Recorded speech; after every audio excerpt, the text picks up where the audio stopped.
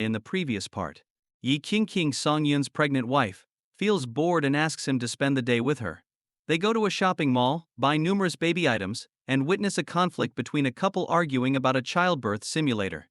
The scene attracts the attention of all the shoppers, ending with the husband agreeing to try the simulator, confident he can endure the pain. Hurry up, I still need to go home and catch up on some sleep, Chen Daguang began urging the staff. Meanwhile, one of the employees was trying to comfort a woman nearby. Ma am, it seems like this gentleman isn't feeling too well. Why not wait until he's sobered up before trying this? Yes, exactly. Everyone has their struggles. It looks like this gentleman is working hard for the family. Why don't both of you take a step back and talk it out? Stop trying to talk me out of it. Today he must feel this pain. The woman stepped forward and asked the staff, "Can I adjust the level myself?"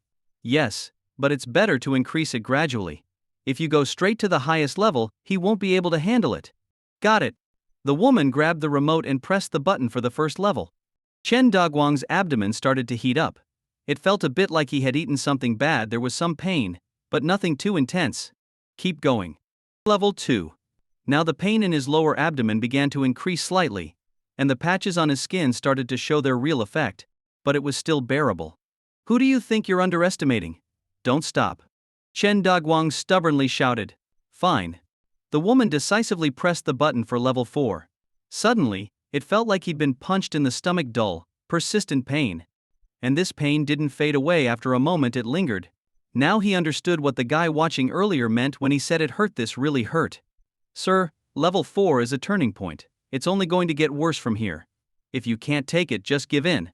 There's no shame in that, a staff member advised.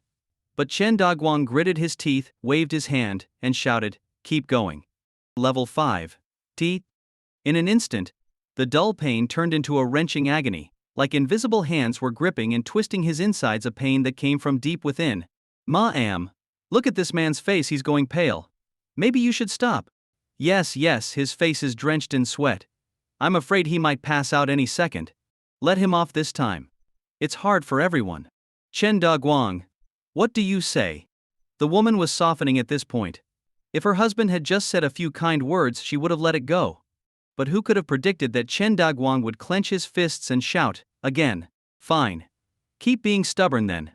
The woman pressed the button for level 6. Suddenly, Chen Daguang's whole body began to tremble. His lips turned pale, and his clothes were visibly soaking through with sweat. Does it hurt? No. Chen Daguang, eyes full of resolve, shouted at his wife, compared to the pain of earning money, this is nothing. Fine. So it's me who's being unreasonable, huh? Furious, the woman hit level 7. In an instant, the pain made Chen Daguang leap up, tearing off the devices stuck to his body. His legs wouldn't stop shaking, and his stomach felt like he'd just undergone surgery without any anesthesia. He was about to say something when his vision blurred, and he collapsed helplessly onto the floor. Something's wrong. The staff rushed over and lifted his eyelids, only to see his pupils were already unfocused. This was bad. This could turn into a real disaster. Even though they'd signed a waiver and the risks had been clearly explained, if something serious happened, how could they keep running their business?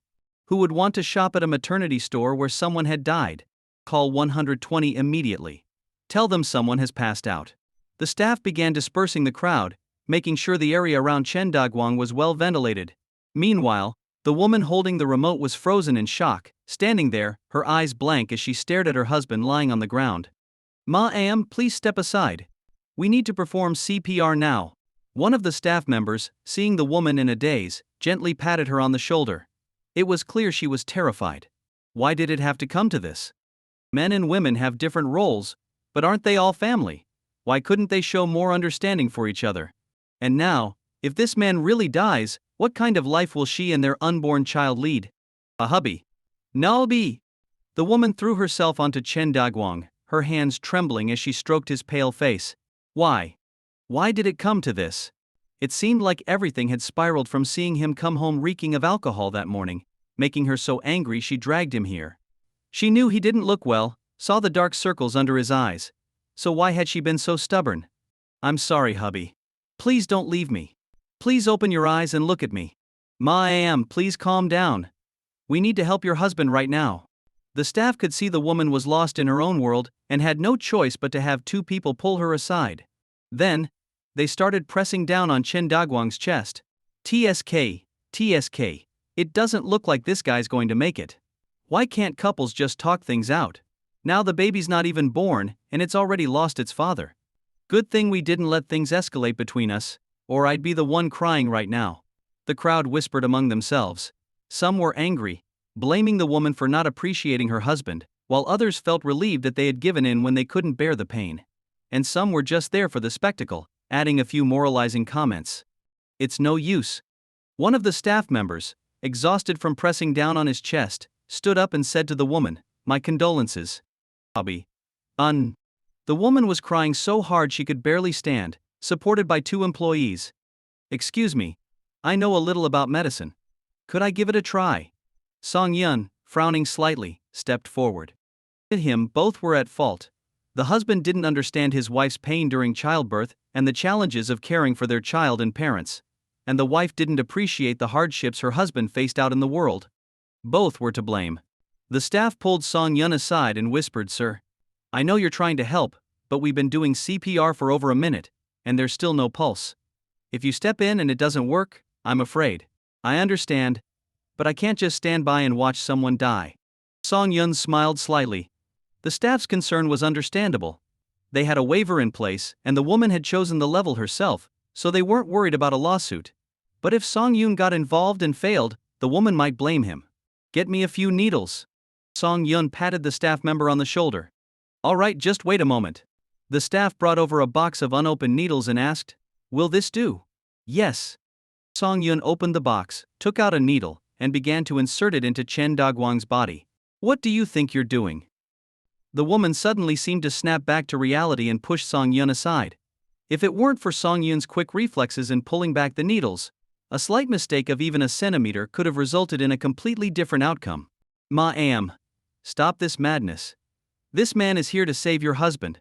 If you continue to act violently towards him, we have the right to escort you out of the store to ensure his safety," the staff member shouted, gripping the woman's shoulders.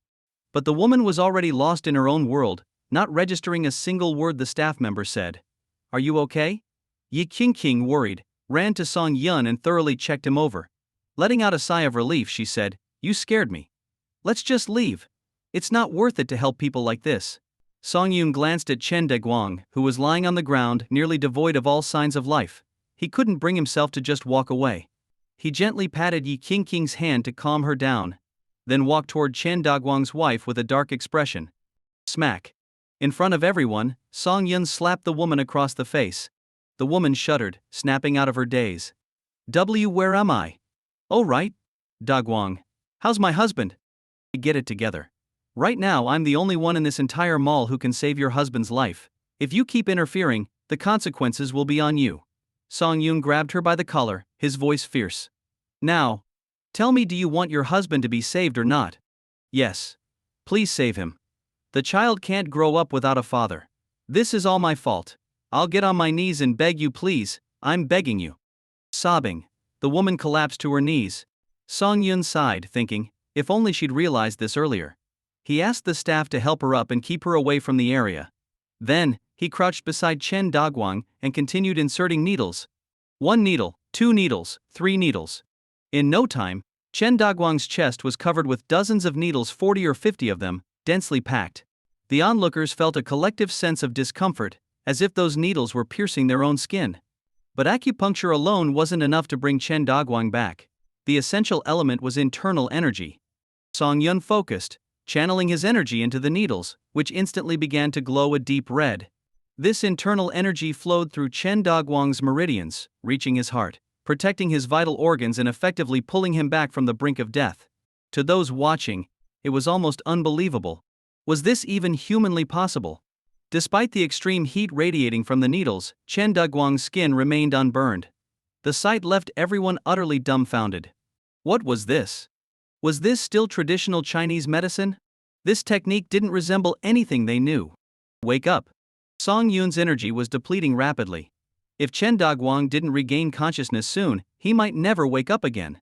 Determined, Song Yun made a final, desperate attempt, pushing all of his remaining energy into the needles, directly stimulating Chen Daguang's heart and lungs. Suddenly, Chen Daguang's body jerked, and the needles turned even brighter red, so red, they looked like they might catch fire at any moment. I feel tightness in my chest. Chen Daguang croaked, opening his eyes. When he saw his body covered in needles, he was terrified. If it weren't for the staff quickly holding him down and soothing him with calming words, he might have fainted again from the shock. Are you saying I passed out from the pain? Chen Daguang blinked in disbelief. He clenched his fists experimentally, feeling an unexpected surge of strength in his body. He even noticed a strange flow of energy inside him, as if his body had returned to the vitality of 10 years ago. You should thank this man, one of the staff members said with a hint of frustration. If it weren't for him stepping in to treat you, you'd be on your way to the morgue right now.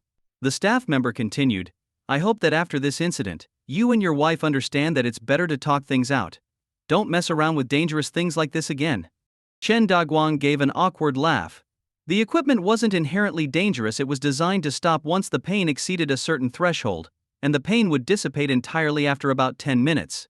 But in the case of Chen Daguang and his wife, one was too stubborn, and the other too ruthless. That's what led to this near tragedy. Bobby, you're awake. I was so scared. I thought you were never going to wake up again, the woman cried as Song Yun removed the needles from Chen Daguang's chest. Unable to hold back any longer, she threw herself into her husband's arms. Chen Daguang felt his wife's tears soaking his clothes and gently patted her on the back. It's all my fault. I drank too much and was acting recklessly. I felt the pain you went through during childbirth. I promise I'll never say anything to hurt you again. No, I was wrong too. I got carried away and only thought about myself, not about what you were going through. It's all my fault. Brother, thank you so much. Without you, I might not have even met my unborn child. Chen Daguang, holding his wife, slowly stood up and looked at Song Yun with deep sincerity. I'm just an ordinary guy, so I don't know how to repay you. Let me cover everything you bought in the store today. Don't refuse, this is just a small token of my gratitude. I'm not sure that's necessary. Song Yun hesitated, glancing at the receipt in his mind. The amount would be quite a burden for an average family, and he didn't want to exploit the situation for personal gain. Besides, he didn't need the money. It wasn't worth adding more debt to this family over a few purchases. A promise is a promise. Staff, bring me this brother's bill, Chen Daguang said firmly. The staff handed over the bill for the items Song Yun and his wife had bought, totaling 240,000 yuan. But it was still within Chen Daguang's means. In his line of work, you either stayed at the bottom or drove luxury cars and bought houses. Though he hadn't reached the top, he was comfortably in the upper middle, with an annual income of 700,000 to 800,000 yuan. Charge it to my card, Chen Daguang said resolutely. Compared to my life, money is nothing. Yes, Daguang. I'll never argue with you again, his wife said tearfully. And I'll help out around the house after work from now on. As the couple reconciled, and with Chen Daguang's confident flourish as he paid, the crowd's expressions changed. Watching the whole spectacle, they realized something: they had been the fools all along. When the ambulance rushed to the scene, expecting to transport a critically ill patient to the hospital, they were stunned to find that the man, who had been reported as nearly dead, was now energetically shopping for baby supplies with his wife. Please, no more false alarms like this. Medical resources are very valuable. The doctor scolded sternly. If this delayed us from helping another patient, who's going to take responsibility? We're so sorry, but he really was in shock earlier.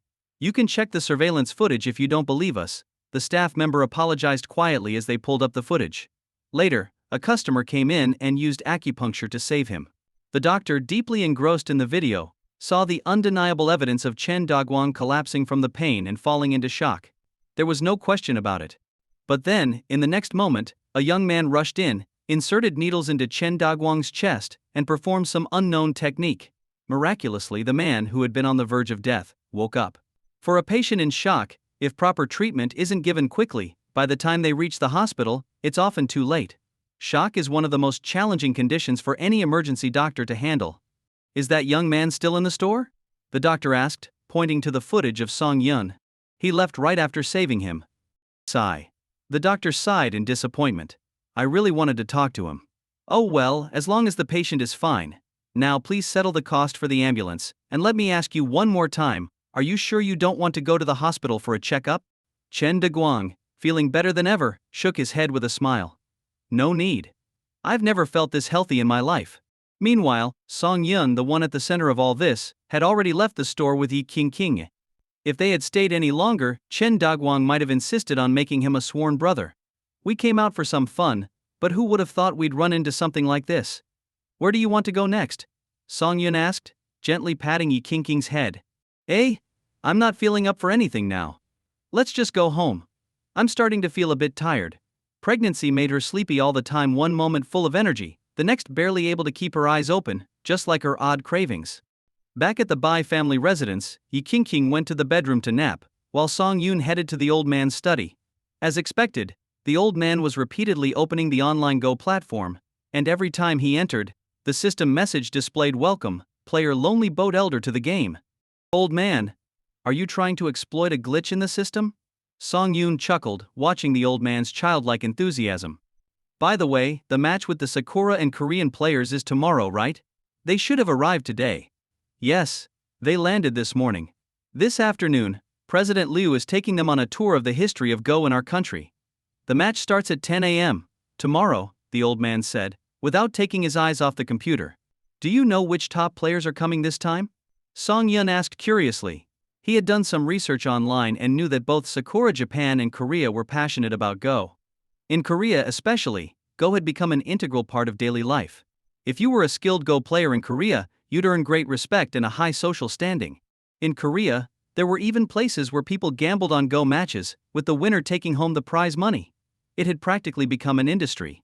On the other hand, China didn't place nearly as much emphasis on Go.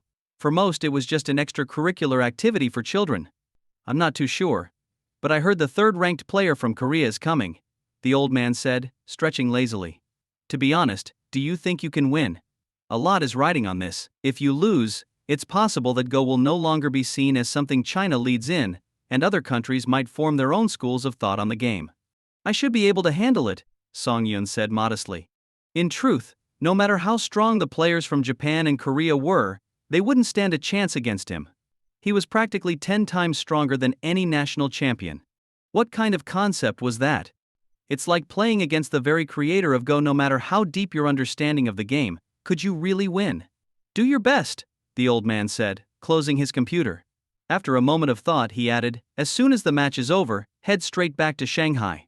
More and more people are asking for your help with treatments, and even the higher-ups are finding it hard to handle the pressure. Really? It's gotten that serious? Song Yun was surprised. What if some of the people pleading for help are like me? The old man said with his eyes half closed. Some of them have done great things for the country, and now they just want you to heal them a bit. What should we do? Turn them down? That's why the higher-ups are in a bind. Should I help them then? Foolish. Many of these people are enemies of the Bai and Ouyang families. The old man said sternly. 2 of them in particular are our mortal enemies. Do you want to help them live longer and cause more trouble? Don't forget, if I had died in that hospital back then, they would have been the first to tear the Bai family apart. Hearing this, Song Yun quickly fell silent. There was a lot of deep-rooted animosity involved here. Sigh. The old man let out a long breath.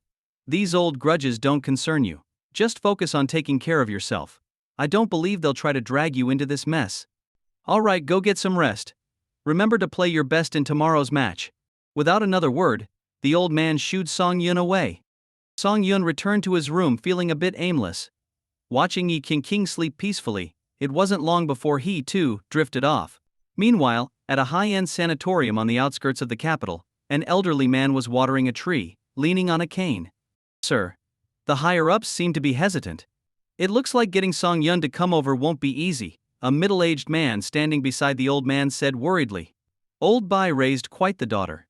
After being away for decades, she returns and saves the day, bringing along a big, capable son who can heal people. The elderly man sighed, putting the watering can down. I really can't wait any longer. If I do, I won't outlive old Bai. We've been enemies for over 40 years. If I die, what do you think will happen to this family? Hearing this, the middle-aged man instantly broke out in a cold sweat. His lips trembled, and after thinking for a long time, he finally asked, should we try to bring Song Yun over privately? That's your problem to solve. I'm just an old man who's on his last legs. I won't get involved in this. Master Kogain. The Chinese Go world no longer has any top players. The stone that once weighed down on us has finally disappeared. This is our one and only opportunity to break free from China's dominance over Go. In a small room, a middle-aged man in a suit was speaking to an elderly man dressed in traditional samurai attire. The elderly man, Master Kogain, was the leading figure in Japan's Go community and the sole representative on this visit. His opinion would influence Korea's next move. Lai Shuo, is Korea really in such a rush? Master Kogain asked with his eyes half closed, his frail figure kneeling on a cushion. Remember, China has never lacked strong players. The man who once dominated us rose from the common people. What makes you think no one will step forward this time?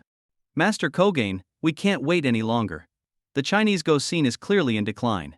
If we don't act now, we'll give them a chance to recover. Li Shuo's voice was firm. We brought 12 top players on this trip. We're confident we can crush the Chinese Go community and leave them feeling hopeless. They'll have no choice but to acknowledge the independence of our new Go movement.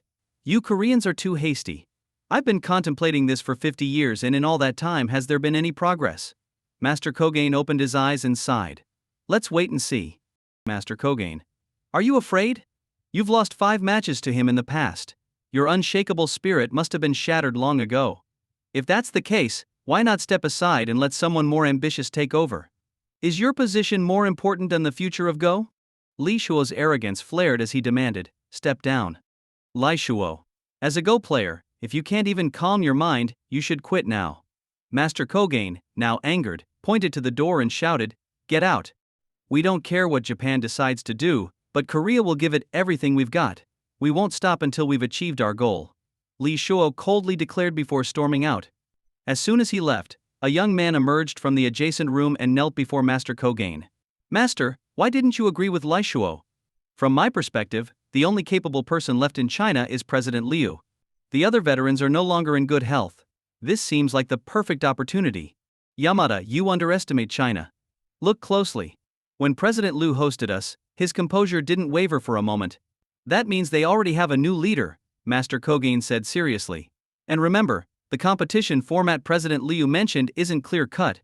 Each country will send 3 players, and the winner will be determined by a point system. This implies that Korea isn't our natural ally, they're our potential competitor. Then why did Li Shuo approach you? Haha, his mind is unsettled. If both our countries win, only one can finish at the top of the standings and break free from China's influence over Go. The other will have to wait for another chance. Master Kogain leisurely sipped his tea. Even though Korea has many Go players, they're too focused on studying game records and lack flexibility. Our chances of winning are high. That's why Lai Shuo wanted me to help him change the competition rules. If changing the rules benefits us too, then why refuse? Why? Haha, someone always has to suffer. When you reach my age, you'll understand China's Go legacy isn't dead. They will rise again. And when that happens, wouldn't it be better if Korea becomes the target of their wrath? Master Kogain gave a sly smile. You should learn this principle well, it's better for someone else to bear the consequences. At 10 a.m. The next day, many Go enthusiasts packed into the venue. The originally prepared 500 seats were quickly overwhelmed, forcing President Liu to relocate the event to a larger hall that could accommodate 2,000 people. After this unexpected delay, the event finally started at 10:30. Representatives from all 3 countries gathered, and after President Liu read the competition schedule, the eyes of the participants gleamed with determination. Hey, you look like a new face. Do you think you can handle the pressure? A player sitting next to Song Yun asked. This player had made a name for himself as a teenager, earning his professional certification at 20. He was now ranked 26th in the global Go rankings. Haha, if President Liu arranged for me to be here, he probably has his reasons, Song Yun responded calmly. Maybe he's using a strategy like TNG's horse racing, matching weaker players against stronger ones. Lower-ranked players against top-ranked ones, mid-ranked against lower-ranked, and top-ranked against mid-ranked. If you can't hold out, it's okay to resign. There's no shame in it. Song Yun simply smiled and didn't continue the conversation. The first match, Tianfeng from China versus Lai Shuo from Korea. President Liu announced into the microphone. Tianfeng. The player who had been talking to Song Yun was stunned. He shot a quick glance at President Liu. Wait, what? Wasn't this supposed to be a TNG's horse racing strategy? Why was he, a mid-ranked player, being pitted against Li Shuo, one of Korea's top players? This was practically a guaranteed loss. After all, Lai Shuo was ranked 9th internationally, there was a huge gap between them. Good luck. Song Yun encouraged his teammate. Tianfeng, still confused, stepped onto the stage.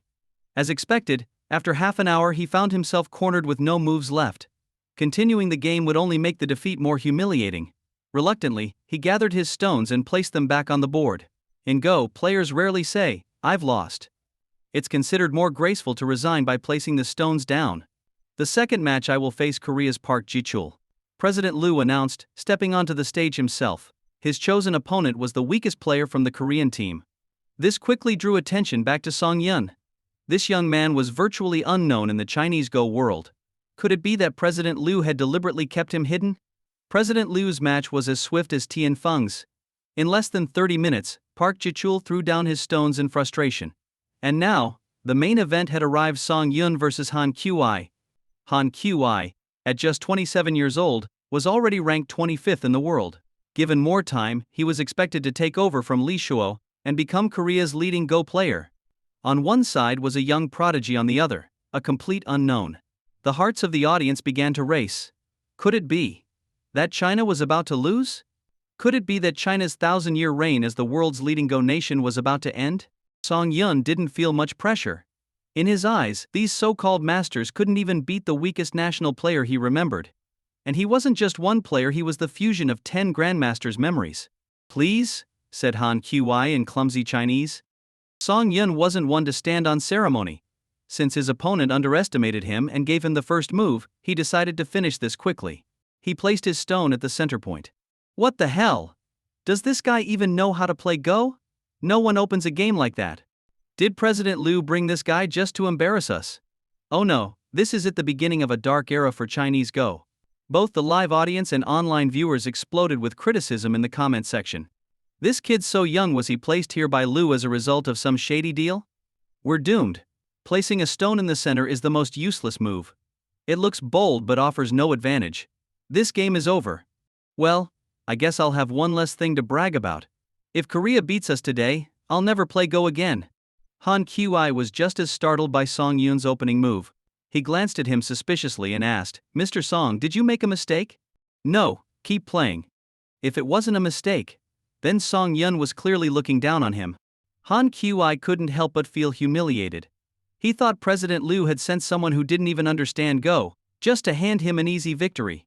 But this kind of victory felt hollow. He wanted a hard-fought match, followed by the courtesy of a mutual well played, not a win handed to him like tossing a bone to a dog. At that moment, Han Qi decided that the so-called Go masters from China weren't worthy of their reputation. Since they wanted him to win, he might as well give them a slap in the face. It's coming. Han Qi's most brutal and famous strategy is on the board. They say hardly anyone can counter this move. Even the world's 7th-ranked player almost lost to it. Sigh. This young man just had to meddle where he didn't belong. Now look, our country's 1,000-year reputation in Go is about to be shattered. Despite the fierce storm brewing on the board, Song Yun remained completely unbothered. For him, playing against Han Qi was like playing with a child. No, scratch that, more like playing with a baby. The moment he chose to exert his strength, Han Qi wouldn't stand a chance. How is he staying so calm? Is he too scared to move? Seriously, Liu Yu should step down and let someone more competent take over. Wait a minute. Isn't the board starting to turn in his favor? Under everyone's astonished gaze, Han Qi began to feel as if a fierce tiger had appeared on the board, snarling at him with every move. Song Yun's initial center move was now showing its full strategic potential, becoming the key to turning the entire game around. With a casual flick, Song Yun placed a stone on the board, and in an instant, his entire formation came to life. The advantage Han Qi had painstakingly built crumbled in a matter of moments. This can't be. It's impossible. Han Qi stood up, then leaned down again to inspect the board carefully. After replaying the scenario in his mind over and over, he collapsed back onto his chair in despair. I lost. He didn't even bother with the formal resignation of laying down his stones. He openly admitted defeat. As soon as the words left his mouth, Han Qi realized his mistake. He quickly covered his mouth and grabbed a handful of stones, tossing them onto the board. China wins against Korea, 2-1. President Liu announced excitedly. That'll teach all of you to underestimate Song Yun. But who could blame them? Anyone would let their guard down after seeing him open with a center move. President Liu, recalling the time Song Yun had crushed him during practice games online, felt a twinge of guilt. Thank goodness Song Yun was Chinese. Thank goodness he agreed to compete. Praise the Go Gods. Haha, I told you. If you underestimate China, they'll give you a big surprise, Master Kogain said to his disciple. This young man is intriguing. I can see the makings of a grandmaster in him. Yamada was stunned by his master's praise. Could it be that this young man was truly sent by the heavens to save Chinese Go? At such a young age, he was already knocking on the door of becoming a national player. If nothing went wrong, China would likely rise to new heights under this prodigy.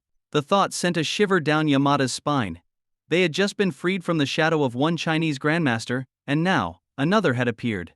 It was hard not to feel a twinge of envy and jealousy. At the same time, Yamada couldn't help but admire his master's foresight. Many in Japan had criticized Master Kogain, but all of that vanished in this moment. The next match will be between us and Korea. If we don't win after their morale is dropped, you all might as well commit seppuku, Master Kogain declared with a wry smile. Just as he finished speaking, President Liu announced the next match. It was clear President Liu wasn't interested in giving Korea any time to recover. He was using a ruthless round-robin tactic. If Korea had won earlier, they might have ridden that momentum into their match against Japan.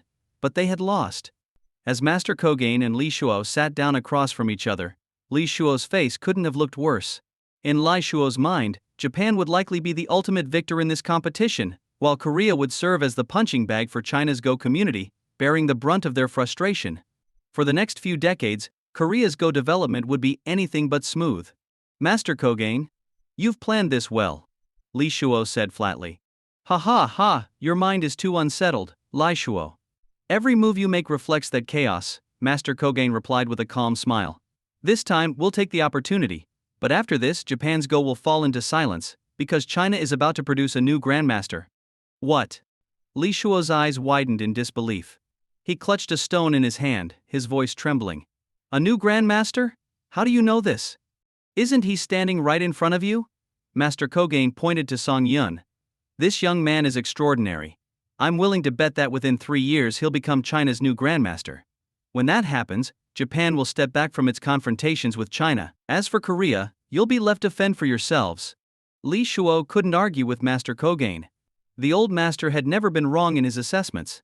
From this point forward, Korea's Go scene wouldn't just face tough times, it would plunge into darkness. Master Kogain's words had left Li Shuo deeply unsettled. He held a Go stone in his hand, but for a long time he couldn't bring himself to make a move.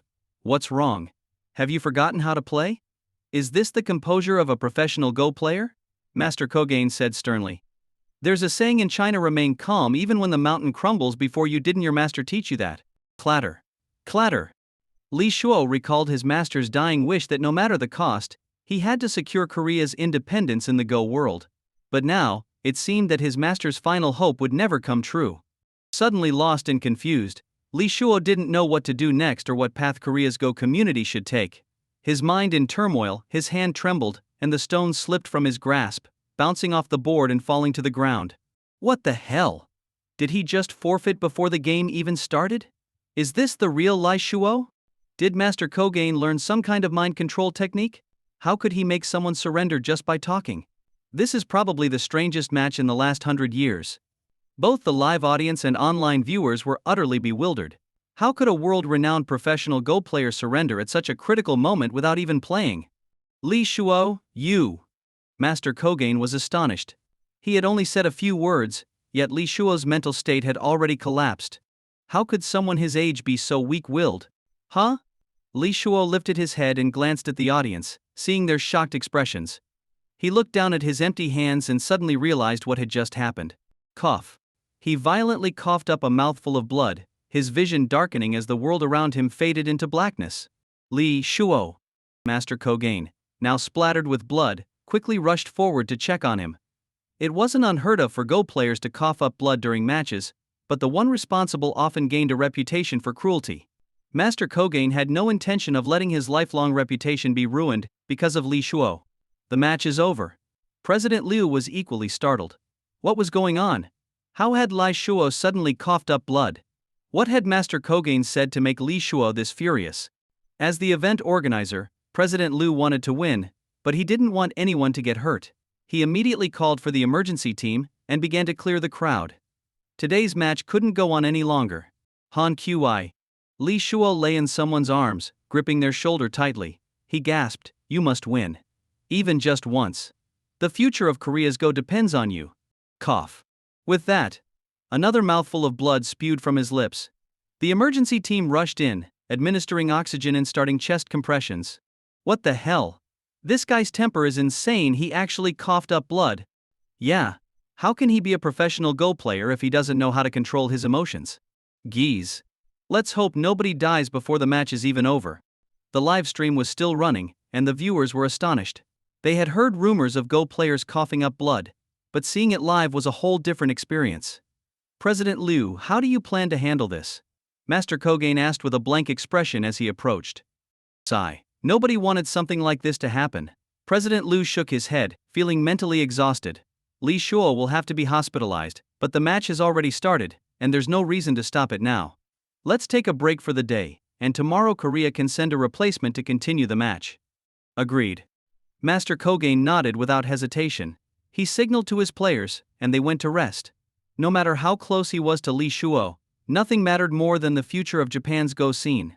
President Liu, I'm heading out for now. Song Yun approached and said goodbye. President Liu nodded. The match resumes tomorrow at 10 a.m. Be there on time. Of course. As Song Yun left the venue, he saw that the audience hadn't dispersed. Instead, they crowded around outside, eagerly waiting for news. Song Yun is coming out. Song Yun. Can you tell us who your teacher is? Why did you place your first stone at the center? Song Yun. Aren't you the richest man in Shanghai? How are you so good at Go? Can you share how you manage your time? The crowd wasn't just full of spectators, there were plenty of reporters too. Fortunately, security had formed a barrier, holding them back. Sorry, I have some family matters to attend to. I need to go. After saying that, Song Yun slipped away quickly. Too many people. Even with his skills, there was no way he could fend them all off. There was no way he could just knock out people who were only trying to ask him questions. As he reached the parking lot and started his car, a bodyguard suddenly stepped in front of the vehicle. Honk. Honk. Song Yun pressed the horn several times, but the bodyguard didn't budge, instead tapping the hood of the car and motioning for Song Yun to get out. What do you want? Song Yun lowered the window and asked. Mr. Song, my master requests your presence. The bodyguard's expression was cold. I hope you take this opportunity, or else, even if I have to tie you up, I'll bring you there. What the hell? This guy was seriously threatening to kidnap him in broad daylight? No. Then don't blame me. The bodyguard lay down on the hood, shouting shamelessly, if you want to leave, you'll have to drive over me. What? Unbelievable. One moment, this guy acted like a Terminator, and the next, he was pulling a cheap stunt like someone trying to fake an injury for money. Have people mistaken my patience for weakness? Get off. Song Yun slammed the steering wheel in frustration. I don't care whose man you are. Move, or I'll report you to the authorities. That's your right. My mission is to bring you back, no matter what, the bodyguard said stubbornly. What are you so afraid of? Afraid? Song Yun chuckled. I'm just not interested in your business. Since you went out of your way to find me, I'm guessing it's related to my abilities. If this were an honest request, you wouldn't be sending a lackey to strong arm me. Let me guess, you're enemies with the Bai family? The bodyguard remained silent, confirming Song Yun's suspicions. Sigh. So, that's how it is. They didn't dare confront the Bai family directly, so they came to push around the soft target him. Don't make this harder than it has to be. The bodyguard pleaded. Why are you making this so difficult? Song Yun said helplessly. Your family is so powerful, go ask higher-ups for help. Why are you pestering me? Please don't make things harder for me, Mr. Song. The bodyguard repeated through gritted teeth. Song Yun's last bit of patience had worn thin. He revved the engine, and like an arrow released from a bow, the car shot forward before screeching to a halt. The bodyguard tumbled twice on the ground, attempting to get up but found himself too weak to move. Tell your master that if they need treatment, they should go through proper channels. Tricks won't work with me. With that, Song Yun closed his window and drove off. In a private villa on the outskirts of the city, a middle-aged man answered a phone call, his face turning dark with anger. What's the point of having you if you can't even bring one person? You're fired. Why so angry, Wang Xuan? A slow, deliberate voice came from an elderly man leaning on a cane as he walked over. Is it that Song Yun refuses to come? Yes. I sent someone to invite him, but it seems they messed it up, the middle-aged man replied, lowering his head like a child awaiting punishment from his father. But after a long silence, no scolding came. He cautiously lifted his head to see the old man seated comfortably, resting his chin on his hands that were folded on top of the cane. I had someone look into Song Yun, the old man said quietly. It's strange. His file is as clean as any ordinary person's, which makes it all the more suspicious. How can someone so normal know so much? The old man continued in a low voice. Did you know that Song Yun is also a Go player? A business tycoon, a master of Chinese medicine, a Go player. What else do we not know about him? What do you mean? The middle-aged man's pupils contracted. He furrowed his brow and looked around to make sure no one was eavesdropping. Then, in a low voice he asked, could Song Yun be from a hidden family? Probably not, the old man replied calmly. Apparently some hidden families tried to attack Song Yun in Shanghai recently, so he's clearly not one of them. Then this is really odd. If he's not from those circles, nor a hidden family, where does his knowledge come from? Did the heavens just decide to bestow him with wisdom? The middle-aged man asked, puzzled. Ha ha ha, who knows? Let's wait and see, the old man said, his cloudy eyes betraying a trace of suspicion. Meanwhile, back at home, Song Yun found old Master Bai in the reception hall, surrounded by more than 20 people. The old master sat at the head, sipping tea calmly. Song Yun, come here. When old Master Bai saw him, he put down his cup and waved him over. The person you all are looking for is right here. It's not that I don't want Song Yun to help, but he's truly in a weakened state right now. If you don't believe me, ask him yourselves. Mr. Song, please, we beg you, save my father. Wait your turn. Don't you know the rules? Mr. Song, here's a luminous pearl passed down since the Tang dynasty, a humble gift for you. A luminous pearl? How do we know it's not radioactive? Mr. Song, here's a check for 50 million. It's just a small gesture to form a friendship with a talented young man like yourself. If you cure my father, we'll offer even greater rewards. Mr. Song. Mr. Song. Mr. Song. The crowd clamored around him, making Song Yun's head spin. He realized there was no way out unless he gave them an answer. For a moment he thought of Li Shuo. Damn it. These people really know how to push me to my limit. He had no choice, these were powerful families. If they had managed to track him down at the Bai household, and even old Master Bai couldn't turn them away, then their influence was no small thing. Suddenly, Song Yun coughed up a mouthful of blood, staggering as if he was about to collapse. Everyone froze in place. What the hell? He had seemed fine just a moment ago. How had he suddenly coughed up blood without saying a word? I'm so sorry, everyone. My body can't handle it anymore. Cough. Another mouthful of blood. Everyone exchanged uneasy glances, unsure what to do next. Who dared to ask for treatment now? Song Yun looked as if he was on the verge of death. They all knew how important Song Yun was to certain powerful figures. They could offer him gifts and favors, but they absolutely couldn't push him too hard. If they caused his death, they'd face not only consequences from those higher up, but also the wrath of the Bai and Ouyang families. It seems Mr. Song is truly unwell. I'll take my leave. Goodbye, old Master Bai. Goodbye, Mr. Song. Mr. Song, please take care of your health. If you need any medicine, feel free to come to me. As quickly as they had come, the crowd dispersed. When the last person left, Song Yun stood up, poured himself a glass of water, and rinsed his mouth, much to old Master Bai's shock. Song Yun, are you all right? The old man asked, still trying to process what had just happened. I'm fine. If I didn't spit up a little blood, who knows how long they'd have stayed, Song Yun replied with a wave of his hand. Old master, I don't think I can stay here anymore. If you can't keep those people away, I'm afraid I'll wake up one morning to find a room full of strangers again. Sigh, I can't refuse them outright. There are too many people involved, and even those higher up are choosing to stay silent, old Master Bai sighed. Why don't you stay with the Ouyang family for a few days? Tomorrow's Go tournament will be over, and I plan to head back to Shanghai right afterward, Song Yun said calmly.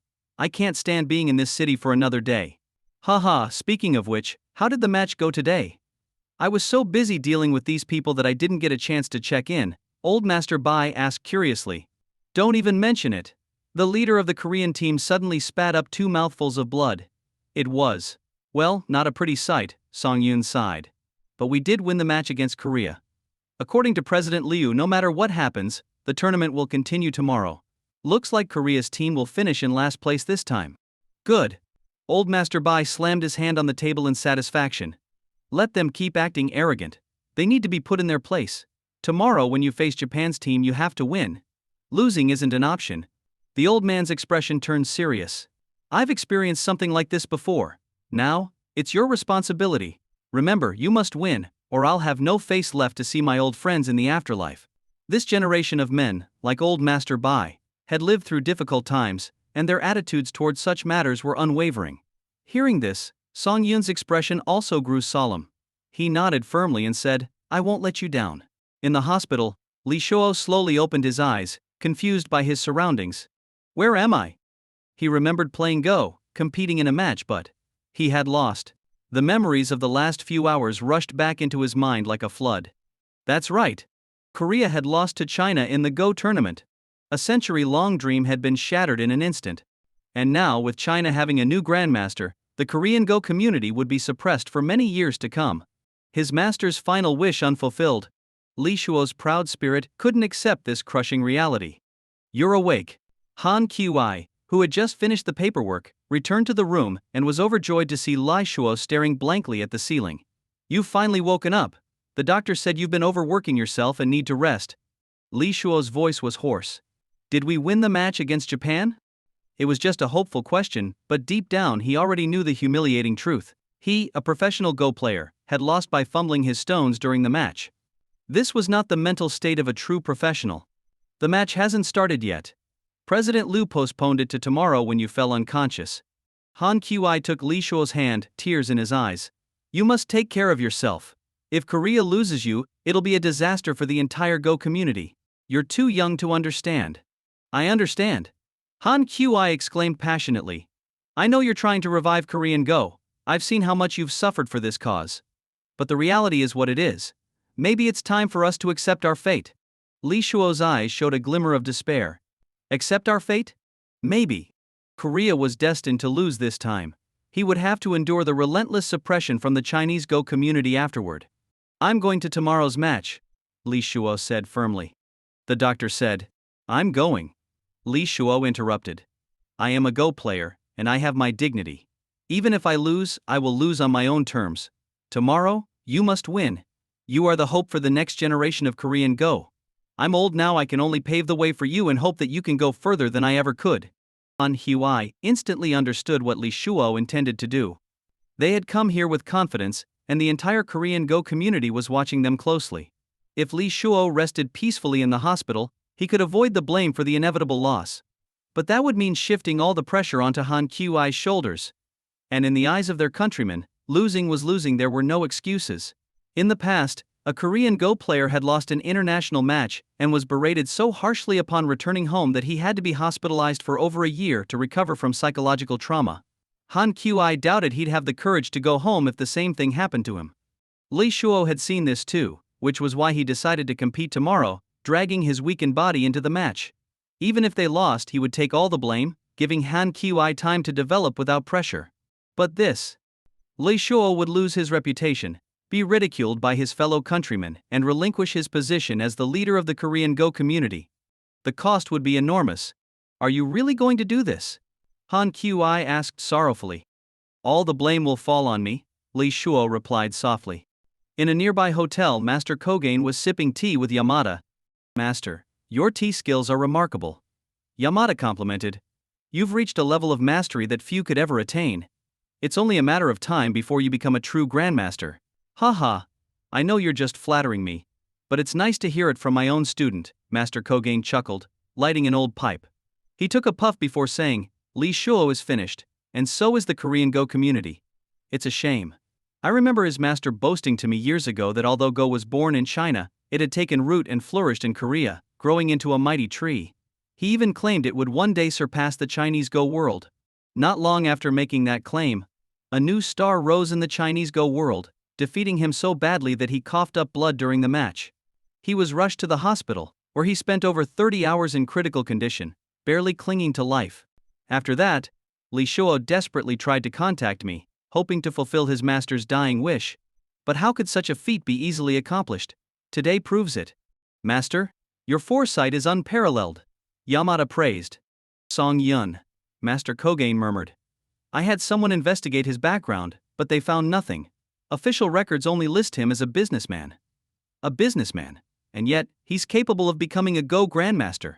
It's unbelievable. Master, As far as I know, Song Yun isn't just any businessman, he's the richest man in Shanghai, with a sprawling empire that spans countless industries, Yamada said seriously. In tomorrow's match against him, I suspect President Liu will interfere. He's the one who arranged the matchups, so you may be paired against China's weakest player. TNG's horse racing strategy, I understand. Back when Li Shuo and I underestimated the Chinese Go scene, we played along with such tactics, Master Kogain said, tapping the ashes from his pipe. But we can't afford to sit idle anymore. Li Shuo and his team have lost their fighting spirit, but we can still seize this crisis and turn it to our advantage. After all, fulfilling an old master's wish isn't just for Li Shuo's master, it's also our mission. Master, what should we do? Yamada asked eagerly. This is crucial for the future of our Go community. Whatever you instruct, I'll carry it out. Spread the word that there's something shady about President Liu's handling of the match. Accuse him of manipulating the competition. Have outsiders apply pressure to force him to change the rules. Master Kogain's eyes gleamed as he spoke gravely. Yamada, this is all or nothing. Either we succeed, or we fall. Yes, Master. The Go tournament had already drawn significant attention, especially after Li Shuo's dramatic collapse and the blood he had coughed up during the match. As the public's curiosity swelled, someone suddenly accused President Liu of manipulating the competition to favor China, claiming the rules were unfair. In the wake of this accusation, several so-called experts emerged, criticizing President Liu for tarnishing the purity of Go. They claimed he was a villain who had tainted the sport. The accusation spread like wildfire across the internet, becoming a hot topic of discussion. Many people began to wonder why China, already so dominant in Go, would resort to such underhanded tactics. Some even claimed that President Liu's actions had disgraced the honor of the entire nation. Slam. Inside the Chinese Go Association, Li Qingyan stood awkwardly as President Liu paced back and forth, seething with rage. Li had never seen his master so angry before.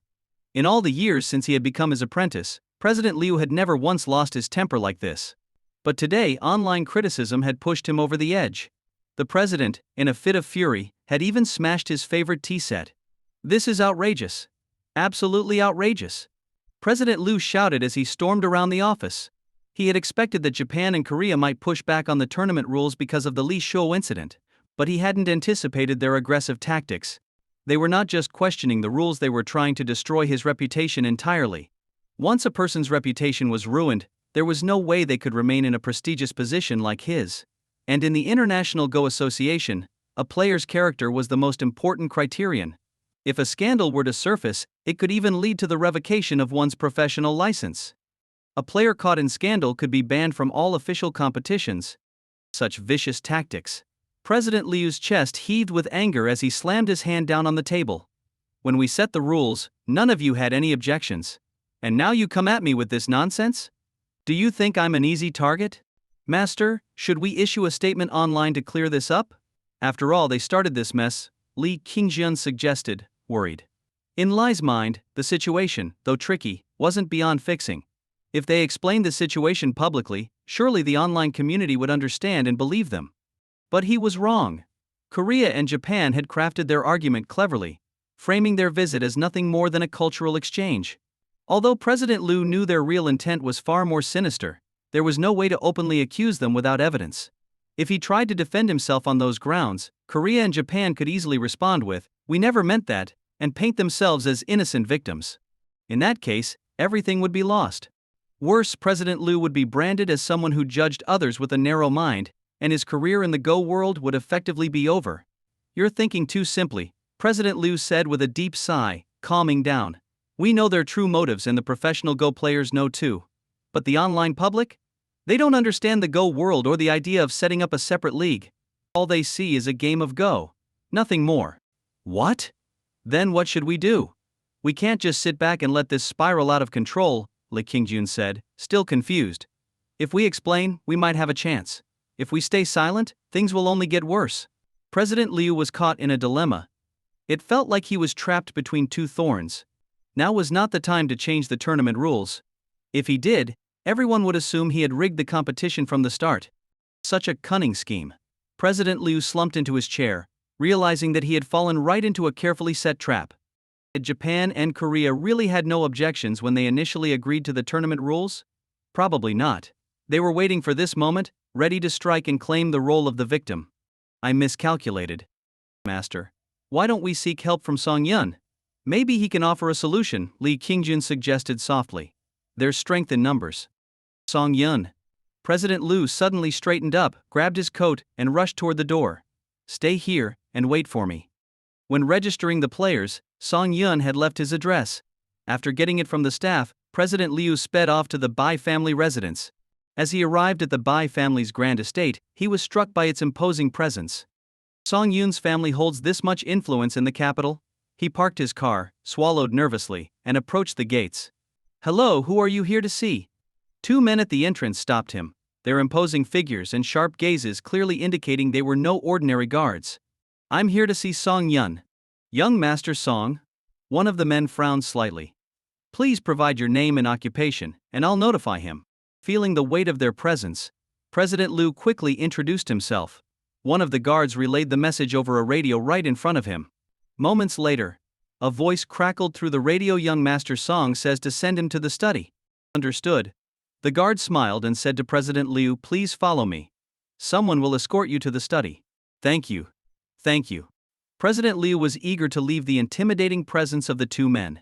Standing near them made him feel as if ants were crawling all over his body, especially with the way they looked at him like two wolves eyeing their prey. A middle-aged man in traditional attire greeted him inside. President Liu, right? The old master and young Master Song are expecting you in the study. Thank you for showing me the way. As the saying goes, in the presence of the powerful, one must humble oneself. President Liu didn't dare to flaunt his position here. After weaving through corridors and admiring the estate's beautiful scenery, they finally arrived at the study. Knock, knock, knock. Who is it? Came the voice of old Master Bai from inside. Sir, President Liu is here. Oh, come in. Old Master Bai called out. The middle-aged man gestured for President Liu to enter. Feeling nervous, President Liu pushed open the door. Inside he saw Song Yun sitting in a chair, lost in thought with his head resting on one hand. Old Master Bai, meanwhile, was wearing reading glasses, intently focused on a computer screen. President Liu. Come help me with this game. Old Master Bai waved him over. President Liu hurried over and saw that Old Master Bai was playing an online Go match. He studied the board for a moment and pointed to a spot. Play here. If your opponent knows what they're doing, they'll know they've already lost. Old Master Bai placed his stone, and after a few minutes, his opponent resigned. Ha ha ha. Well done, President Liu.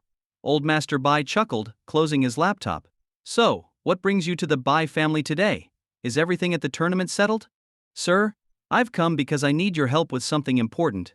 President Liu explained everything that had happened, from the tournament's controversies to the public backlash. Right now I'm completely stuck. No matter what move I make, they've already planned their next step. This is a tricky situation. Old Master Bai rubbed his temples. The only support I can offer is to ensure the tournament continues, but I can't control what's happening online. Sigh, dealing with public opinion is impossible, President Liu said with a bitter smile. But I understand now. Even if I have to play the villain, I'll see this tournament through. President Liu found himself caught in an impossible situation. Any attempt to speak up would immediately trigger a flood of online attacks. As the figurehead of Chinese Go, he not only had to focus on promoting the game domestically but also safeguard China's international standing in the Go community. Who do you think is behind this? Old Master Bai asked curiously. If there had been a problem, it would have been exposed before today's match. But they waited until Le Shuo was hospitalized to make their move. Doesn't that strike you as odd? It does. President Liu nodded thoughtfully. If I had to name someone, it would be Kogen Hani from Japan. That old fox is a master of manipulation, always using others to accomplish his own goals. President Liu continued. Once, he had a conflict with another Go player. At a social gathering, he subtly instigated tension between that player and someone else. The two ended up fighting, and the player Kogen had a grudge against was injured so badly that he could never work in any mentally demanding field again. That's all he's capable of. Old Master Bai scoffed, unimpressed by such underhanded tactics. I prefer straightforward methods, ones where the opponent knows they're walking into a trap but can't avoid it. What do you think, Song Yun?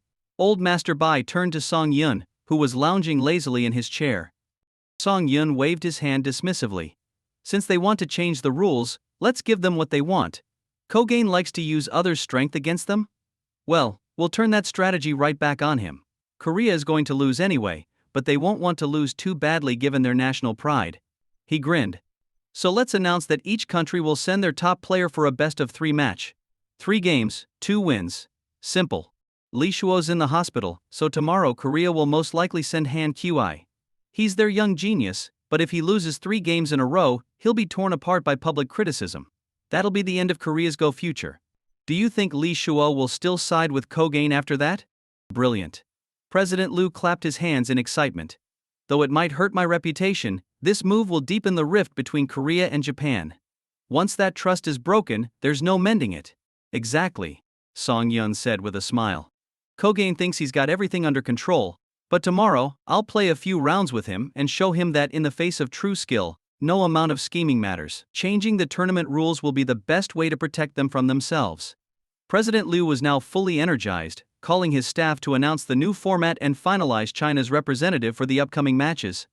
Meanwhile, at the hospital, Han Qi stood up abruptly, shocked by what he had just seen online. What happened? Lee Shuo, still weak, asked from his bed. President Liu couldn't handle the pressure and changed the rules, Han Qi replied, his face pale.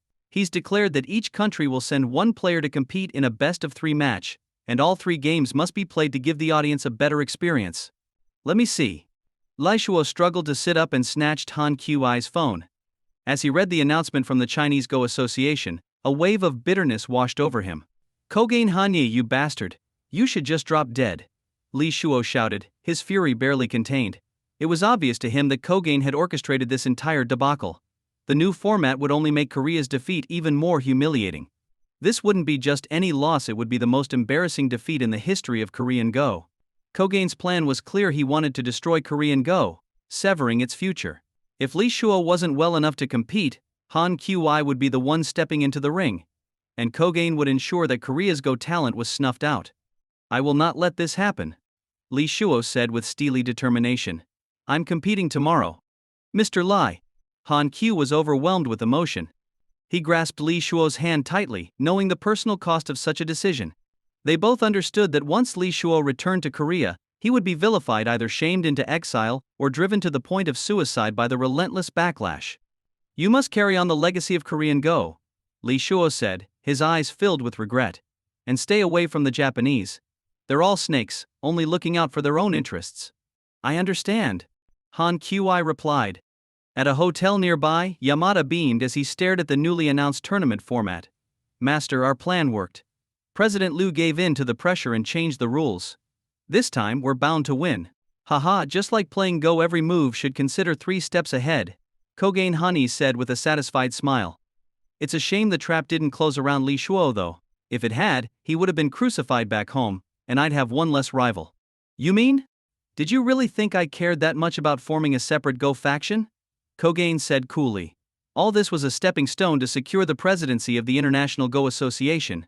The current president is retiring this year, and President Liu from China is my strongest competitor. We need to take him down. This scheme will kill 2 birds with 1 stone. Master, you're brilliant, Yamada exclaimed. With Lee Shuo's health failing, he won't be able to challenge you for the presidency anytime soon. Haha, remember this lesson well, Ko Gain said, lighting his pipe and inhaling deeply. Send word to your senior back in Japan. Start preparing for my move toward the presidency. Once I'm in that seat, the Chinese Go Association and their so-called grandmasters will be nothing to me. Yes, master. I'll contact him right away. Yamada left the room with a satisfied grin, while Ko Gain sat alone, surrounded by thick smoke from his pipe. He looked like a ghost lurking in the fog, waiting for the perfect moment to strike. Lee Shuo.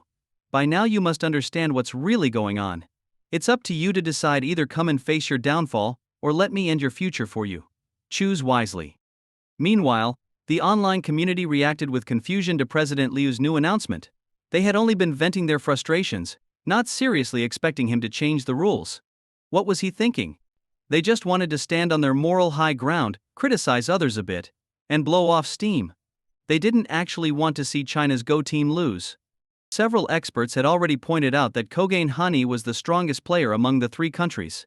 In tomorrow's match, it seemed likely that President Liu would lose. The announcement was like a bomb going off, and the online audience erupted once again.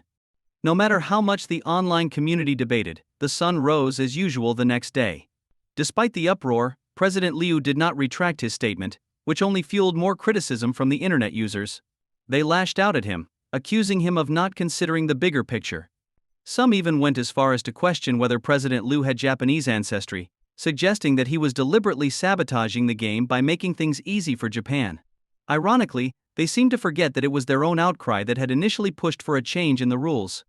Now, after the adjustments were made, they were the same ones demanding the original rules be reinstated.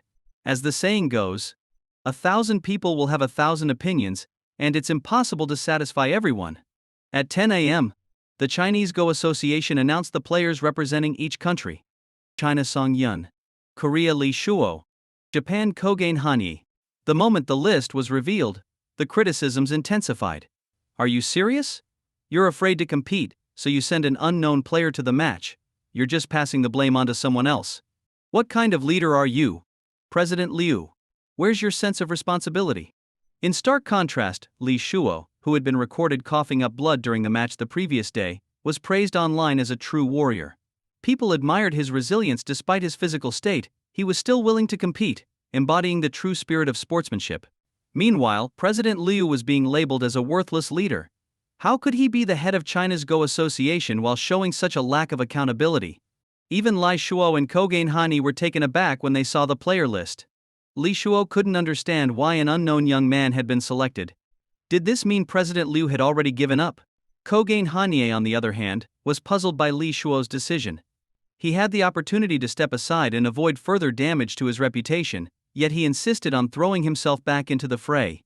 Kogane had expected Li Shuo to prioritize self-preservation after all. As long as he remained unscathed, he could continue nurturing Korea's future Go talents. As for Han Qi, the young prodigy, Kogane smirked at the thought. Talent alone wasn't enough. The world was full of geniuses, but how many actually rose to the top? True power didn't lie in raw talent, it came from being battle-hardened. Li Shuo, none of your choices are wise, Kogane said coldly as he approached Li Shuo in the tournament hall. I pity your teacher. Li Shuo's eyes blazed with anger. Though he was weak and barely able to stand, he straightened his back and shouted, "You're not worthy to speak of my teacher." Korean Go has always pursued its goals openly, and generations of players have sacrificed their lives for it. But you're nothing but a coward hiding in the shadows. Kogane's face darkened. He forced a smile and said, "Only true victors have the right to speak such words. Once we begin, I'll show you what respect truly means." The exchange ended on a sour note, but President Liu sat back, watching the drama unfold with an amused expression. While these two nations had often conspired together in the past, it seemed that wouldn't be the case now. The burden on his shoulders had just become significantly lighter. As for the online comments, President Liu couldn't care less. He wasn't going to waste his time responding. As long as Song Yun won the match, all those who had insulted him would be forced to shut up. Were they accusing him of manipulating the rules? Once Song Yun claimed victory in 3 straight games, those critics would be proven wrong. President Liu planned to rub their faces in it, proving how wise his decision had been. And as for whether Song Yun could win, President Liu had briefly worried about that yesterday. But after playing 10 matches with Song Yun and losing every single one, he felt fully at ease. If Song Yun couldn't win, then no one could. The match began. Li Shuo vs. Kogane Hanyi. Li Shuo looked pale, clutching his chest as he coughed. His frailty was obvious, and the spectators couldn't help but feel pity for him. The first game lasted only 30 minutes. Despite his weakened state, Li Shuo's mind was still sharp, and Korea secured an early victory. After a brief 5-minute break, the second game began. Sensing Li Shuo's physical weakness, Kogane tried to drag out the game, hoping to exhaust his opponent. Li Shuo, anxious about his dwindling stamina, made hasty moves, simply hoping to survive to the third match. Both players fought intensely, and in the end, the second game was a draw. Everything now hinged on the third match. If it ended in another draw, Korea would win. If Japan managed to claim victory, Japan would take the lead. If Kogane won this round, Japan's next match against China would decide the final outcome. However, Kogane's strategy paid off in the third match. Li Shuo's strength was visibly waning, his body trembling, as if he might collapse at any moment. Yet he persisted, determined to hold on. Kogane, on the other hand, remained calm, holding a stone in his hand but refusing to place it, watching Li Shuo out of the corner of his eye. The crowd was outraged. This old man is dragging it out on purpose. Is he waiting for Li Shuo to pass out? What a dirty tactic. As the audience grew more frustrated, Kogane suddenly switched strategies. He began placing stones rapidly, forcing Li Shuo to think quickly and make mistakes. Already in poor health, Li Shuo couldn't keep up with the faster pace. He made several critical errors, and after nearly an hour of back-and-forth play, his big dragon was cut off. Realizing he had no hope left, he dropped his stone and conceded defeat. With 1 win, 1 loss, and 1 draw, the result was a tie. Li Shuo was devastated. He knew that in the upcoming match between China and Japan, Kogane Hani was likely to win, giving Japan the championship with 1 win and 1 draw. "Sir, you did your best," Han Qi said, as he helped the exhausted Li Shuo to his feet. "When we return to Korea, you should stay away from me," Li Shuo said wearily. "You're the future of Korean Go. If you're seen with me, it won't end well for you." Han Qi felt a deep sadness but could only nod as tears welled up in his eyes. "And now we'll take a 30-minute break before the final match," the announcer declared. "I don't even want to watch the next game," someone in the audience muttered. "We're definitely going to lose. Why is Song Yun, a businessman, even playing Go? I can't believe this. Song Yun and that traitor Liu, both of them are disgraces." During the break, reporters couldn't hold back any longer. They crowded around President Liu, bombarding him with questions, their cameras and microphones shoved in his face. "President Liu, are you guilty of favoritism? Why did you choose Song Yun to compete? What do you think the other Go players feel about this decision?" "President Liu, this competition is said to affect China's standing in the international Go scene. Did you make this decision alone? Isn't that irregular? Why didn't you choose to compete yourself? Are you afraid of losing and damaging your reputation?" The reporters overwhelmed President Liu with their questions, making him a little flustered as he faced the barrage of cameras. "First of all, Song Yun's ability is far beyond what you can imagine. He's the best Go player I've ever seen without exception. Secondly, I'm not as good as Song Yun. If I insisted on competing, it would only harm the entire Chinese Go community." Liu spoke with a serious expression. "I don't know where you got your rumors, but let me be clear, Go originated in China and was developed here. Any challenge to that will be met with a strong response. Now, I need to speak with Song Yun.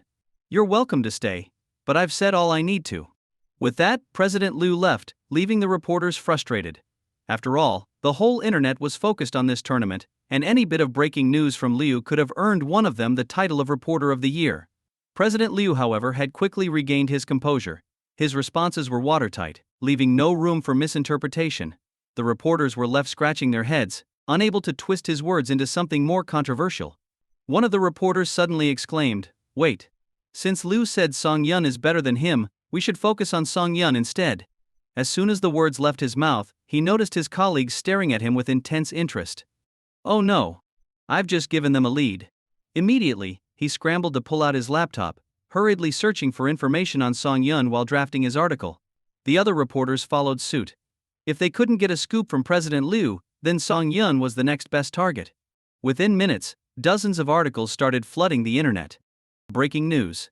Song Yun, the richest man in Shanghai, also a Go prodigy? Insiders revealed a shocking truth. Stunning. President Liu says Song Yun is stronger than him. You won't believe how. Biggest revelation of the year. Is this tournament just a ploy to boost Song Yun's fame? These headlines spread like wildfire, quickly climbing the trending charts and capturing the attention of the public. "Hey, why aren't you posting?" A young reporter, fresh out of journalism school, asked one of his colleagues. "I just posted something, and I've already gained 60,000 followers. I bet it's only going to grow." The older reporter, Lu Ji, remained calm.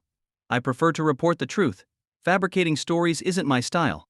Lu Ji wasn't envious at all. He had seen this kind of thing before. Once, his editorial team had painstakingly built up a news account with over 1 million followers, only to have it banned overnight. That happened because they published something they shouldn't have, fabricating information that crossed the line. If not for his seniority and the support of his editor-in-chief, he would have lost his journalist license and been forced out of the profession. Now, he looked at these eager young reporters, seeing his younger self in them. Trying to warn them would be pointless, they'd only mock him. In this business, competition is fierce. Why should he guide them? They'll only learn after the harsh reality slaps them in the face. Sure enough, just 10 minutes after the articles began trending, every single one disappeared from the top charts. All the accounts involved in spreading these hot takes were banned for 3 days, and every fabricated story was deleted.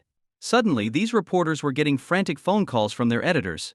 Some editors, patient and understanding, asked them to write an apology. Others weren't so kind, launching into tirades so harsh that several female reporters broke down in tears. Serves them right. Liu Ji thought smugly. This was just a minor warning. If the public had started attacking Song Yun personally due to their misleading articles, their accounts would have been permanently shut down. And indeed, the internet's attention was quickly drawn to the issue.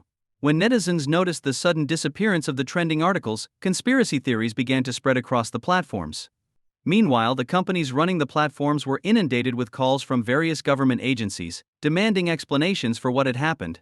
After hours of stressful negotiations, the platform's CEO finally hung up the phone. Furious, he immediately messaged the heads of the operations and tech departments, ordering them to permanently ban the accounts of the reporters who had caused this mess. Song Yun wasn't paying attention to his phone, so he was completely unaware of the growing online frenzy about him. He sat in his chair, watching Li Shuo, who looked as though he was barely clinging to life. Yet, despite his frail state, Li Shuo insisted on staying to watch every game. It had become almost an obsession for him. Break time is over. Competitors, please take your positions. As Song Yun made his way to the board, he looked at Kone Kanaya with disdain. In the eyes of others, this so-called master was nothing more than a pitiful soul who hadn't even come close to the level of a true national player. In Song Yun's mind, even the weakest national player from his memory could easily defeat Kone Kanaya, let alone someone like him, who carried the memories of 10 national champions. To Song Yun, this supposedly intellectual and strategic game was as simple as building with toy blocks. Song Yun, you are so young, and I can't help but envy your talent, Kone Kanaya said with a smile once they were seated. But you still have a long way to go before you truly grow into that talent. I think President Liu may have been too hasty in pushing you into the spotlight. Enough with the nonsense. Either play, or admit defeat and get lost, Song Yun said rudely. He had no respect or interest in people from Sakura, Japan. He believed they were all wolves in sheep's clothing, only understanding strength. Talk to them kindly, and they would assume you were weak. Only by defeating them thoroughly, even instilling fear in them, would they offer any respect. Kone Kanaya's brow furrowed slightly at this unexpected reaction. Song Yun's behavior was completely different from what the rumors suggested. Such an impolite attitude, surely, his mind was already unsettled. For Kanaya, this was a good sign. Song Yun, let's settle this on the go board, Kone Kanaya said with a sly smile. The first round began.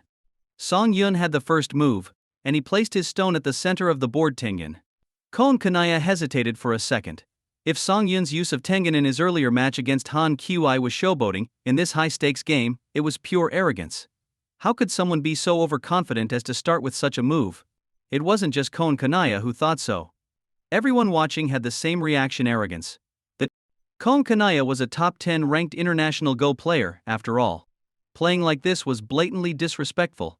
Song Yun, your every move is full of surprises, Kone Kanaya said with a cold smile.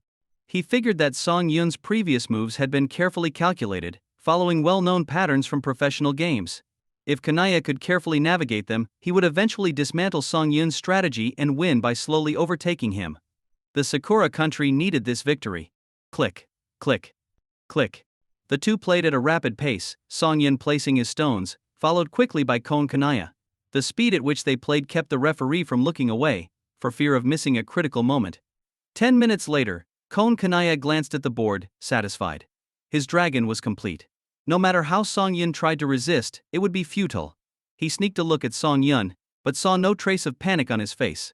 Song Yun's calm demeanor and steady pace threw Kanaya off. This young man's mental fortitude was extraordinary. If given a few more years to develop, Song Yun might outshine every Go player in the world. Song Yun, you've lost, Kone Kanaya declared smugly as he placed his stone down. You're quite skilled. Ever thought of coming to Sakura country? You're just a small island. How dare you bark like a dog? With a loud clack, Song Yun placed a stone on the board, his voice cold. Your dragon's head is cut off. Keep laughing, and next I'll sever it in half. Kone Kanaya's heart sank. He quickly looked down at the board. Unbeknownst to him, all of Song Yun's seemingly insignificant moves had come together, linking up to form a lethal trap. His great dragon had been beheaded, and if he didn't react immediately he would lose for sure. Without a word, Kone Kanaya's pace slowed as he desperately tried to save his position. 10 minutes later, he stared at the board, realizing that nearly all his pieces had been captured. Defeat was inevitable. With a quiet clatter, 2 stones fell from his hand, and Kone Kanaya admitted defeat. Holy crap! Song Yun is amazing. He won? He really won? Pinch me. I can't believe it. Song Yun, I freaking love you. Ah, we won. Song Yun, you're my new idol. I'll have your children. The audience erupted in deafening cheers. The sudden reversal of fortune released all the emotions they had been holding in. Everyone chanted in unison. Song Yun. The chants echoed through the venue, rising to the skies. Online, those watching the live stream were just as ecstatic. The chat was flooded with messages, and the server was barely holding up under the strain. That was just the first round. Why are you celebrating already? Maybe Kong Kanaya let him win to save face for the Chinese Go community. Exactly. There's still one more round. What are you cheering for? Hey, do you think Song Yun bribed them for that win? With all his money, it would have been easy. Among all the praise, there were always a few who wanted to stir things up, as if they were the only ones who saw things clearly. But their posts were quickly drowned out by the overwhelming support for Song Yun. These naysayers had no choice but to delete their accounts, lest someone hunt them down through the internet. Teacher, how? How did we lose? Yamada asked in disbelief. Kong Kanaya's face darkened as he lit his pipe. That kid's playing style has no fixed pattern. I fell right into his trap without even realizing it. What about the next round? Yamada asked. Yamada, are you trying to teach me how to play Go now? Maybe you should take over as my teacher. Kanaya snapped. Forgive me. Yamada dropped to his knees, panicking. I was wrong. Next round? I won't lose, Kanaya said firmly. He knocked the ashes out of his pipe and strode confidently toward the board. Song Yun, you've surprised me. But I won't hold back anymore. You won't have the chance, Song Yun responded coldly. The second round began. Kon Kanaya took the first move, placing his stone on the edge, intending to build up his position slowly and engage Song Yun in a prolonged battle. Song Yun, however, once again placed his first stone at Teng in the center of the board. Despite going second, Song Yun stuck to his usual strategy, which worried the onlookers. Kon Kanaya hadn't expected this. Song Yun seemed completely incapable of adapting, relying solely on placing his stone at the center, the Tengen. Are you kidding me? Kon Kanaya's expression turned cold. Song Yun wasn't just showing disdain anymore, it felt like he didn't even consider Kon a real opponent. Hurry up and make your move. What are you waiting for? Song Yun propped his chin up with one hand, looking bored. Haven't you heard the saying, master one trick and you can rule the world? You.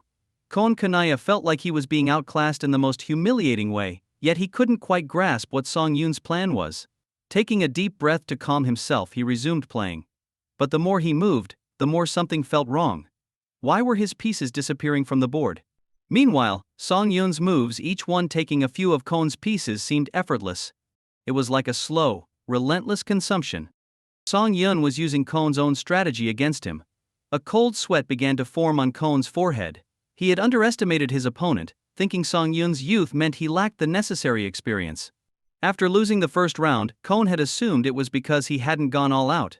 But now, in the second game, he had used every trick in the book, yet the overwhelming sense of powerlessness remained. He gripped his next piece, hesitating to place it on the board. Time ran out, and the referee signaled for Kon Kanaya to make his move, warning that failure to do so would result in forfeiture. Ignoring the referee, Kon reviewed the game in his mind. With a sigh, he finally dropped his stone onto the board. What? Did he just surrender? The match had only lasted 23 minutes. And if you deducted the 10 minutes Kon spent thinking, the actual gameplay had only been 13 minutes, remarkably fast for such a high-level match. It was now 2-0. Regardless of the outcome of the third match, China had won. The audience exploded with excitement. Song Yun had given them an unexpected thrill. Song Kun, your skill surpasses that of your predecessors. I've lost, Kon Kanaya said, slumping into his chair as if he had aged 10 years in an instant. He still couldn't pinpoint the exact moment he had started losing ground. It all seemed to happen without him realizing it until suddenly, he was just a few moves away from total defeat. It was over. Bes? This alliance between Sakura Nation and Korea had been meant to secure recognition for themselves. But now, it seemed like Sakura Nation had suffered the biggest loss. In the match, both they and Korea had ended up with one draw and one loss. And privately, Korea would likely distance itself from Sakura Nation in the future. What a devastating defeat. Shall we play the third round? Song Yun asked coldly. There's no need, Kon Kanaya replied with a bitter smile. No matter how hard I try, it's futile. Everyone has seen your strength. No master today would claim they could defeat you. He sighed, "We were too hasty in coming here. If we had done our homework, we would have known that a rising star like you was emerging in the Chinese Go world. Instead, we ended up serving as your stepping stones. Plotters and schemers," Song Yun muttered before walking away. Kon Kanaya, dejected, returned to the Sakura Nation team's resting area. Seeing Yamada's anxious face, Kon suddenly felt dizzy, hearing Yamada's voice fade into the background. "So tired. Maybe it's time for a good, long rest." Two Go masters ending up in the hospital after a single match. It was no small matter. Go was a game of mental strength, but no one expected it to go this far. When Kon Kanaya was taken to the hospital, reporters surrounded the place, blocking every possible entrance and exit. Doctors revealed that he had lost his will to live. If he didn't wake up within 48 hours, he could slip into a vegetative state. This news shocked the online community. A Go match leading to life-threatening consequences was something unheard of in all of history. As a result, Song Yun's status in the Go world skyrocketed, as if he were riding a rocket. The public now understood why Chairman Liu had structured the match the way he did. It was to save face for the Sakura Nation and Korea, to prevent their defeat from being too humiliating. After all, if Song Yun had been unleashed from the start, the opponents wouldn't have even had the chance to savor the game. They would have had to buy their return tickets home before the match even got interesting. "Song Yun, we're truly grateful for your help in this competition," Chairman Liu exclaimed, grasping Song Yun's hand with excitement in his office. "Now, we'll have enough time to nurture young talent until they grow into giants." "I was just doing my part," Song Yun replied with a smile. "If there's nothing else, I'll head out now. There are too many reporters outside, and I'd rather not be bombarded with questions." "Go out through the back," Chairman Liu said, calling over a staff member to escort Song Yun out discreetly. Watching Song Yun leave, Chairman Liu felt utterly at ease. This was what they called quietly getting the job done, and letting someone else take the credit. Song Yun had handled all the tough matches, while Chairman Liu had gotten all the attention. Song Yun truly was a great guy. Just as Liu reached the bottom of the stairs, he was swarmed by reporters. "Chairman Liu, how did you lead the Chinese Go team to consecutive victories over both Sakura Nation and Korea? What's your next plan?"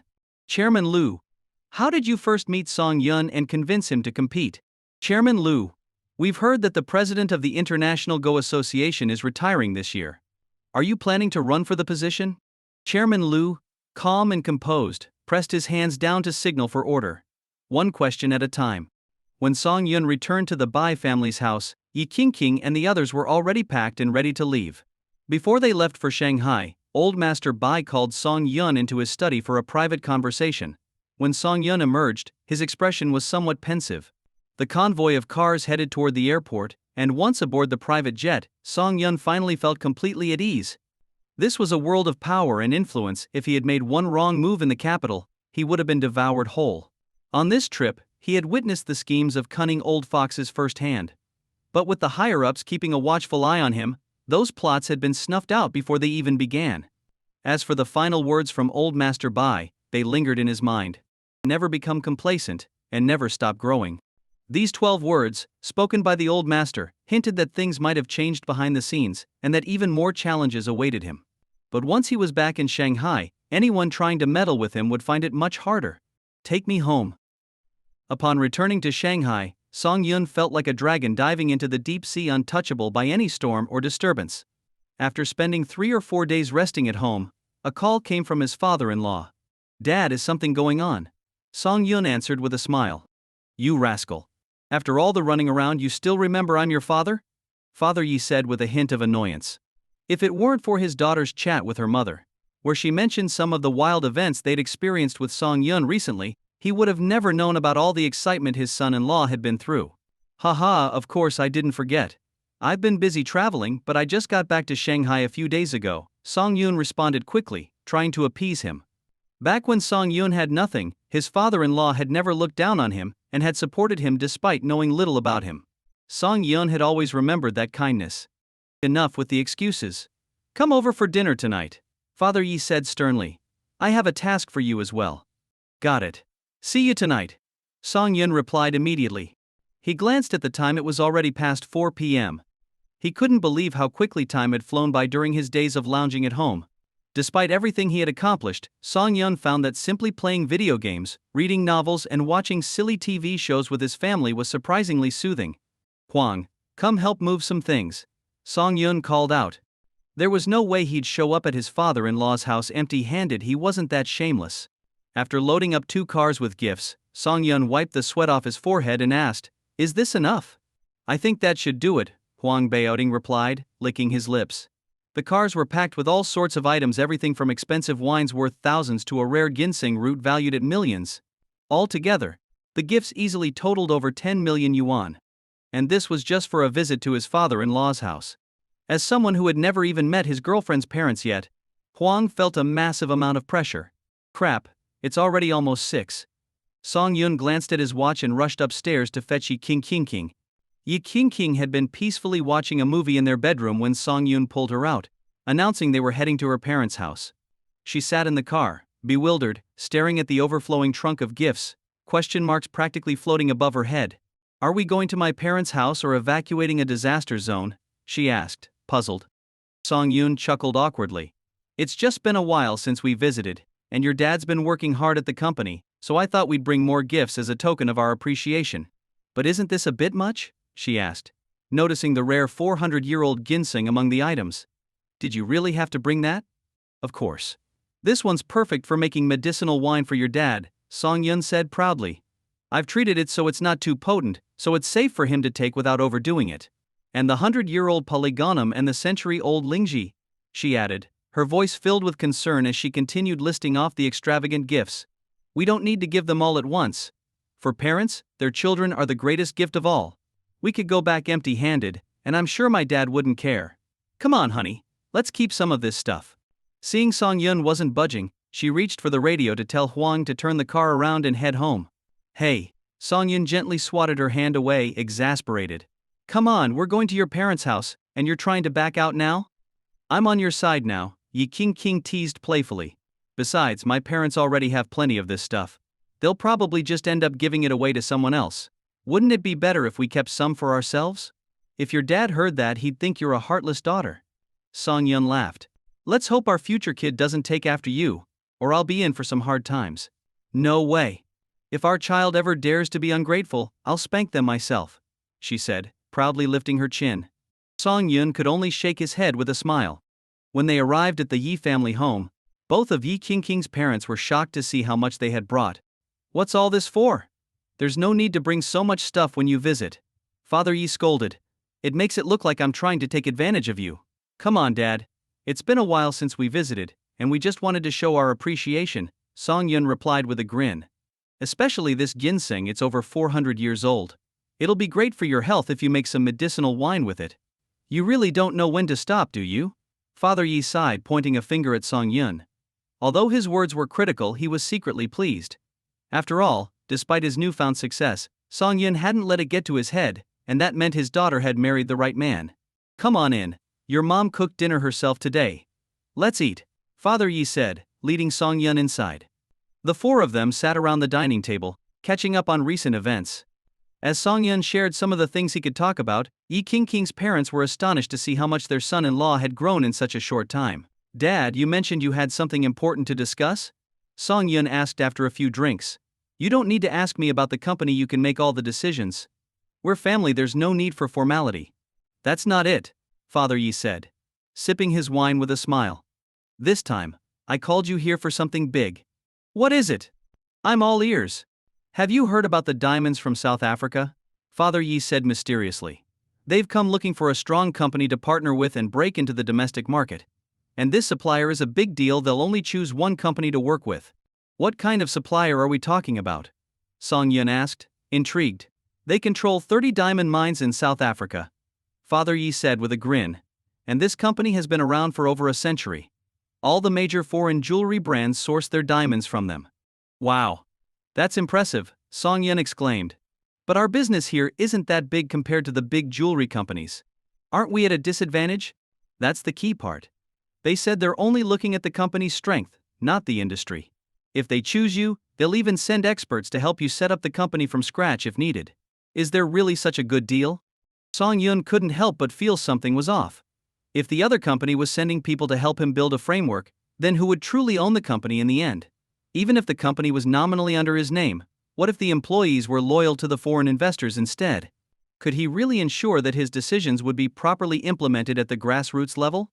I'll need to contact the other shareholders of the Shanshui Group to figure out what's really going on. It was 9 p.m. in China, but across the Atlantic, in the United Kingdom, it was still daytime. Andre, a nobleman, was enjoying a lavish meal served by his staff.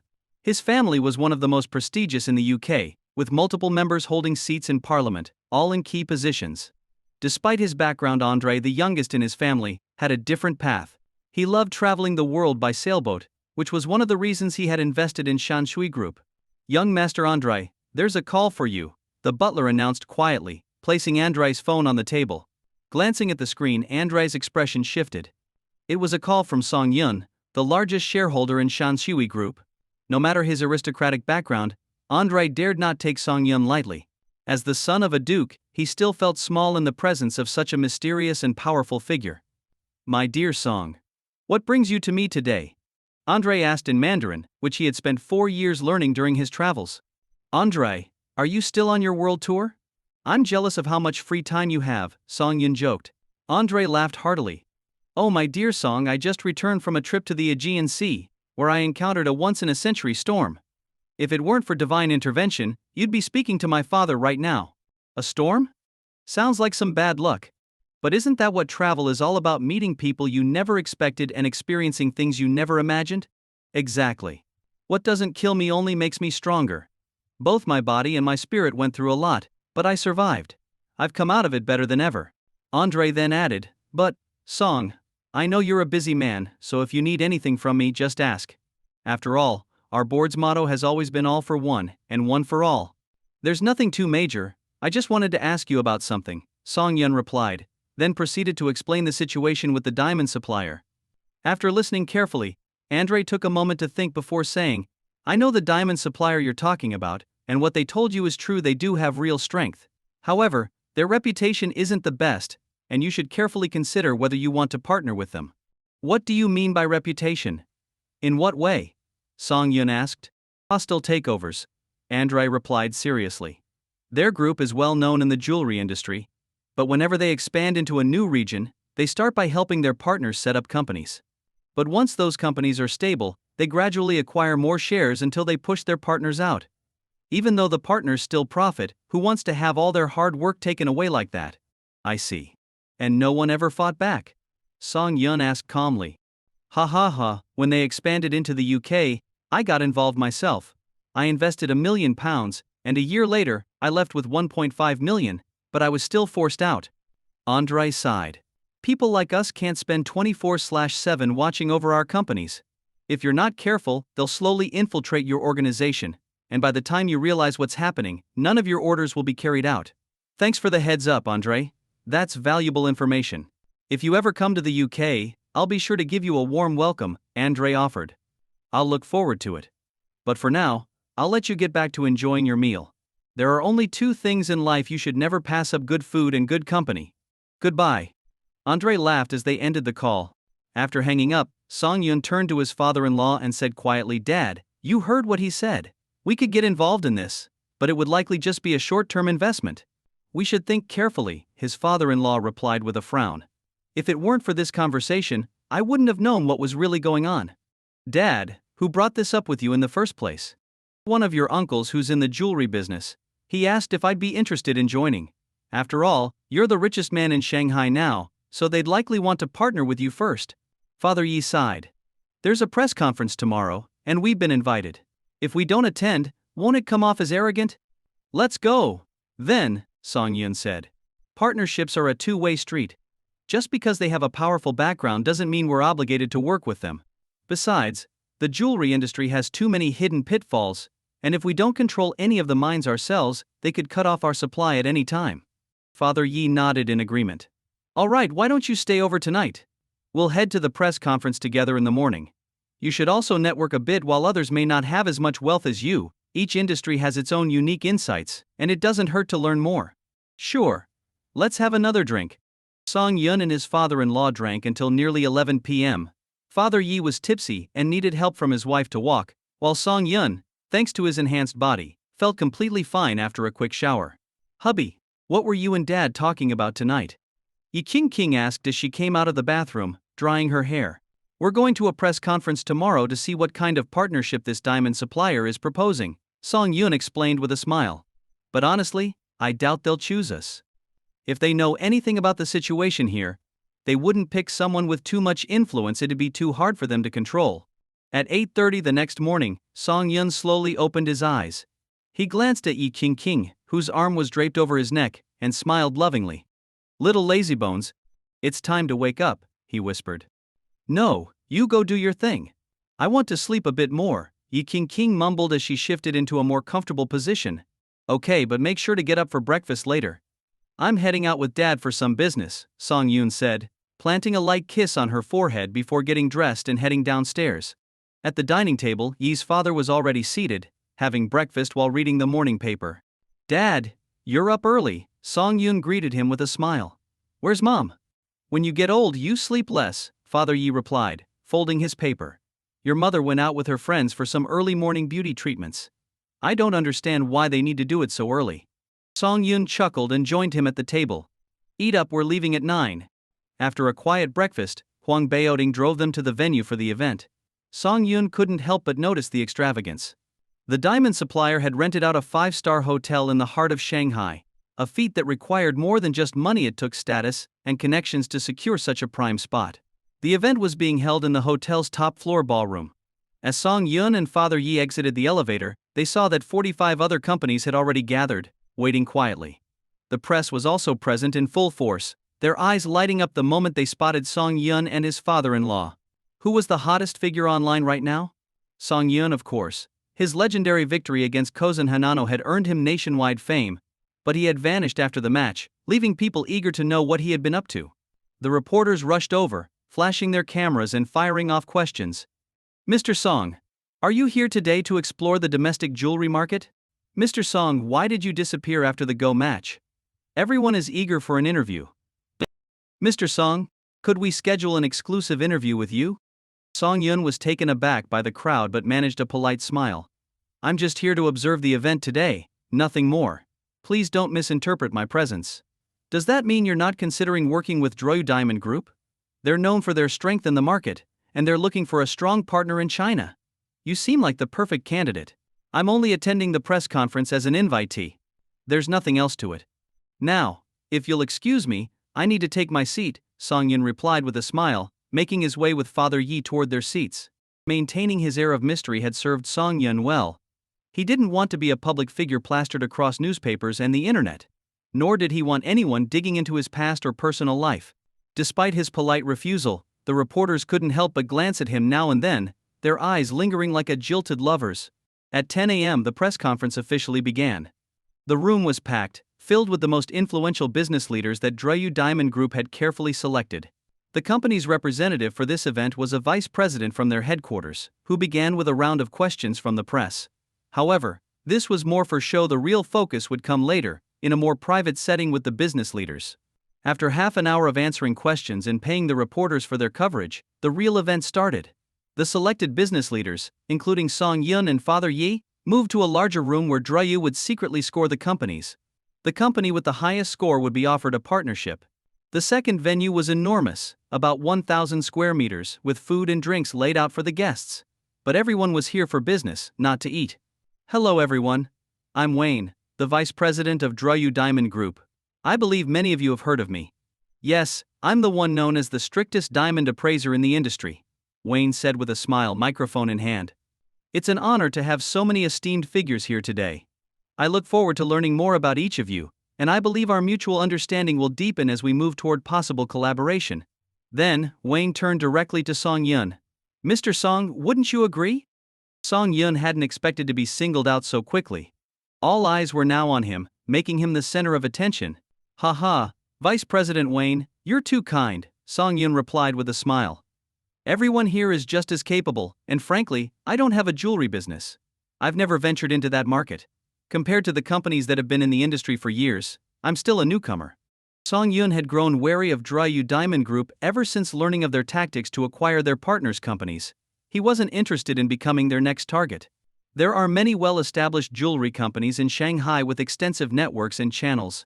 "I think partnering with them would make much more sense," Song Yun added. His modest remarks made many of the established jewelry company heads feel warm inside. Despite being so wealthy, Song Yun wasn't here to hog opportunities. Before arriving, many of them had felt insecure.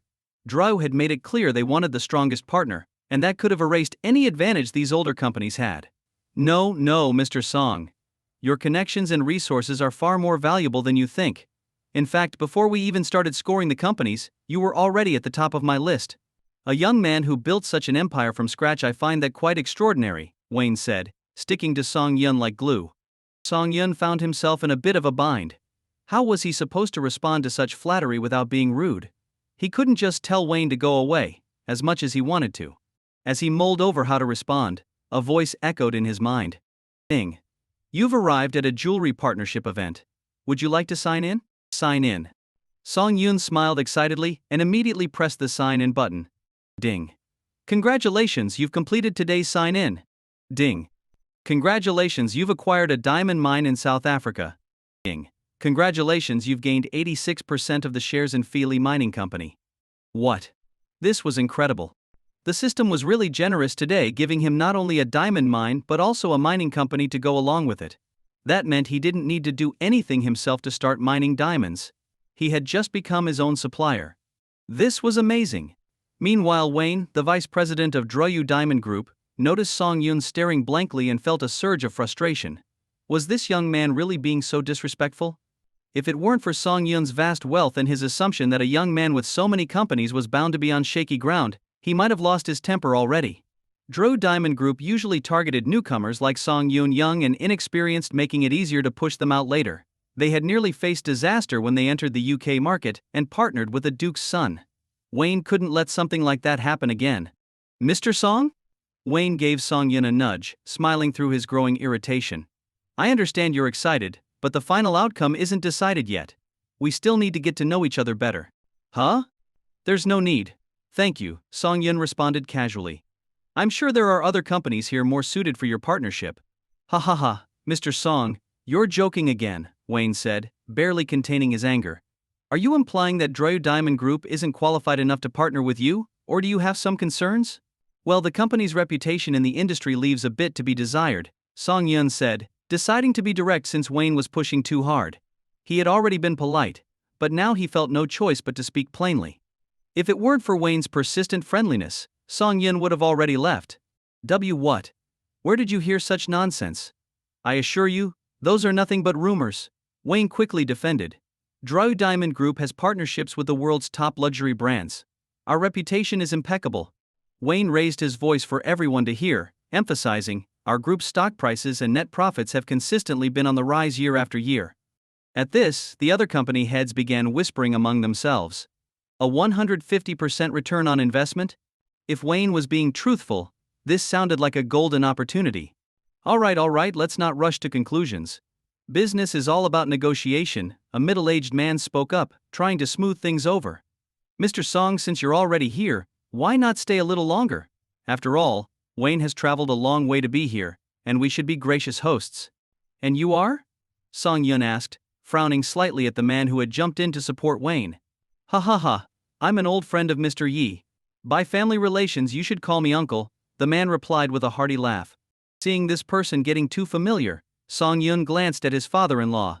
Yi's father whispered, he's the one who invited me here. So that's how it was. This man had likely already aligned himself with Drew Diamond Group, or, at the very least, accepted some favors. Not wanting to embarrass his father-in-law in front of everyone, Song Yun chose to avoid further conflict. He picked up a glass of champagne and quietly retreated to a corner of the room. Ha, young people are so passionate. Let's continue our discussion, Wayne said, putting on another smile. Since Mr. Song isn't interested in working with us, we'll proceed on our own. Just then, Song Yun's phone rang. The number was foreign, which puzzled him. Was this a scam call? Answering, he heard a loud voice on the other end. Hello, Mr. Song. I'm John, the current CEO of Feely Mining Company. It's an honor to speak with you. Feely Mining Company? Song Yun's interest was piqued. He hadn't had time to look into it yet, and here they were calling him. Hello, John.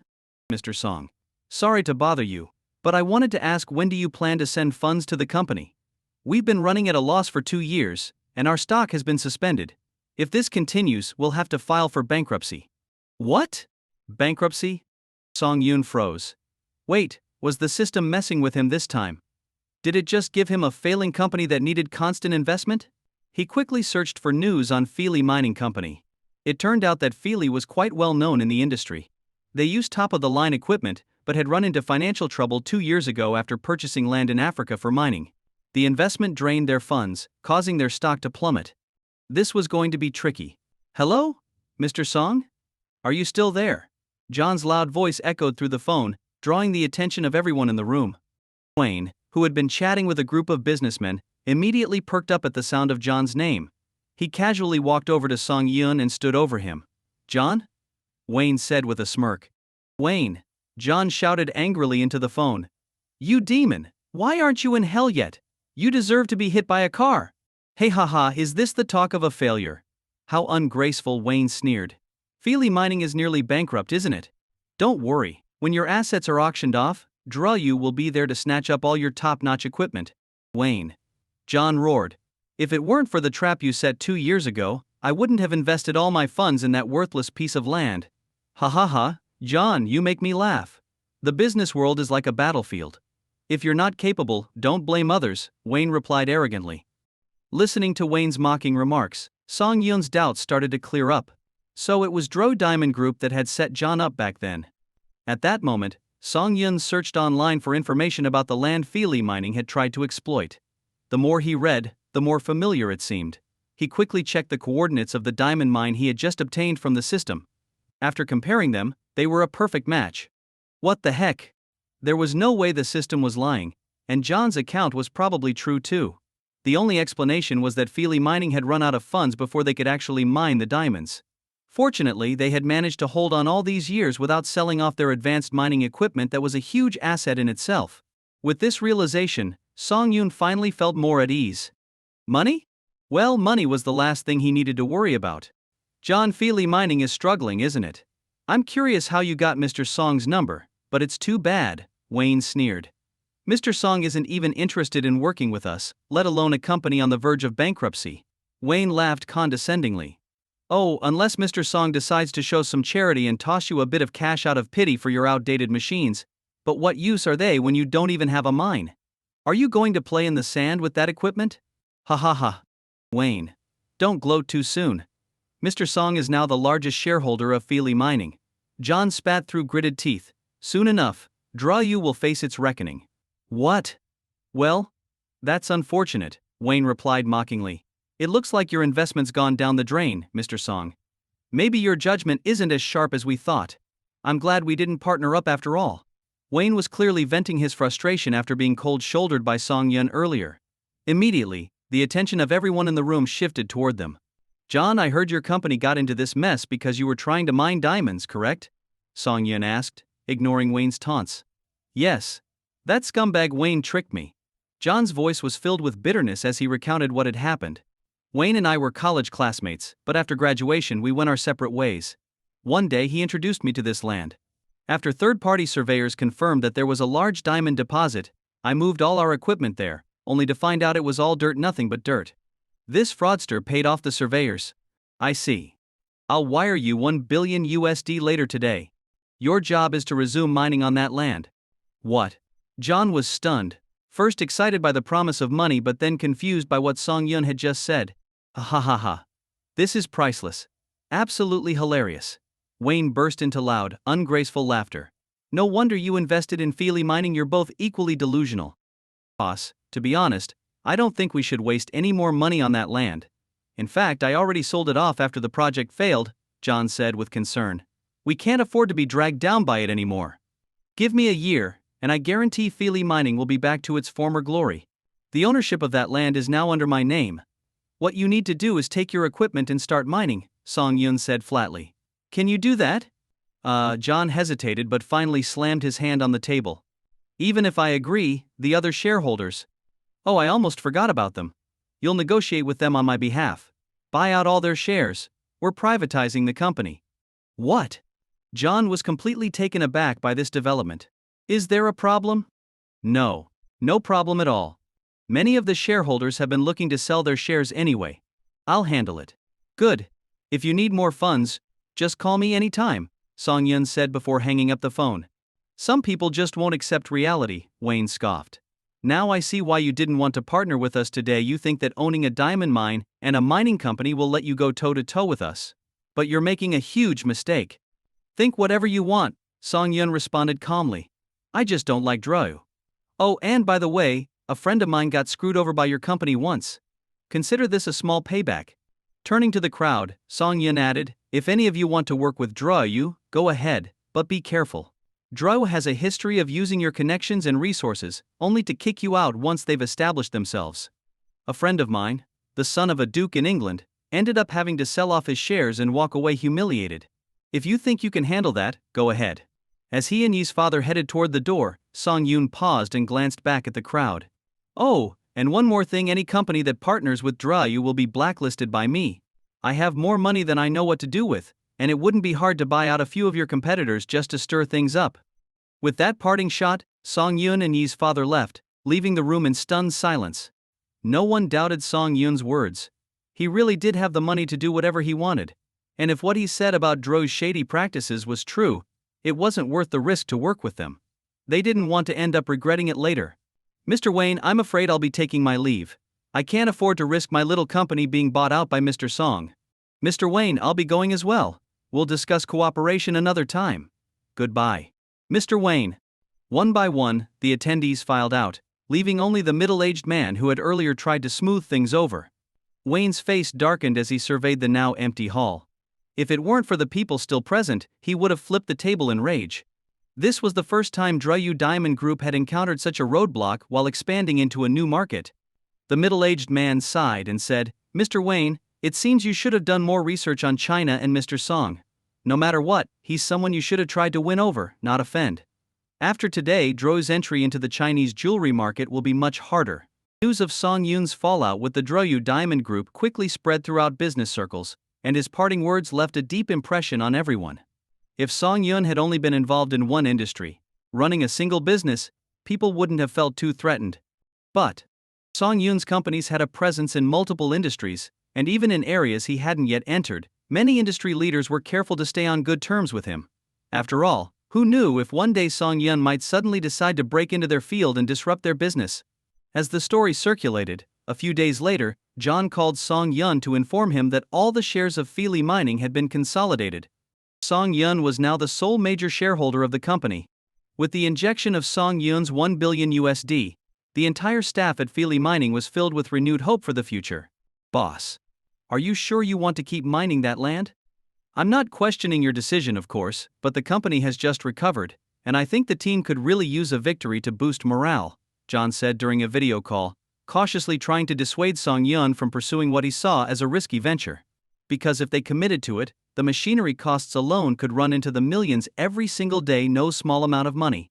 Keep mining, Song Yun replied calmly. Are the machines in place? We already have a branch near that site. The surface layers are easy to dig through, and small equipment will suffice for now. By the time we hit deeper ground, the larger equipment will have arrived, John explained. Last time, we dug down to 20 meters in 5 days. How deep do you want us to go this time? I don't know yet. Just keep digging until we hit diamonds. After hanging up the video call, John still felt uneasy and decided to personally oversee the excavation. If they reached 40 meters and still found nothing, he was determined to convince Song Yun to abandon the site. 3 days later, the excavation began in earnest. Cameras were set up at the site, providing a live feed for Song Yun, who watched remotely from his office in Shanghai. Honey, you've been glued to the computer all day. Is watching them dig dirt really more exciting than looking at me? Yi King pouted playfully. Are boys just naturally fascinated by big machines? I remember my dad used to take me to the park to watch construction equipment, and he'd be mesmerized for hours. Ha ha ha, they're not just digging up dirt, they're digging up money, Song Yun said, pointing at the screen. I bought some land in Africa and acquired a mining company. What you're watching is a live stream of the excavation. If they find diamonds, your future jewelry is all taken care of. Diamonds. Yi King gasped. No woman could resist the allure of sparkling jewels, and Yi King was no exception. She squeezed in next to Song Yun, claiming half of his seat, her eyes glued to the screen, eagerly waiting for the diamonds to emerge. Since Feely Mining had already dug once before, breaking through the upper layers was relatively easy. On the first day, they reached the previous dig site. But now, the real test began. Everyone from Yi King to the workers on site held their breath with anticipation. Even John, on the ground at the excavation site, was chain-smoking in the temporary office, his face a mask of tension. On the second day, they only managed to dig 12 meters deeper, as the large equipment they needed was still being transported. To avoid damaging the smaller machines, they halted work in the afternoon, giving the crew a half-day off to prepare for the arrival of the bigger equipment the next day. "Do you really think we'll find diamonds?" Yi King asked, biting her lip. After doing some research, she had learned that there were only 67 active diamond mines worldwide, despite the vastness of the earth. Finding one was no easy feat. "Don't worry, we'll definitely find them," Song Yun reassured her. On the third day, the large machinery arrived. The experienced workers set it up, and excavation resumed. By midday, they had reached a depth of 42 meters. "Boss, I really don't think there's anything here," John said, his face full of despair during the video call. "This was just a random plot Wayne picked to ruin me. If we keep digging." "Diamonds. We found diamonds." The excited shouts of the workers interrupted John. "What?" John immediately dropped the phone and rushed out to the inspection center. The inspection center was a makeshift facility Feely Mining had set up to test soil samples every 5 meters. Up until now, there had been no trace of diamonds. But today was different. Seeing the small, sparkling diamonds sifted out by the machinery, John's heart pounded with excitement. He rushed back to his office, holding the diamonds up to the camera and beaming. "Boss, these are the diamonds we've just uncovered." Song Yun and Yi King both smiled as they watched the diamonds glitter on the screen. "Keep digging," Song Yun instructed, "and tell the workers their bonuses are doubled for this month." "Yes, boss." John laughed heartily. "I can't believe it. We actually found diamonds. And they're of such high quality too." "Good. John, I want you to bring in some experts from local geological universities to estimate how much we can extract from this vein." "No problem. I'll spread the word. Boss, you're our good luck charm. Once news of this diamond discovery gets out, our stock prices will skyrocket." John was practically dancing around his office, overwhelmed with excitement. For years he had endured countless accusations from the board over this failed project. If not for his clean record with Wayne and the absence of any financial ties, they might have thrown him in jail long ago. But now, everything had changed. The land wasn't barren after all. "From now on, it's in your hands, John. Keep up the good work, and everything else will follow," Song Yun said with a smile. Feely Mining's discovery of diamonds in Africa became the hottest topic in both the mining and jewelry industries. After being examined by leading geological experts, the site was confirmed to have a deep diamond vein, and there was even the possibility of valuable byproducts like rubies. As soon as the news broke, Feely Mining's stock prices surged, hitting the upper limit within just half a day. "What? He actually struck diamonds?" Wayne sat on the sofa, dumbfounded as his assistant reported the news to him. "That's impossible. He had personally had that land inspected before. The soil there might have resembled areas rich in minerals, but it was actually barren, yielding nothing of value. It was what insiders called a false deposit land that deceives with its appearance but contains no resources. Many mining tycoons had gone bankrupt after mistakenly purchasing such land. So how did they manage to find diamonds this time?" "Mr. Wayne, there's no mistake this time. Several geologists from top universities have vouched for the find. You know how much those professors value their reputations," the assistant said softly. "John has even held a press conference on site, and they've confirmed that the soil contains small diamonds. While they aren't many right now, it's expected that deeper excavation will reveal much more." "Damn it," Wayne shouted, standing up and hurling his cup to the floor in frustration.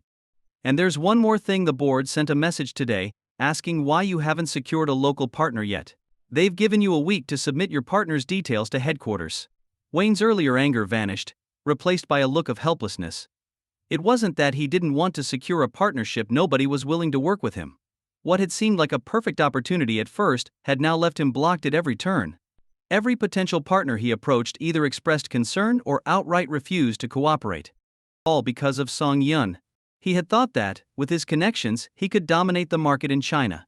But with Song Yun in the picture, no one dared to make a move. "Mr. Wayne, should I report your difficulties in China to the board?" asked the assistant. "No, you know how those blood-sucking shareholders are. If I show any signs of failure, they'll recall me immediately, and I'll be blacklisted," Wayne shouted. Tell them everything is progressing smoothly, but that I'm negotiating with a better candidate and need a few more days. Understood. After the assistant left, Wayne paced around the room, smoking anxiously. He was trapped. The Chinese market was closed off to him, and if he went back to headquarters with nothing to show, his rivals would tear him apart. He couldn't afford to lose his position. What now? Should he try to make amends with Song Yun? Even if they couldn't collaborate, perhaps improving their relationship would make other businessmen less wary of working with him. Wayne picked up the phone and arranged a meeting through the middleman he had used before. When the middleman, a well-connected businessman, heard Wayne's request, he chuckled. "Ah, Mr. Wayne, finally seeing the light, huh? I'm sure if you sincerely apologize, Mr. Song will forgive you." "Let's hope so. I need to see him today. Can you arrange it? If you can, you'll earn the friendship of the Droyu Diamond Group. Leave it to me." By 2 p.m., the middleman was driving Wayne to the prestigious Hua Shou Villa. After ringing the bell, a security guard answered and asked, "Who are you looking for?" "I'm here to visit Ms. Yikinkingi," the middleman said with a friendly smile. "I'm an old friend of her father's, just here to see my niece. Please wait a moment." The guard shut the door and radioed Huang Beiding for clearance. Once Song Yun gave permission, they were allowed inside the villa. In the living room, Song Yun and Yi Qingqing were sitting on the sofa, waiting for their guests. As soon as Wayne's sour face came into view, Song Yun knew this wasn't about visiting Yi Qingqing, it was clearly an attempt at negotiation. "Qing, it's been a while, and you look even more beautiful than before," the middleman said cheerfully as he approached. "Uncle Zhu, long time no see," Yi Qingqing responded with a polite smile. "And this is?" "This is Mr. Wayne, the vice president of Droyu Diamond Group. He heard about your recent diamond find and came to pay a visit." Yi Qingqing understood immediately. She smiled, nodded, and said, "Uncle Zhu, I'm not feeling well today, so I'll leave you to talk with my husband, Song Yun." Of course. Health comes first," Yi Xiu replied with a smile. Once Yi Qingqing had left the room, Wayne couldn't hold back any longer. "Mr. Song, I'm here to apologize for my previous words. I realize now that I was being arrogant." "Oh? Mr. Wayne, there was some truth in what you said," Song Yun replied sarcastically. "But now that I've struck diamonds, I guess we're in the same business. We'll be competing from now on, won't we?" Wayne forced a smile, embarrassed. "Yes, it seems that way." Sensing the tension, the middleman laughed awkwardly. "Come now, no need for hard feelings. I'm just here to smooth things over." "All right then, let's get everything out in the open," Song Yun said, leaning back casually. "So, what are you offering to make things right? You don't think a simple apology is enough, do you? Especially now that I'm entering the jewelry business, which makes Droyu my direct competitor. Why should I make things easier for you? Now, isn't it better to settle disputes peacefully? We're all businessmen, after all. We make money by getting along, don't we?" the middleman replied, nudging Wayne. Wayne, still confused, was caught off guard. Compensation? Wasn't the plan just to apologize and move on? Seeing Wayne's hesitation, the middleman forced a smile and said, "Mr. Wayne, surely you've thought about how to compensate Mr. Song, haven't you?" Yes, I'm thinking about it," Wayne stammered. After a moment he nervously offered, "Mr. Song, since you're entering the jewelry industry, how about we work together? I can introduce you to some big players in the business, valuable connections. What do you think?" We'll see," Song Yun said indifferently. "I have other matters to attend to soon, so I won't keep you two any longer." It was clear that Song Yun was politely showing them the door. The middle-aged man sighed inwardly. If Wayne hadn't offered him so much money, he wouldn't have bothered coming, as situations like this often damage relationships. Song Yun had only been civil because of his good manners. Had it been anyone else, they would have been kicked out long ago. Wayne still didn't get it. "Mr. Song, I believe connections are crucial for you. After all, Droyu Diamonds has stood strong in the industry for over a century thanks to our extensive network and distribution channels," Wayne continued seriously. "Moreover, now that you've found a diamond mine, you'll need to sell and process the diamonds. I can introduce you to some renowned designers, and we could make your company's debut product launch a real showstopper." Song Yun took a sip of tea and replied, "I haven't even thought about what I'm going to do with the diamonds yet. Those are problems for the future. Mr. Wayne, don't you think this is all a bit premature for me? Networks take time to build." "All right, enough," Song Yun interrupted with a faint smile. "If you don't have a compelling offer to make me, why should I forgive you? Besides, I'm sure John wouldn't be too happy to see us reconcile." "John?" Wayne frowned. He was beginning to regret not pushing harder to bankrupt John when he had the chance. Now, he was stuck in a difficult position. So, what you're saying, Mr. Song, is that there's no chance for us to reach an agreement? Wayne's tone shifted, his gaze turning cold. Druyu Diamonds can give up on the Chinese market, but your diamonds won't bypass us. If you push too hard, Druyu will make sure that no luxury brand overseas dares to use your diamonds. Oh, so you're threatening me now? Song Yun laughed instead of getting angry. Fine, there's nothing left to discuss. Huang, show them out. Wayne stormed out of the villa, full of resentment, followed by the middle-aged man. Mr. Wayne, that was a rash move. Offending Song Yun is not good for Druyu, the middle-aged man said reproachfully. He preferred to see disputes resolved peacefully. If things fell apart, he would likely be the first one caught in the crossfire. Wayne had come to apologize, but ended up issuing threats. How could he be so clueless? Song Yun never intended to make peace. If he did, he wouldn't have put me in such a tough spot. Maybe I would have been wary of him before he found those diamonds, but now, if he wants to enter the global market, he'll have to come through us. I'll wait for the day he comes begging to me. Wayne spat bitterly, stomping off in anger, leaving the middle-aged man standing there, speechless. Over the next few days, the progress at Song Yun's diamond mine exceeded everyone's expectations. Initially, they had thought it was just a rich deposit of diamonds, but it turned out the diamonds were of exceptionally high quality, good enough for top-tier luxury brands.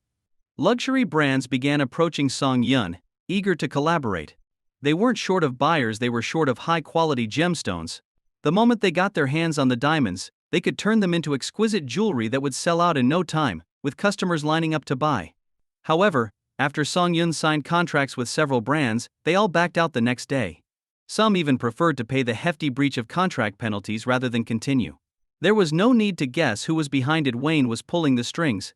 He wanted to force Song Yun into making peace with him. In Wayne's mind, it was a win-win. Song Yun would gain access to the international market, and Druyu Diamonds would secure a strong partner in China. After all, who in their right mind would turn down money?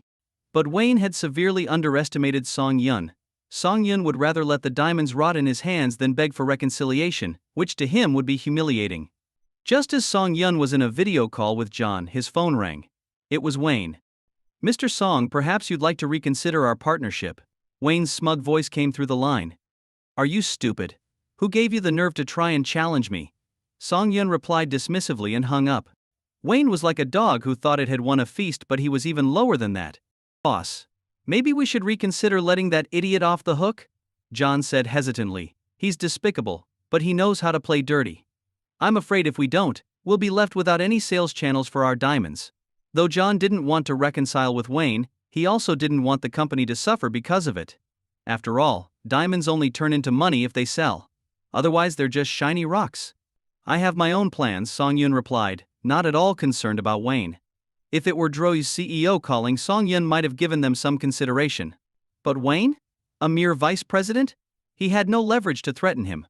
Oh, by the way, you mentioned discovering other minerals alongside the diamonds? Yes, we found amethyst, ruby, and emerald. John said excitedly. It feels like a dream. The secondary deposits are huge. With the current market demand, they alone could be worth billions. That's not a bad profit, Song Yun remarked, lighting a cigarette. What about security and confidentiality? We've hired a top-notch security team minus 100 guards working around the clock, and every employee has signed a strict confidentiality agreement, John assured him. Rest easy, boss. I've done this kind of thing many times, and nothing will go wrong. Good. Keep up the good work, Song Yun said with a smile before ending the call. He leaned back in his chair. Now, how was he going to break into the international market? The shareholders of Shansui Group. A smile spread across Song Yun's face. Wayne thought he had no international connections? Well, he was in for a surprise. Song Yun picked up the phone and called the headquarters of Shansui Group, instructing them to hold a board meeting at 1:30 p.m. The Shansui Group board members were influential figures with powerful connections far above Wayne's level. It almost felt like overkill to ask them to deal with someone like him. At 1:30 p.m., the online board meeting began, with the members chatting among themselves as they waited for Song Yun to appear. When Song Yun finally joined the call, the room fell silent. Hello everyone. I hope I'm not interrupting your day too much, Song Yun said with a smile. I've called this meeting for one reason: someone's messing with me, making it hard to sell my diamonds. I'd like to hear your thoughts on how to deal with this. As soon as Song Yun finished speaking, The expressions on everyone's faces became quite intriguing. The chairman of Shan Shui Group was being targeted? Wait, did I hear that correctly? Mr. Song, could you tell us who is obstructing your entry into the international market? Asked an elderly man with slicked back hair, speaking slowly. Hey, it's Drew Diamond's vice president, Wayne. We had some disagreements when they entered the Chinese market, Song Yun said calmly. Afterward, the 3 luxury brands I was working with suddenly cancelled our contracts, which has left me with no buyers. Wayne from Drew Diamonds. The elderly man murmured to himself. One of the top 3 diamond suppliers in the world. That's a tough one. Hey, you don't plan on bringing down Drew Diamonds, do you? Joked Song Yun's friend Andre, the son of a British duke. Huh? Isn't that the plan? The elderly man looked dead serious as if he was genuinely considering the idea. Andre glanced at the other members of the meeting. And to his surprise, they were all deep in thought too. Wait, what? Am I the only one out of sync here? Song Yun just wanted to resolve the issue, right? How did this suddenly turn into a discussion about taking down a century-old company, one that dominates the industry with immense financial networking and resource power? Song Yun, what exactly are you suggesting? Andre asked cautiously. Oh, it depends on what everyone else thinks, Song Yun replied casually, playing the role of a hands-off leader. Internally, though, he was shocked. This wasn't what he had in mind at all. Originally, he had planned to leverage these connections to put pressure on Drew's higher-ups to get Wayne removed from the Chinese market, or even fired, to untangle the mess. But with Jackson, the elderly board member, throwing out his suggestion, everyone had shifted to thinking about how they could exploit their resources to dismantle Drew's market share and grab a slice of the pie for themselves. Taking down Drew will take a long time, and the battle will be drawn out, Andre muttered softly. Even though their reputation isn't great, Drew still controls a vast number of diamond mines, and that alone keeps luxury brands loyal to them. Doesn't Mr. Song also have mines? Jackson said dismissively. What's with young people these days? Their vision is too limited. Limited vision? Andre nearly jumped out of his seat, but remembering Jackson's stature, he held back and said meekly, All right then, sir?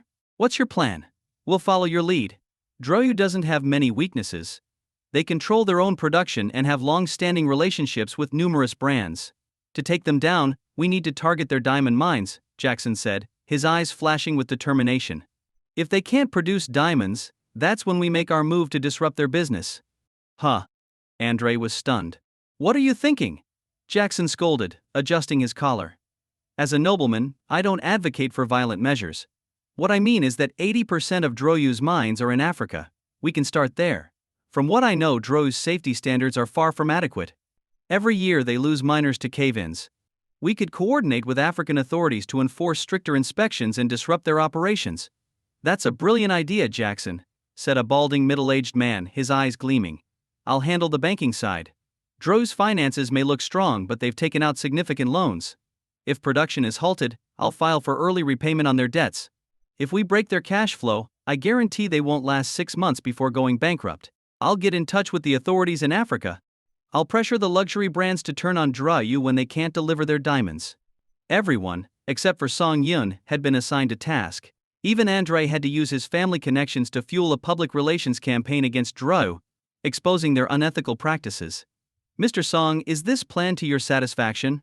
Jackson asked, smiling like a seasoned gentleman. Let's split the pie together, then, Song Yun replied with a grin. After the meeting concluded, everyone set their plans into motion. A few days later, headlines about Drew diamonds flooded the international media. Workers exploited for Drew's diamond production. Drew Diamonds ignores miner safety, resulting in countless deaths. Drew Diamonds accused of unethical business practices, kicking partners out of deals. In no time, Drew Diamonds' reputation was in tatters across the globe. Shortly after, African authorities launched thorough inspections of all Drew's mines, uncovering numerous safety violations. As a result, they ordered the mines to be shut down until Drew could rectify the issues. Every day the mines were closed, Drew lost millions of dollars. Drew's executives were thrown into chaos. Normally they had strategic partnerships with African governments, so why the sudden crackdown? Meanwhile, international criticism mounted against Drew, causing their stock to plummet. The executives had no idea that this was all the result of Wayne's feud with Song Yun in China, sparking a chain reaction. As they scrambled to figure out what was going on, representatives from the banks showed up with papers in hand. Due to Drew Diamond's current financial standing, We will be calling in all outstanding loans, one bank representative declared, pointing to a clause in the contract. We've always been one of your bank's top assets. Why are you doing this now? A DRO board member yelled, slamming the table. Well, since 83% of DRO's mines are currently shut down, our latest evaluation has downgraded your status. Therefore, we're recalling the loans. The bank representative smiled and continued. As per the contract, DRO has 30 working days to repay all debts. Until then, all of your accounts with our bank will be frozen, and your funds will be held as collateral. If the debt isn't repaid in 30 days, legal action will follow. What? How dare you? Are you insane? How does this benefit your bank? Stop. DRO's chairman slammed his fist on the table. Once the room had quieted down, he asked, "Does your president, Mr. Morrison, know about this?" "Ah, Mr. Morrison resigned yesterday," the bank representative replied cheerfully. "I'm just here to deliver the message. We hope DRO can repay the debt quickly. Otherwise, this will be handled in court." The chaos caused by DRO Diamond Group's crisis spread far and wide, with countless eyes now fixed on them. The elderly chairman of DRO Diamonds had discreetly asked around to find out who had the audacity to challenge his company so boldly. However, the information he received left him speechless. As he stared blankly at the list of names and details on his computer screen, he realized that while he might stand a chance against any one of them individually, together, they could crush him effortlessly. At the top of the list was Earl Jackson, who, despite not having immense financial power, wielded influence and connections far beyond DRO's reach. The chairman couldn't understand why someone of Jackson's stature would rally so many people to target his company. He racked his brain, but no matter how hard he thought, he couldn't figure out why this was happening. In a state of desperation, he sent the information to his senior executives, hoping for clarity, but they all responded saying they had no connection to this Earl. So why did it seem like Jackson and his associates were relentlessly trying to bring down DRO? Could it really be as simple as personal whims? No, he needed answers. If he didn't get to the bottom of this, he felt he wouldn't be able to rest in peace. So, he spent millions of dollars and contacted 7 or 8 intermediaries to finally obtain Earl Jackson's phone number. As he nervously listened to the ringing tone, his heart pounded in his chest. Ring. Click. The call was answered, and the voice of Earl Jackson, a dignified old aristocrat, came through. "Hello, this is Jackson speaking. May I ask who is calling?" "Good day, Earl Jackson. My name is Joseon, the chairman of DRO Diamond Group. I hope I'm not disturbing you with this call." Joseon spoke humbly. "Oh, Joseon from DRO Diamonds. How may I assist you?" Jackson's tone was calm, but there was a hint of coldness as he continued, "And if I recall, I've never given you my private number. How did you get it?" "Please forgive me for that, my lord. I had no choice but to track it down. I'm calling to humbly ask, what have we, at DRO Diamonds, done to offend you?" "Offend me? No, I don't really keep track of the diamond market. We've never crossed paths." "Then why?" Joseon hesitated for a moment but then asked firmly, "Why have you gathered so many people to target DRO Diamond Group?" Jackson chuckled. "Are you questioning me?" Even though Joseon was on the other end of the phone, the chill in Jackson's voice was palpable. "Yes. I just want to know why. We've never met, we've no history, and I can't think of any grudge between us. Even if I am to lose everything, I want to understand why. DRO Diamonds hasn't offended me personally, but you've offended someone you definitely shouldn't have. Our motto is everyone for me, and I for everyone. Unfortunately, that means DRO is the one to be taken down this time." Jackson's tone was icy. "If you can't figure out what's happening, then perhaps DRO doesn't deserve to exist any longer. And as for you, maybe it's time for you to step down from your position." Joseon felt a crushing sense of despair. But then, suddenly he remembered something small and almost forgotten. Some time ago, Wayne, who had been overseeing their expansion into the Chinese market, had requested additional resources to suppress a few local companies that were being too aggressive at the time. Joseon had thought Wayne was simply negotiating tougher terms and showing DRO's dominance. So, he approved the request without much thought. But now, in hindsight, it was clear that something had gone very wrong. "Thank you, Earl Jackson. I think I've found the source of the problem," Joseon muttered before hanging up. Furious, he slammed his fist onto the desk and immediately picked up the phone to call Wayne, who was still on the other side of the world. Wayne, meanwhile, had been running around, desperately trying to meet with one company after another but getting no responses. Frustrated, he had just called for hotel service to get a massage when his phone rang. Seeing that it was his boss, Wayne immediately signaled the therapist to stop and carefully answered the call. "Wayne, you damned fool. Do you have any idea what kind of trouble you've brought upon this company? Joseon's voice erupted through the phone, and Wayne was left utterly bewildered. Chairman, I don't understand what you're talking about. Wayne had been so consumed with trying to set up meetings and negotiating deals that he had no idea what was happening back at the company. He felt completely lost. Hadn't he been doing everything to expand the market? Even if he hadn't succeeded, hadn't he at least made an effort?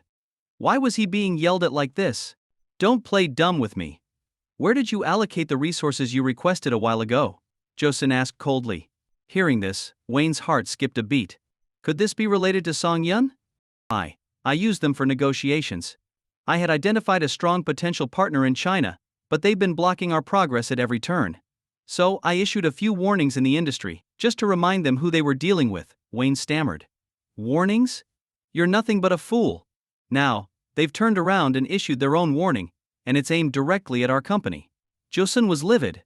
Our mines have been shut down, and we have no idea when they'll be reopened.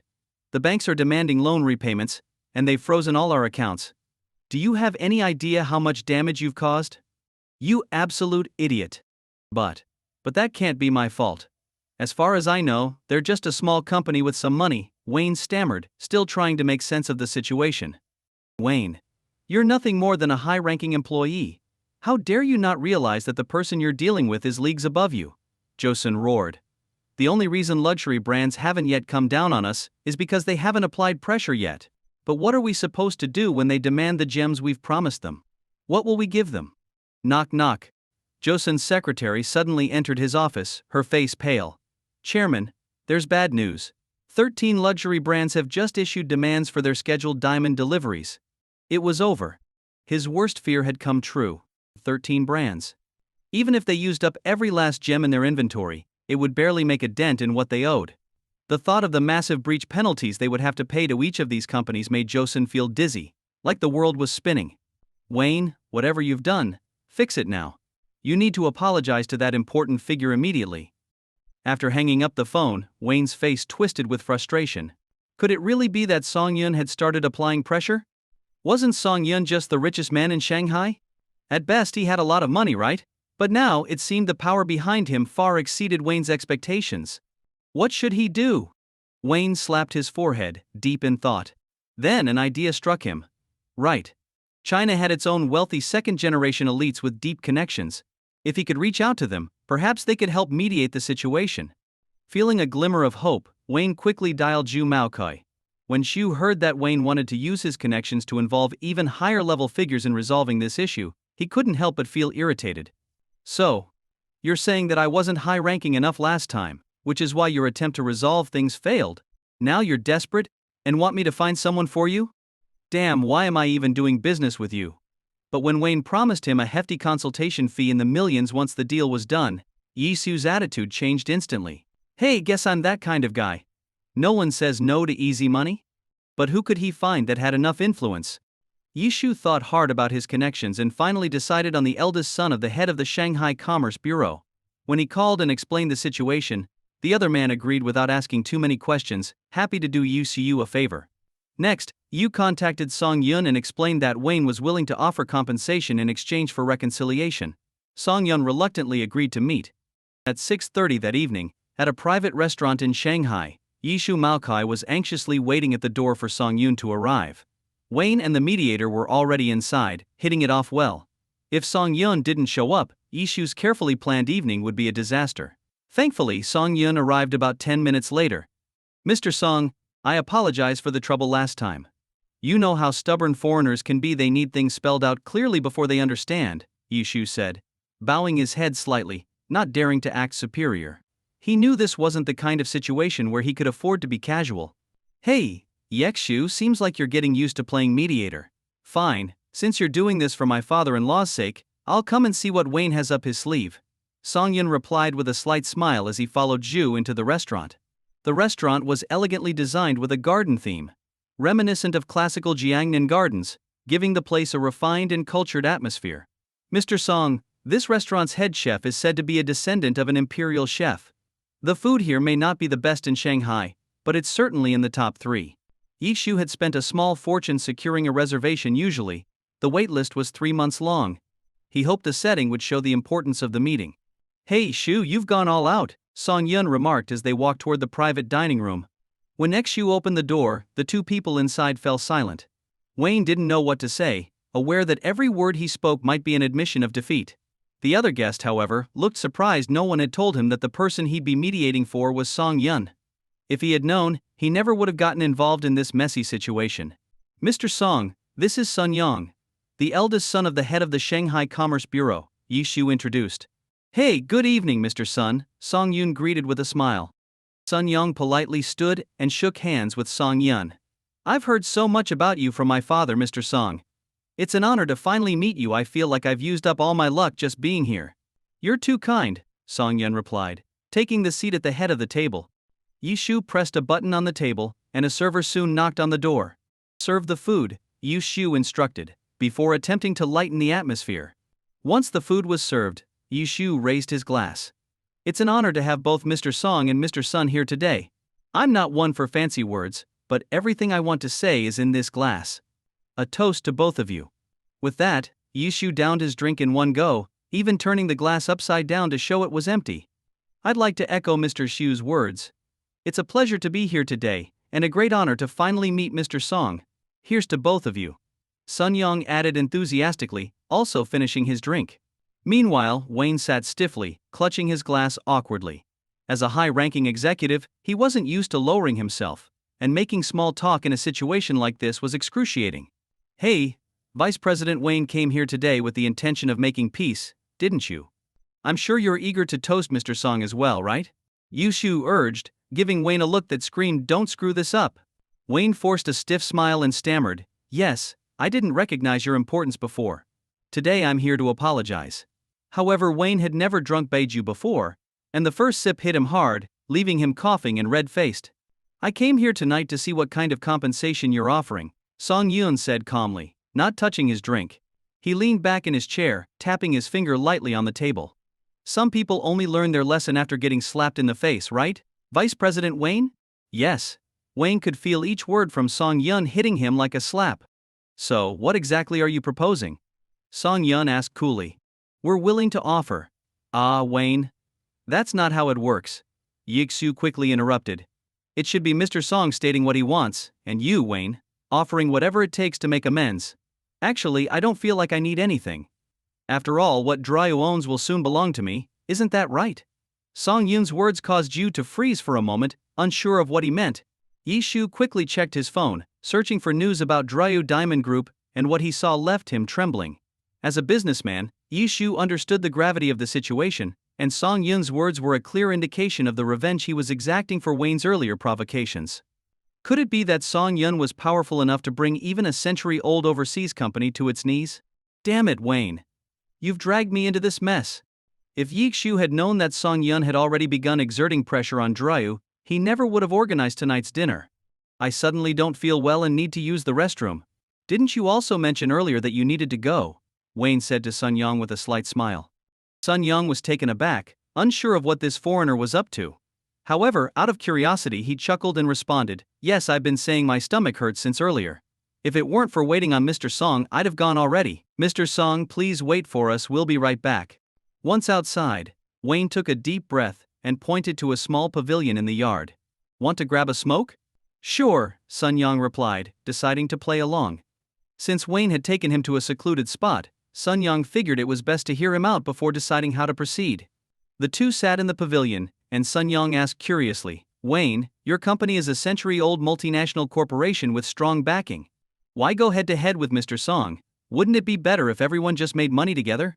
"Hey, you'd have to ask Song Yun about that," Wayne said, exhaling a cloud of smoke. "I brought you here because I need a favor, and if you help me out, there will be a hefty reward." "That doesn't sound right," Sun Yong replied, smiling but staying evasive. "We're all people of the world here, and I'll help if I can. Why don't you tell me what you have in mind?" Like a slippery eel, Sun Yong refused to let Wayne pin him down. Wayne, keeping his cool, said, "I need you to mediate on my behalf. You can use any method you want, I only care about the result. If you succeed, your reward will be this." He held up a finger. $1? Sun Yong joked, unsure of what Wayne meant by his gesture. "Add 8 zeros to that." Sun Yong's eyes widened in disbelief, and he swallowed hard. 8 zeros? He stammered. Yes, 8, Wayne confirmed. He was willing to give everything he had. If he could get Song Yun's forgiveness, even 10 times that amount would be worth it. That's quite generous. Sun Young said, patting Wayne on the shoulder with a grin. You're too kind, Wayne. We're friends, and I'm someone who values loyalty. Your problem is my problem. Don't worry, leave it to me. Good. With your word, I feel much more confident, Wayne said, visibly relieved.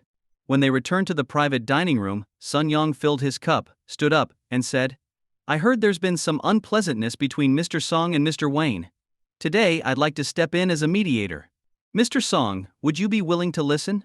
Hey you! Song Yun gave him a once-over, then smiled and said, Sure, let's see how you plan to mediate. I understand that there's been a commercial dispute between Mr. Song and Mr. Wayne, but in China, we've always believed in making money peacefully. There's plenty for everyone to earn. Sun Young remained composed as he continued, Why don't we open up the market together? Money is endless, and no one person can earn it all.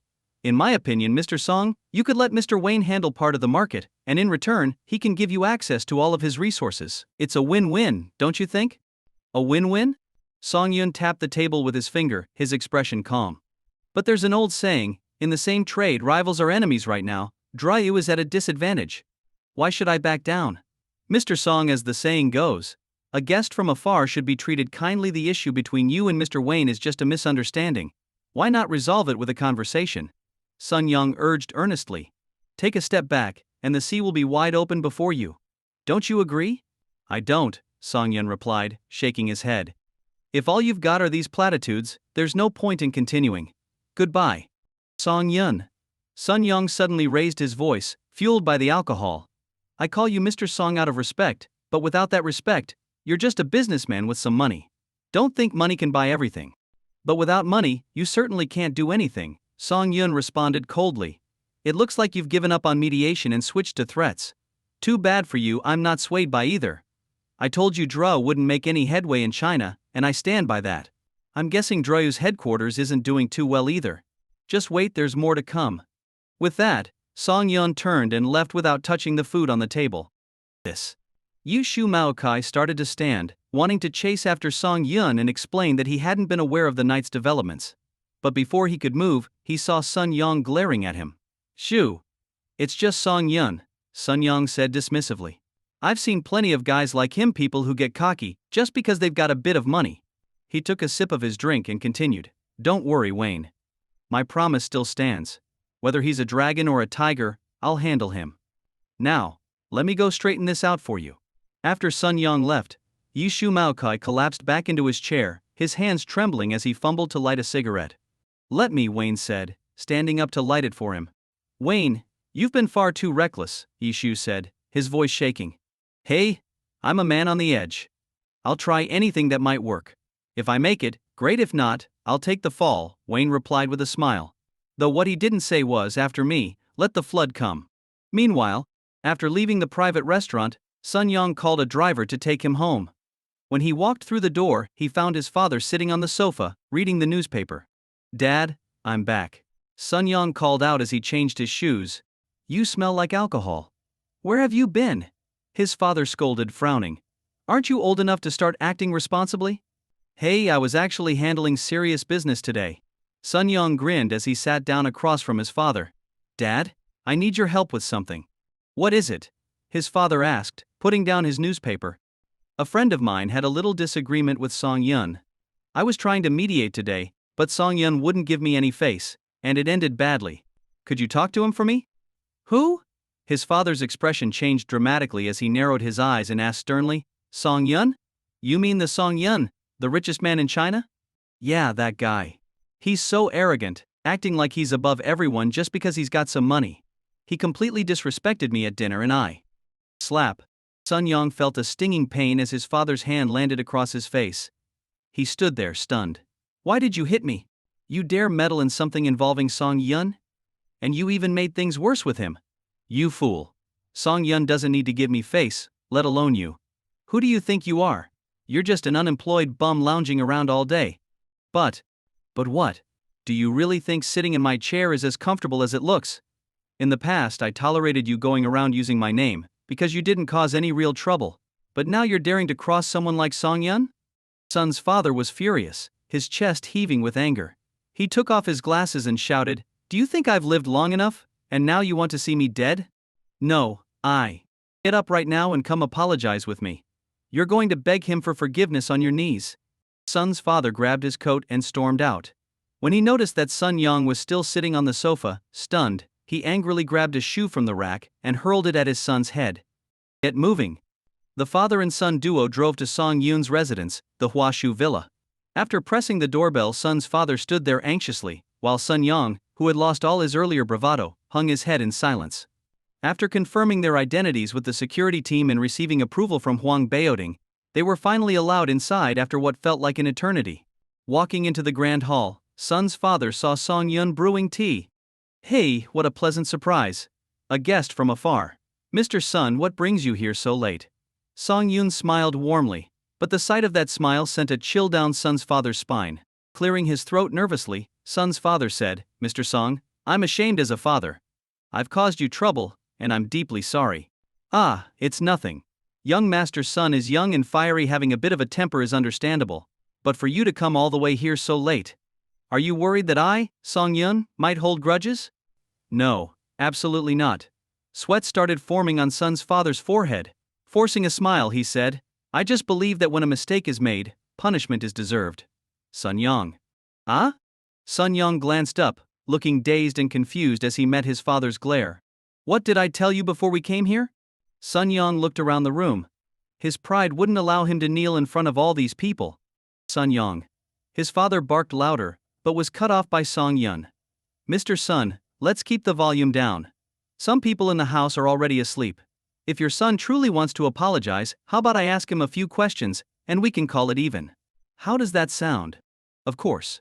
Ask anything, I guarantee this brat won't dare lie." Sun's father shot his son a fierce look, already thinking of shipping him off to the countryside. If he stayed in the city, he'd only cause more trouble. "Young Master Sun, when we first met you were quite polite. But after stepping out and coming back, your attitude changed. What did Wayne offer you?" Sun Yun asked curiously. Sun Yang remained silent. He couldn't possibly admit the truth, knowing his father would kill him. His father had always been clean and upright. They still lived in a modest apartment provided by his father's work. Sun Yang had only ever used his father's name to join some social gatherings, never daring to cross any major lines. "Young Master Sun?"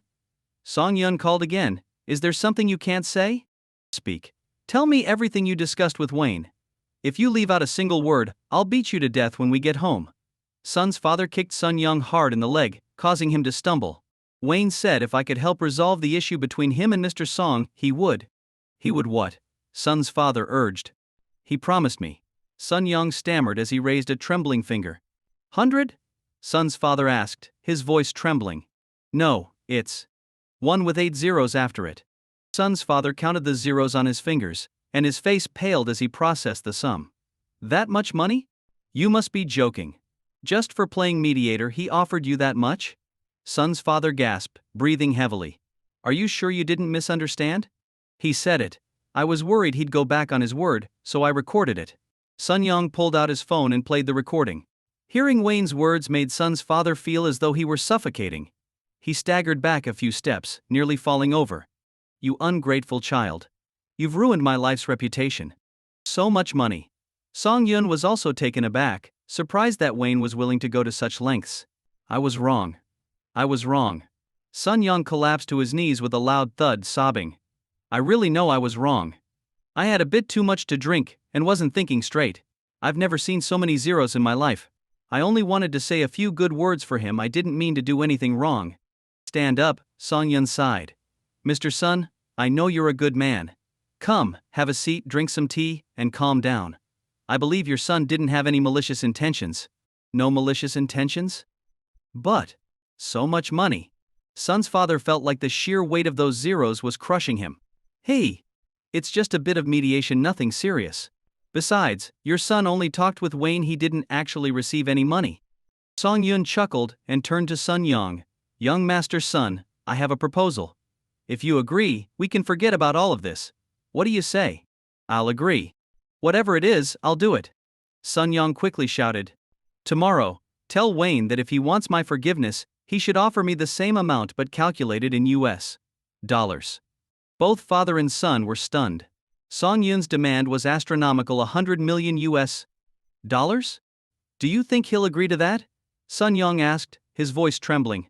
Hey, just pass on the message. You don't need to worry about anything else. Song Yun patted Sun Yong on the shoulder.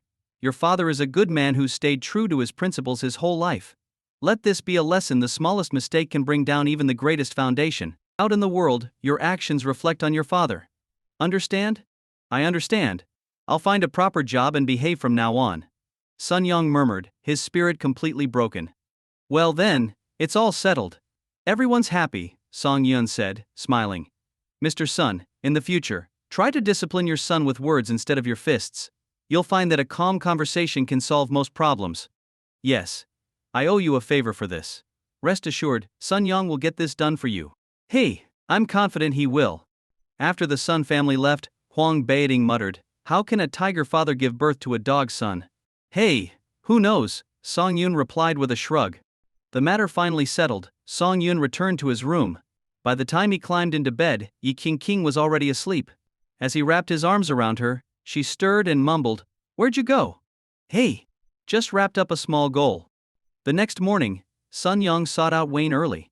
Seeing Wayne's calm and composed expression, Sun Yong felt as angry as he could possibly get. You scumbag! I got beaten up and forced to kneel because of you, and here you are, leisurely drinking wine in a hotel. Mr. Sun, is the matter resolved? Wayne asked with a smile, taking a light sip of his wine. Yeah, Song Yun said he's willing to settle, but it'll cost you $100 million, Sun Yong said coldly. So, what's your plan? If you want to make peace, send the money over quickly. Keep in mind, I pulled a lot of strings for you, practically forcing Song Yun to agree. As a result, my friendship with him is over. This is a huge loss for me. $100 million? Wayne paused to think. I'll need to report this to headquarters first, considering the amount is quite large. Don't worry, Mr. Sun, I won't let you take the loss. What's a friendship with Song Yun compared to cold, hard cash? Do as you please. Make the call now, or this deal is off for good, Sun Yong said, pulling up a chair and sitting right in front of Wayne, as if ready to cause a scene if Wayne didn't call right away. Wayne put down his wine glass, thought for a moment, and then made the call to the chairman. Chairman, Song Yun has agreed to settle, but the price is $100 million. What do you think? $100 million. The chairman, Johnson, paused his work. Right now, that wasn't a small amount. In the past it could have been easily arranged, but most of their funds were currently frozen by the bank. The company had just over $100 million left in liquid assets, which was about 70% of their total funds. But thinking about the bank's constant pressure to collect debts, Johnson decided to tackle the issue at its root. 100 million? Fine. Send me the account number, and I'll arrange the transfer immediately.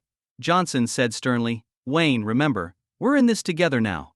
If Drew goes bankrupt, you'll be in trouble too. But if you handle this well, I promise, the next CEO position is yours. I'll do my best. Wayne's heart leaped with joy upon hearing the chairman's promise. He had his eye on the CEO position for years, and now it was finally within reach. Wayne sent Song Yun's account number to headquarters, and soon after, Drew transferred the $100 million. Mr. Sun, as for your share, it'll take a little more time to process. I hope you don't mind.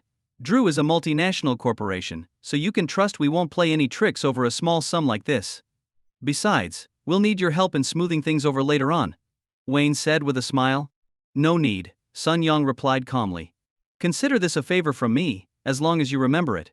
Though outwardly calm, Sun Yong's heart was bleeding. With a sum like that in his hands, he could live comfortably for the rest of his life. But with his family's strict rules and his father's stern gaze, he wouldn't dare claim it for himself. Really? Wayne exclaimed in surprise. I swear, once I'm CEO, you'll have Drew's greatest friendship. We'll see. Meanwhile, Song Yun was at home watching TV with Yi King and Yuan Siu when his phone suddenly pinged.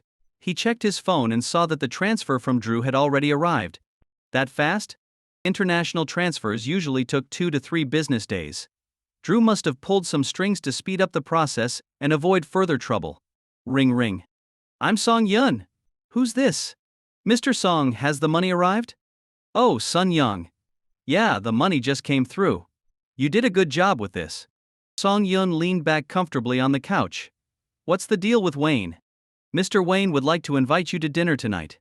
Do you have time? Sure, tonight at 7. You guys pick the place and let me know. Got it. No? After hanging up, Sun Young looked expressionlessly at Wayne and said, Mr. Wayne, Mr. Song has agreed to tonight's dinner. I hope you handle it well. No problem. At 7 p.m., Song Yun arrived at the most luxurious 6-star hotel in Shanghai, following the directions Wayne had sent. After giving his name, the waiter quickly led Song Yun to a private room. As soon as Song Yun opened the door, Wayne stood up excitedly and said, Mr. Song, it's great to see you. All our misunderstandings are behind us now. From now on, we're the best of friends. Hey. Song Yun smiled slightly but didn't respond to Wayne's words. How did you sleep last night, Mr. Sun? Song Yun asked. Sun Yang could only offer a bitter smile. He slept well, sure, right after his father gave him a beating with a belt when they got home. His backside still stung from it. Please, Mr. Song, have a seat. Let's enjoy some drinks tonight, Wayne said cheerfully. As long as Song Yun was willing to come, most of the trouble was already resolved. Soon Wayne would become Drew's CEO, and perhaps even join the board of directors in the future. Just thinking about Drew's annual dividends made Wayne's body heat up with excitement. Mr. Song, since everything is almost settled now, could you perhaps ease up on Drew's headquarters a little? Wayne cautiously asked after a few rounds of drinks. Headquarters? What headquarters? Song Yun looked at him wide-eyed. Weren't we talking about the Chinese market? Don't worry, Drew can find partners here in China anytime. We might even collaborate in the future. Hearing this, Wayne swallowed hard, an ominous feeling rising in his chest. So, the issues with Drew's headquarters weren't your doing? Your headquarters? Oh, I see. Some friends of mine must have taken things into their own hands because they saw how badly I was treated before. It has nothing to do with me at all. Song Yun waved dismissively. But Drew is a century-old multinational company. I'm sure they'll handle it just fine, right? Gulp. Wayne swallowed hard, the sound echoing through the room. It was over. Ice. He'd fallen for Song Yun's trap. When Song Yun agreed to settle, Wayne mistakenly thought it was an all-in-one deal. But Song Yun had separated the issues, claiming his friends acted independently. If you believe that, you're a fool. Without Song Yun's influence, none of this trouble would have happened in the first place. It's over. $100 million gone, and the problem still isn't solved. If Drew's headquarters crisis isn't resolved, what's the point of the Chinese market? Mr. Song, please don't joke around. My heart isn't great, and a joke like this could kill me. Wayne pressed his right hand over his chest, forcing a smile. Your friends did all this for you, right? If you just ask them. I'm not joking. Song Yun replied seriously. Each one of my friends has significant influence. I can't control them. If they decide to act, there's nothing I can do to stop them. Wayne felt a chill spread through his body, a cold sweat running down his spine. He'd been played. He'd paid all that money for nothing. What was he going to do? If the chairman found out, he'd probably kill him. He didn't even dare imagine the consequences. Mr. Song, maybe you could ask your friends if they need compensation. Drew will scrape together whatever we have to make things right. This isn't about money anymore, Song Yun said with a chuckle. What they want, Drew might not be able to give. Since Earl Jackson had started to push forward, this silent commercial war was not going to end so easily. What they wanted was everything Drew had, including its mines. If they could be bought off with just a bit of money, they would never agree. The leader here wasn't Song Yun anymore, it was Earl Jackson. Of course, if they won, Song Yun would still walk away with a huge share. Wayne's body began to tremble. Clenching his fist, he whispered, Excuse me, I need to use the restroom. Go ahead, Song Yun said casually. Wayne left the room quickly, heading for the emergency stairwell. He frantically dialed Johnson, the chairman, across the ocean. Hello? How's it going? Johnson was staring at his screen, watching the flood of negative news about Drew. Every second, a dozen new articles seemed to pop up, driving Drew's stock price even lower. If they didn't get some good news out soon, Drew would be delisted. Chairman. I'm sorry. Crash. A loud clatter echoed through the phone. Johnson shouted, What's going on? Didn't you handle it perfectly? Didn't I already send the money to Song Yun? Yes, but Song Yun said that money was just to stop him from blocking Drew's entry into the Chinese market. As for the problems with headquarters, he said he couldn't help with that. He claims it's his friends acting on their own, and it has nothing to do with him. Bullshit. Johnson cursed. If this has nothing to do with him, I'll chop my head off and give it to him as a soccer ball. But now he's being completely unreasonable, Wayne said miserably. I even suggested compensating his friends to stop their attacks on Drew, but he said what they want is something Drew simply can't give. Johnson's breathing grew heavy on the other end of the line, clearly furious. We only have about 40 million left in liquid assets. Johnson shouted. We still need to raise money to unfreeze the bank's operations, improve the safety conditions at the mines to get them running again, and pay off those worthless luxury brands. And now you're telling me that 100 million just went down the drain? Are you out of your mind? I'm sorry, I didn't expect him to be so cunning. Get lost. Johnson snapped. This whole mess is your fault. If you hadn't pushed Song Yun so hard in the first place, none of this would have happened. Now it's up to you to fix it. You've got two choices: either you pay out of pocket to cover the company's losses, or you get on your knees and beg for Song Yun's forgiveness. It's your call. Johnson hung up abruptly. Wayne lit a cigarette, sitting on the stairwell steps, deep in thought. After a long pause, he stubbed it out, rubbed his face, and returned to the private room. For the rest of the dinner, he didn't mention Drew's situation again. This change left Song Yun unsure of what Wayne was up to. It wasn't until the next day, when Sun Yang called to say that Wayne had disappeared, that Song Yun realized Wayne was going off the radar, stalling for time. By the time Drew went bankrupt and the board had nothing left, no one would be able to threaten him. He'd just have to turn off his phone and become an outsider. What a clever but irresponsible guy. While Song Yun enjoyed his carefree days, Drew was in chaos. Johnson tried calling Wayne, only to find that his phone was switched off. Johnson was furious, wanting to curse Wayne's entire family. When Johnson sent people to look for Wayne's family, they found that Wayne had clearly gotten wind of the situation and gone into hiding. It was obvious Wayne had decided to give up entirely. In his rage, Johnson also felt a deep sense of helplessness. You can't go in. You can't, came the sound of his assistant arguing outside his office. Bang, bang, bang, bang. There was a knock at Johnson's office door, but before he could respond, it swung open. Several representatives from luxury brands stormed in. Chairman Johnson, your delivery is 3 days late this month. Do you know how much that has cost us in losses? One of the representatives sat in front of Johnson, his voice stern. Now give me a clear answer: are you paying the penalty, or delivering our diamonds immediately? You all know the situation Drew is in. We've got no money, only our lives to give. If you want my life, go ahead and take it, Johnson said as he slouched in his chair, adopting a completely shameless attitude. All my money's frozen in the bank. Either help me out, or go back to wherever you came from. You have no sense of responsibility at all. Oh, responsibility? Johnson sat up abruptly, glaring. When I'm dead, who cares if the world drowns in a flood? Seeing Drew's top executive already playing the deadbeat, the brand representatives were at a loss for words. What could they do? They couldn't actually kill this shameless old man. Unless you help me out, Drew will soon go bankrupt. When that happens, I'll walk away rich, and your diamonds and penalty payments can stay in your dreams. Johnson sneered. How can we help? One of the representatives asked. It's simple. Lend me 100 million each.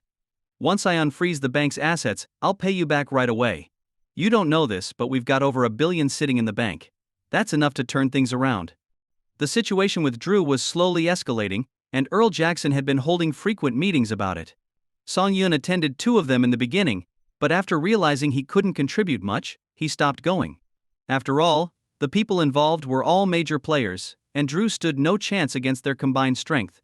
News of Drew's impending bankruptcy had spread across various industries, and people were fearful of the mastermind behind it. It was chilling to witness a century-old conglomerate, a top-tier entity in its field, collapse in such a short amount of time. It left everyone feeling uneasy. Meanwhile, Song Yun's land in Africa was still being mined. According to John, they would reach the core layer of the mine in about 2 weeks, and at that point, high-quality diamonds would start flowing out rapidly. As for the luxury brands, they had started cautiously approaching Song Yun. After all, they had betrayed him in the past, and now, with Drew's mines being shut down, Song Yun's operation had become their new potential source of profit. Song Yun, however, planned to keep his distance from them for a while. At that moment, Song Yun was accompanying Yi Qingqing to a prenatal checkup. She was only a few months away from giving birth, and thankfully, the health reports showed everything was in excellent condition. All she needed to do was continue maintaining her current lifestyle. After the checkup, Song Yun decided to take Yi Qingqing out for a relaxing day. She had been feeling quite bored at the villa lately, with no one around to keep her company. During this time, Yuan Siu had been influenced by her mother and was gradually developing into a strong career woman. She had taken a basic position within the Shanshui group and was working her way up. Aside from the highest executives, her co-workers had no idea that the woman sitting next to them was the chairman's partner. Meanwhile, Wenshu seemed to be searching for something with a small team. Song Yun noticed but didn't ask any questions, as long as Wenshu's safety wasn't at risk. Song Yun and Yi Qingqing drove to a scenic area on the outskirts of Shanghai. Although there were no mountains or rivers, the greenery was well maintained, and the vast sea of flowers in the distance instantly put them both in a relaxed mood. Bunny, hurry up. Let's take some pictures over there. Yi Qingqing, with her pregnant belly, excitedly ran toward the field of flowers. Song Yun smiled as he watched her. Despite being pregnant, Yi Qingqing hadn't experienced any swelling or skin issues due to hormonal changes. Bai Qiu had personally overseen her nutrition during this time, and she actually looked even healthier than before her pregnancy. Just as Yi Qingqing was walking toward the flowers, a large dog suddenly leaped out of the bushes, rushing toward her. Startled, she lost her balance and tumbled toward the steps. Song Yun quickly lunged forward, one arm catching Yi Qingqing around the waist, the other protecting her in front. "Are you all right?" he asked, gently touching her head to calm her after making sure she was steady. "I'm fine, just really scared," Yi Qingqing said, holding her belly protectively, still trembling. If Song Yun hadn't caught her just now. She glanced back at the steps. Even if she had escaped unharmed, the baby might not have been so lucky. A bad fall could have been disastrous, especially if she hit her belly on the steps. "Whose dog is this?" Song Yun's anger flared as he glared at the animal, noticing its sleek coat. It was clearly someone's pet. "Oh, little treasure, there you are. You can't keep running off like that, you scared mommy to death." A heavily made-up woman rushed over, holding a leash in her hand. "Is this your dog?" Song Yun asked with a stern expression, trying to contain his rage. If anything had happened to Yi Qingqing or the baby, he might not have held back his anger. "Dog? What dog? He's not a dog. His name is Little Treasure, and he's my son." The woman snapped, rolling her eyes at Song Yun. She muttered under her breath, "Come on, Little Treasure, let's get out of here. Too many bad people around. What if someone kidnaps you?" Mommy would cry her eyes out. "Wait," Song Yun called out coldly. "Your dog scared my wife and she nearly fell down the stairs. Are you seriously not going to acknowledge this? What a joke. Little Treasure would never attack anyone, he's too well behaved. Besides, he eats only imported dog food and top quality meats. I'm more worried that you scared him." The woman stroked the dog's head, adding, "Judging by the way you look, you're probably trying to scam me." "Ha. I wouldn't be surprised if that's the case. Little Treasure, stay away from these people. They probably don't make as much money in a month as we spend on your food." "What did you just say?" Song Yun stepped forward, but Yi Qingqing held him back. Taking a deep breath, Song Yun pointed at the woman and said coldly, "Apologize. Then take your dog and leave. Or else I won't hesitate to take action." "What are you going to do?" The woman stood up defiantly. "It's broad daylight. Are you seriously threatening me? Let me tell you, if you so much as lay a finger on me, you'll pay a price you can't afford." "Hey, I saw the whole thing. It was your dog that came out of the flowers and scared that pregnant lady," a bystander shouted. "How can you not have your dog on a leash and still act like you're in the right?" "Exactly. If your dog is so precious, don't bring it out," someone else chimed in. "Damn. These days, it feels like people are treated worse than dogs. If what she says is true, then my 5,000 yuan monthly salary isn't even enough to feed her dog for 2 days," another bystander exclaimed. The crowd murmured their agreement. Everyone found the woman unbearable. Not only had she failed to leash her dog, causing it to scare people, but she also showed no signs of apologizing. Her behavior was disgraceful. "What are you all yelling about? Little Treasure is so cute, how could he possibly scare anyone?" The woman, unashamed, placed her hands on her hips and shouted. "Besides, Little Treasure has won international awards. His value alone is in the hundreds of thousands. You're all just jealous. I don't care how much your dog is worth. This is my last warning. Apologize." Song Yun's eyes flashed with cold anger. "Apologize because you said so? You're really something, aren't you? Well, I'm not going to. What are you going to do about it?" The woman sneered. "Look at you, bet you don't even make 10,000 yuan a month. Hey, trying to raise a kid in Shanghai? That's hilarious. I bet when your kid's born, they'll suffer. Maybe Little Treasure was doing them a favor." "Say that again?" I said. "Your child is destined to suffer. Being born to a poor father like you means nothing but hardship." The woman sneered. "What, mad enough to hit me?" Smack. Song Yun stepped forward and slapped her across the face. Her cheek instantly swelled as she clutched her face, staring at him in shock. She hadn't expected this well-dressed but seemingly ordinary young man to actually hit her. Didn't he fear losing his job? I'm warning you, Song Yun said coldly. Insult me all you want. But if you curse my child or my family, I will make sure you experience the cruelest things this world has to offer. You dare hit me? The woman shrieked and reached out, her claw like nails aiming for Song Yun's face. At the same time, her dog bared its teeth and lunged at him. Just as the crowd began to brace for what was coming next, the air was pierced by a loud yelp. Song Yun had grabbed the woman's arm with one hand and delivered a swift kick to the dog's body. The dog, which had been so aggressive moments earlier, whimpered and cowered in pain. You hit my son. The woman screamed hysterically, struggling against Song Yun's grip. To her, this dog was more than a pet, it was her child, far more precious than Yi Qingqing's unborn baby. Incorrigible. Song Yun backhanded her again, sending stars spinning before her eyes as she staggered, barely able to keep her balance. You can't control your dog, huh? No leash, right? Then let me teach it some discipline. Song Yun pushed the woman aside and walked toward the dog. The dog, sensing the danger, snarled but backed away cautiously. It knew that Song Yun wasn't someone it could easily attack. In its mind, Song Yun was now an enemy, but it couldn't find an opening to strike. It was waiting for the right moment to lunge and bite him. Little treasure. Bite him. Bite him to death, and mommy will pay for it. The woman, sprawled on the ground, screamed viciously. Upon hearing her command, the dog hesitated no longer, charging at Song Yun, its teeth aimed for his leg. As a hunting dog, it instinctively sought to disable its target by going for the limbs. But Song Yun wasn't fazed. With perfect timing, he delivered a powerful kick to the dog's head. Before it even realized what was happening, the dog was sent flying through the air, landing more than 10 meters away. It lay there, breathing weakly, barely conscious. Seeing this, the woman scrambled to her feet and rushed over to the dog, crying and wailing uncontrollably. Little treasure. Little treasure, don't scare mommy. Get up. Mommy will take you to the vet right now. Please, little treasure. Her sobs echoed around them as she cradled the dog in her arms. The onlookers couldn't help but laugh at the absurdity of the scene.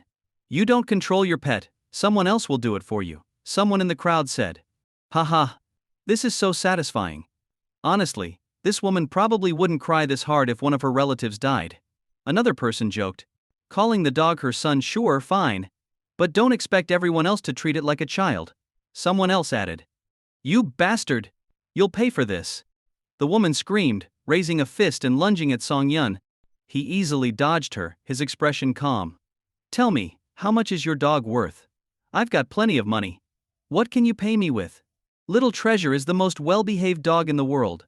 I've spent tens of thousands on his care alone. The woman shrieked. And he's a purebred hunting dog with a pedigree. Everything I've invested in him is worth hundreds of thousands, not to mention the emotional damage you've caused me. What the hell? This woman's crazy, demanding hundreds of thousands for a dog. My life isn't worth that much. Someone muttered in disbelief. Seriously, it was her fault to begin with. And now she wants compensation. She wouldn't win this even if it went to court, another bystander commented. Yeah, I saw it too. That dog was ready to bite someone. If this guy wasn't quick, he'd have lost a chunk of his leg by now. A voice added. A hunting dog? I don't think it's even legal to own one in the city, someone remarked. Song Yun looked at the woman, whose makeup was now smeared with tears. Let me tell you something. In this city, it's illegal to walk a dog without a leash, and if anything happens, the owner is fully responsible. Also, it's illegal to own a hunting dog here, especially if it attacks people in public. So, you won't pay me, huh? Fine, fine. Don't leave. You stay right here. If I don't make you pay today, I won't be able to show my face in this city anymore. The woman screamed, pulling out her phone to make a call. Soon, a convoy of Mercedes cars arrived, and a group of bodyguards stepped out, surrounding a middle-aged man as they approached. My darling, what's happened to you? And what's wrong with your face? Who hit you?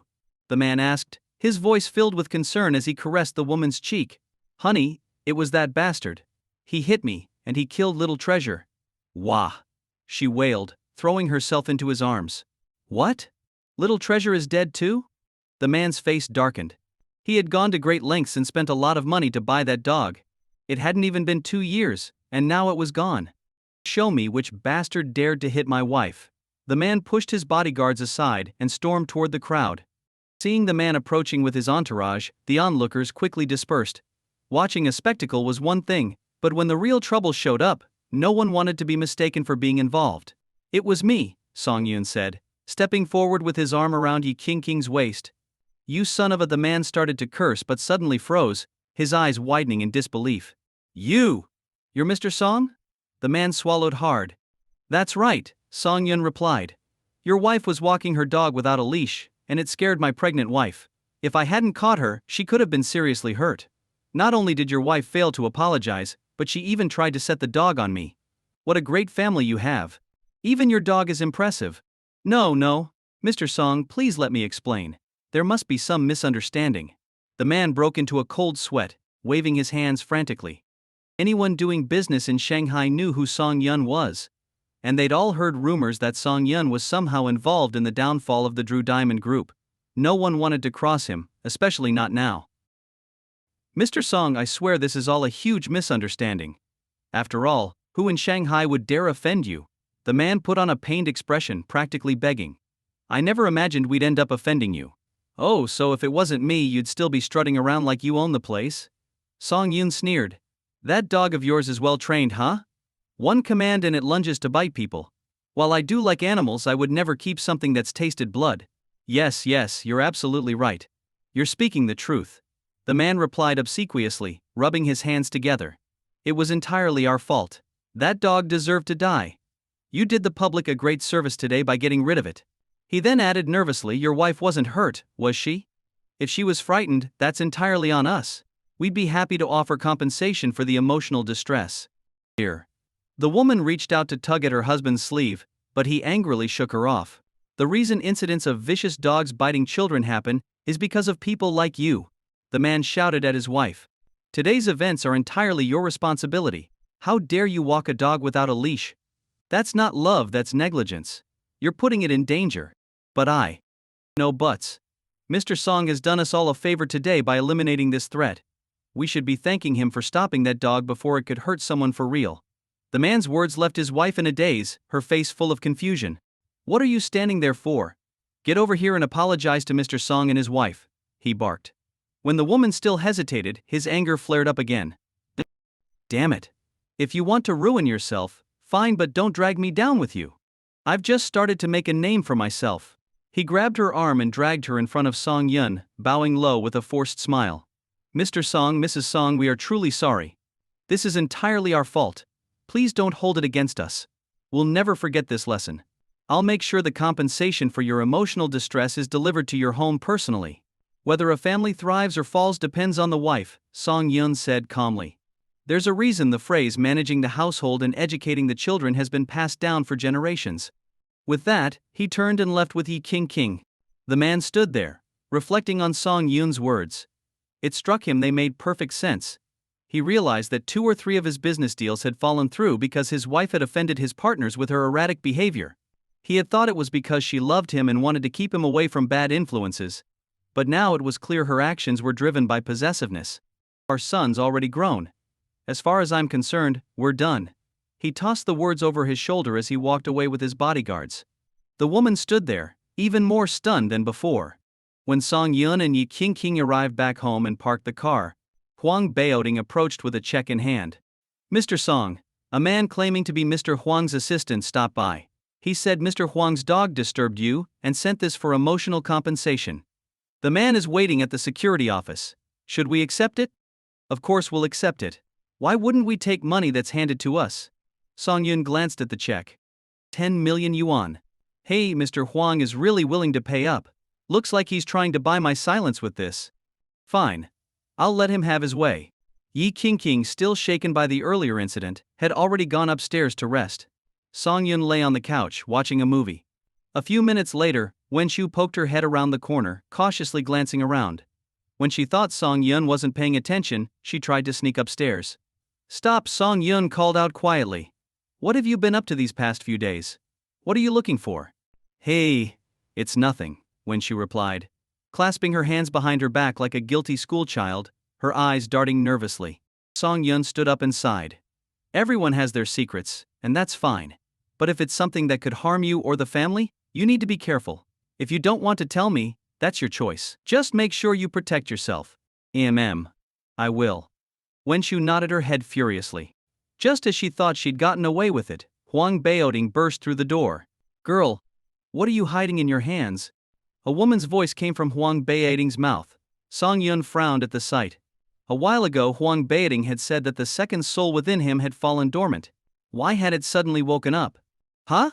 Hiding? I'm not hiding anything. Wenshu took 2 steps back, her face panicked.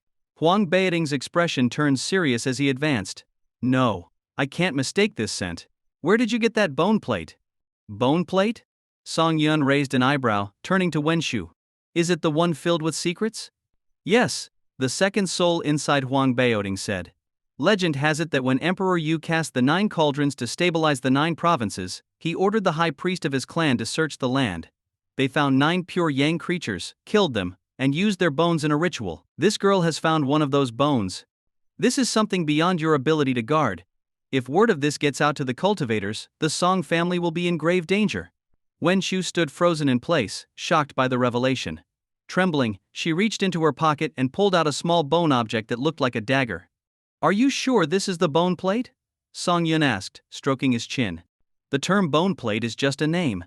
The shapes of these 9 bones vary. If I hadn't seen one before and remembered the scent, she might have fooled me today. I didn't mean to hide it, I swear. Wenshu stammered. It's just that I've been having dreams lately. Someone in my dreams told me to find this object. What happens once you've found it? Song Yun asked, cutting to the heart of the matter. I don't know. Wenshu realized with a jolt. That mysterious figure had only told her to find the object, but what was she supposed to do with it afterward? She clearly remembered the instructions, but now her memory was fuzzy, as if something was blocking her from recalling the details. Suddenly, a sharp pain shot through her head, causing her to clutch her temples and crouch down in agony. Wenshu, what's wrong? Song Yun rushed forward, his eyes filled with concern. My head. It hurts. It feels like someone is whispering in my ear. Wenshu groaned. Seeing Wenshu writhing in pain, almost unable to stay on her feet, Song Yun's expression grew increasingly grim. He rushed to his study, grabbed a talisman, and quickly began painting symbols on it with cinnabar ink, his strokes quick but precise. In just a minute, the calming talisman was ready. Song Yun hurried back downstairs and placed the talisman on Wenshu's forehead. The talisman caught fire spontaneously, releasing black smoke as it burned. Once the talisman had fully burned away, Wenshu's eyes rolled back, and she fainted. Song Yun exchanged concerned looks with Huang Baoding before speaking. Has the demon seed inside Wenshu been triggered?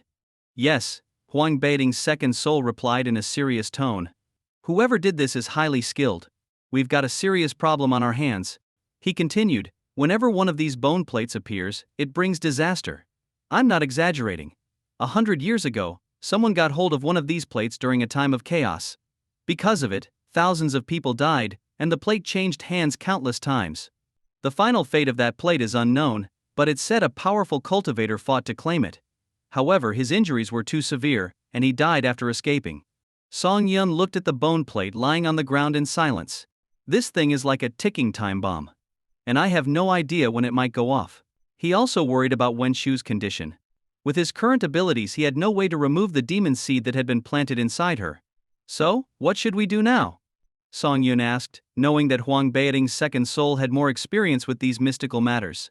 Huang Baoding glanced at the bone plate on the floor, his expression serious. Someone has been invading Wenshu's dreams, planting subconscious suggestions. I know a few people capable of such a thing, but they are all formidable. If this person is reasonable and only wants the bone plate, we could just hand it over. And if they're not reasonable, then we'll have to deal with whatever comes our way, Huang Baoding's second soul said with a shrug. Hearing this, Song Yun silently picked up the bone plate. It felt warm and smooth in his hand, almost as if it had been carved from jade. Is this really the bone plate filled with so many secrets? If I unlock this secret, will I gain unimaginable power? Combined with my system. Song Yun's body froze as the thought hit him. No. His mind snapped back to reality. I was supposed to stay out of this mess. No one has been able to solve this thing's mystery for thousands of years. How could I, an ordinary person, figure it out? And Huang Baoding's second soul already said that this bone plate caused countless deaths. This thing is pure trouble. Song Yun had always prioritized his family's safety. If he became obsessed with this, their lives would be in danger. But can I really just hand it over? I have a system in my body. Maybe I can unlock the secret of this bone plate. Besides, only 4 people know about this Wenshu: me, Huang Beiying's second soul, and that mysterious person. Wenshu and Huang Beiying's second soul won't talk. If I find the mysterious person, I can claim the plate for myself. And why hasn't that person retrieved it themselves? Why go through Wenshu, a young girl, and have her search for days? Could it be that the mysterious person doesn't have the ability to get it? Or perhaps they can only influence Wenshu through her dreams, because their physical body is trapped somewhere. It's possible. The more Song Yun examined the bone plate, the more captivated he became. He even started to feel the strange desire to hold it close to him, to sleep with it every night. Wake up! Huang Beiying's second soul suddenly shouted, snapping Song Yun out of his thoughts. Startled, Song Yun realized with horror how far his thoughts had spiraled. What the hell was I just thinking? Damn it! Could this bone plate be influencing my mind? Drawing me into its trap without me realizing? Panicked, Song Yun threw the bone plate to the floor. He wiped the cold sweat from his brow, feeling deeply unsettled. Now I understand why so many people have died because of this thing, he muttered, breathing heavily as he poured himself several glasses of water. That was terrifying. Thank you, Song Yun said after calming down a bit. If you hadn't snapped me out of it, I might have been lost in it forever. Huang Beiying's second soul calmly pulled out her phone. She had recorded Song Yun's behavior when she sensed something was wrong. Watching the video, Song Yun saw his expression shift from calm to increasingly twisted. By the end, his eyes burned with a wild, violent rage, as if he were ready to attack someone at any moment. It was like looking at a completely different person. Both Song Yun and Huang Beiying's second soul agreed the bone plate needed to be disposed of as soon as possible. If it affected him this strongly, what might it do to someone else? What's hidden inside this thing anyway? Song Yun asked, retrieving a red cloth and carefully wrapping the bone plate. He didn't dare touch it directly again. They say it holds the secret to immortality. Huang Beiying's second soul replied casually. If someone unlocks the secret, they can become immortal. Really? Song Yun raised an eyebrow. Do people actually believe that? But then again, I have a system in my body. So, who am I to say what's impossible? Has anyone ever unlocked it? Song Yun asked. Yes, Huang Beiying's second soul said thoughtfully. It's said that the legendary Taoist, Lu Dongbin, once found a bone plate. After unlocking its secret, he ascended to immortality in broad daylight. That's why so many people are searching for the remaining plates. So, only 8 plates remain, and we have one right here, Song Yun exclaimed. Holy crap! This information can never get out, or my family will be destroyed. Exactly. Find a safe place to hide it, Huang Beiying's second soul advised, her voice growing softer as she spoke. A moment later, Huang Beiying himself jolted awake, looking around in confusion. Where am I? What just happened? He asked, bewildered. Don't worry, Huang. The second soul inside you woke up for a bit, but she's gone back to sleep, Song Yun said, casually hiding the red cloth behind him. It seemed Huang Beiying's second soul hadn't fully recovered. Her sudden awakening had likely been triggered by the bone plate, which meant the plate could even influence its surroundings. This thing is far too dangerous to keep around. Song Yun didn't dare to just leave such a sinister object at home. If anyone was influenced by the energy of the bone tile, the consequences would be unbearable for him. But where could he put it? After all, it seemed like someone had already claimed this thing.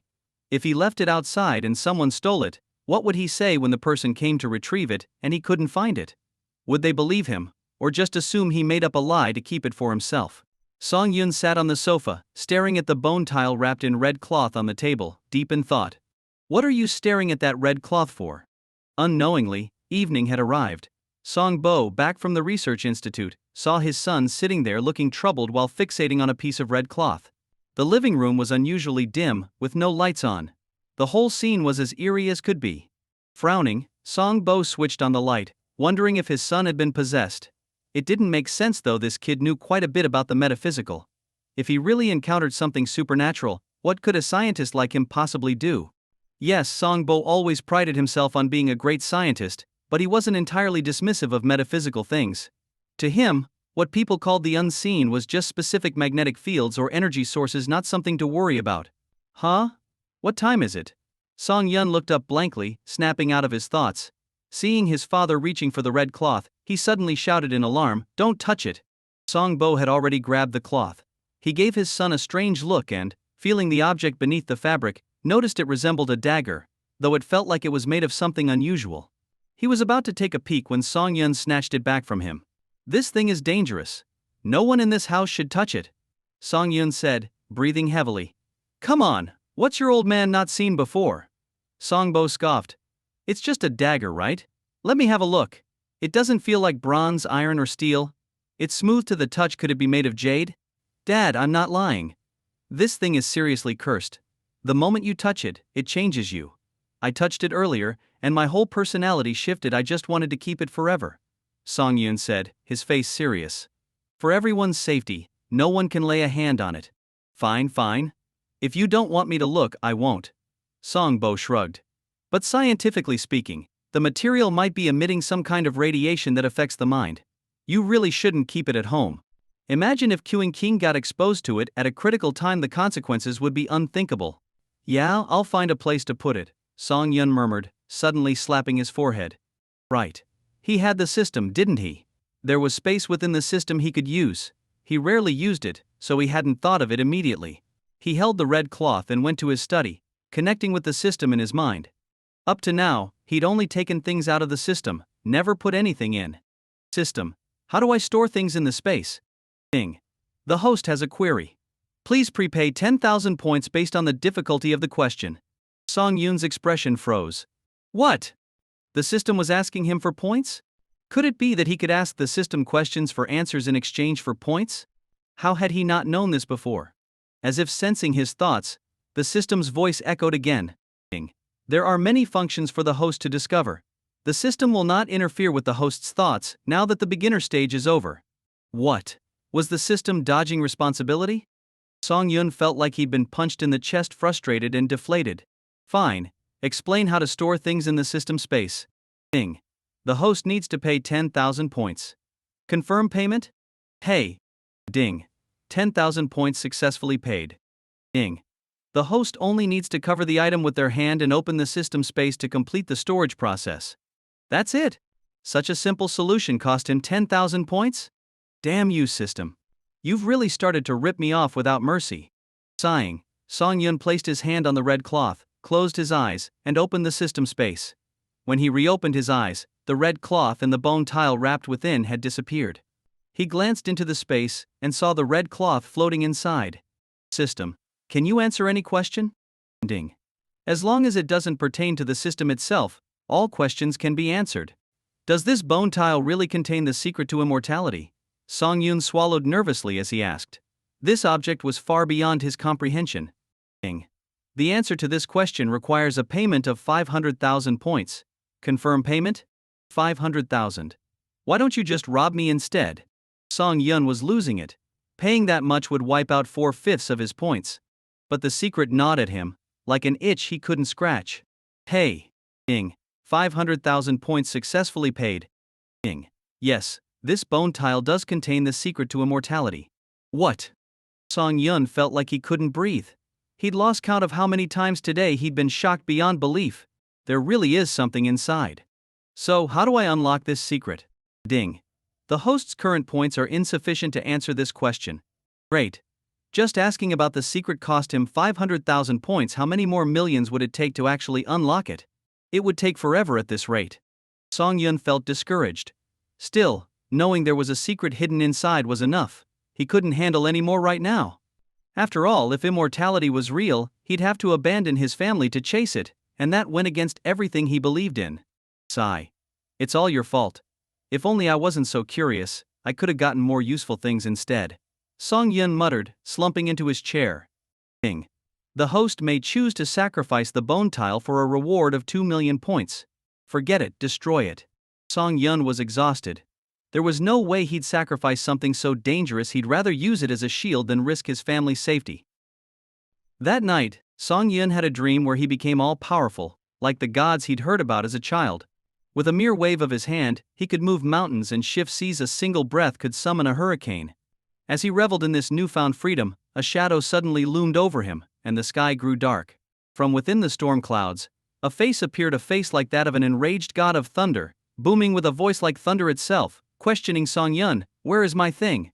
Where have you hidden my thing? This figure seemed capable of saying only this one sentence, but the weight of it made Song Yun's head pound, causing intense pain. Ah! Song Yun jolted awake. He glanced outside. The sun had already risen. Looking at the clock on the wall, he saw it was already 10:30 in the morning. Yi Qingqing had already gotten up, likely not wanting to wake him since she knew he hadn't slept well lately. Rubbing his temples, Song Yun thought to himself how strange the dream had been.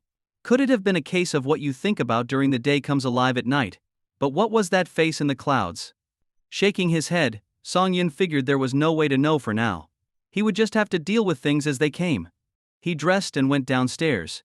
In the living room, Yi Qingqing and Wenshu were doing yoga, while Yuan Xian had probably already left for work. Feeling drained, he sat at the dining table and ate a little.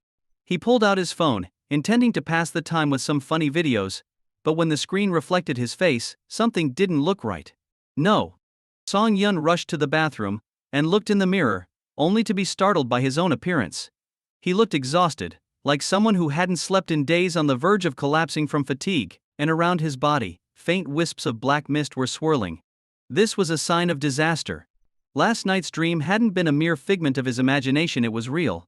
The mysterious person controlling Wenshu had come for him. After splashing his face with water, Song Yun, with a grave expression, pulled Wenshu aside as she was still doing yoga. Wenshu, how did you sleep last night? I slept great. Didn't have any dreams either. It's been a long time since I've slept so soundly, Wenshu said, stretching lazily. And do you remember what happened yesterday? Yesterday? What happened? Wenshu replied, confused. Song Yun's heart sank.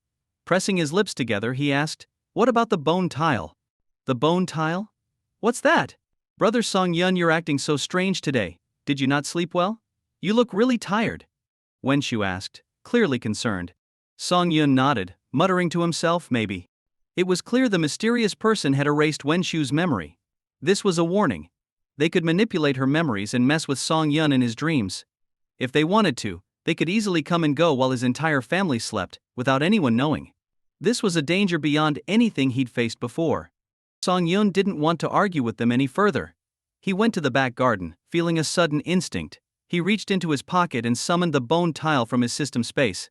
I don't know which master has come to my home, but if you've come for this, I'll gladly hand it over. There's no need to visit me in my dreams. Holding the bone tile, Song Yun casually tossed it over the wall. Oddly enough, there was no sound of the tile hitting the ground outside. A raspy voice came from beyond the wall. Hey, you've got a big heart, young friend, while I've been narrow-minded. Disturbing your dreams was my mistake. Here, take this bottle of Calm Heart pills, 1 dose, and you'll be at peace. A small bottle of pills was thrown back over the wall. Song Yun quickly caught it. Although he didn't intend to take the pills right away, he felt it necessary to show some respect. Once the commotion outside had quieted, Song Yun carefully climbed up the wall to take a look. There was no one in sight, not even a shadow. Whew! Sitting on top of the wall, Song Yun exhaled deeply. It seemed the trouble was finally over. If that person had continued to mess with him every night, no one could have endured it. There's no way you can guard against a thief day and night. Now that the issue was resolved, Song Yun felt his energy gradually returning. The strength he had lost began to come back slowly. Song Yun. John is calling you on video. Yi Qingqing came running over with a phone in hand. Song Yun quickly jumped down from the wall and wrapped an arm around her waist. Careful. What if you fall? Yi Qingqing giggled at his affectionate words. John must have some good news, or he wouldn't be calling at this hour. Quick, answer it. Ever since Song Yun had promised to get Yi Qingqing the best diamond from the mine, she'd been sneaking around to listen in on every call he had with John. Song Yun answered the video call. On the other end, John looked extremely excited. He downed a glass of wine, laughing loudly as he shouted, Boss. We've struck gold. What happened? Song Yun asked, curious. Ha ha ha ha. John poured himself another glass, trying to calm his excitement. We've unearthed the biggest, purest diamond yet. What? Yi Qingqing couldn't contain herself. Let me see it. Show me. John, knowing the woman on the other end was his boss's wife, was eager to oblige. After all, it wouldn't hurt to stay in her good graces. He smiled and flipped the camera, revealing a massive diamond that even made Song Yun gasp. Sunlight shone on the largest, purest diamond they'd ever found, refracting brilliant rays of light. Hey, boss, from what I know, even the diamonds in the British crown jewels can't compare to this one. John said proudly. This diamond is priceless. How's security? Song Yun asked, his excitement giving way to caution. After all, the diamond wasn't in his hands yet, and the mining area was chaotic. If something went wrong, there'd be nothing he could do about it. Rest assured, I've tripled the security. We've hired 3 of the top-ranked global firms. By tomorrow, I'll arrange for a private jet to deliver the diamond to you. Good. I don't even know how to reward you. Stroking his chin, Song Yun smiled faintly. How about this? I'll give you 1% of the company's shares. John jumped up in shock, his face full of disbelief. Boss, are you serious? To know that Philly Mining, after bouncing back to the top, was now worth billions of dollars, meant that 1% was like being buried in a sea of wealth. The largest and purest diamond in history. These words dominated the headlines of major news outlets, sparking widespread curiosity about the diamond, what it looked like, and just how valuable it was. But thanks to John's excellent security measures and confidentiality agreements, no details about the diamond had been leaked. This, of course, only fueled the intrigue further. For some people, money had become just numbers on a screen, and for such individuals, gems held an irresistible allure. If they couldn't see it through public channels, they figured they could just buy it directly from the owner. However, when they looked into who owned the land where the diamond was found, their initial confidence evaporated. The name they came across was Song Yun, chairman of the Shanshui Group. Everyone knew that the soon-to-be bankrupt Drew Diamond Corporation had been ruined by these very people. Some realized their resources might not even match up to Drew's. But not everyone cared about such external factors, particularly members of certain royal families. A few days later, after personally escorting the diamond back to the Huashu villa from the airport, Song Yun received a call from Earl Jackson. The conversation started with polite business pleasantries, but after some time, Jackson revealed his true intention. The Queen of England, an avid lover of gems, had heard that the diamond in her scepter was no longer the largest in the world. Curious, she had asked Earl Jackson to discreetly feel out Song Yun to see if the diamond might be for sale. Song Yun chuckled to himself as he tried to think of a polite way to decline. At that moment, Yi Qingqing and the others opened the crate containing the diamond. Instantly, the raw, uncut beauty of the gem was revealed before their eyes. If the conversation with John had been stunning, seeing the diamond in person was an entirely different experience. It was breathtaking. No way was he selling this. Song Yun firmly rejected Earl Jackson on the spot. As if expecting this response, Jackson raised the offer slightly, saying Song Yun should take more time to consider. No need.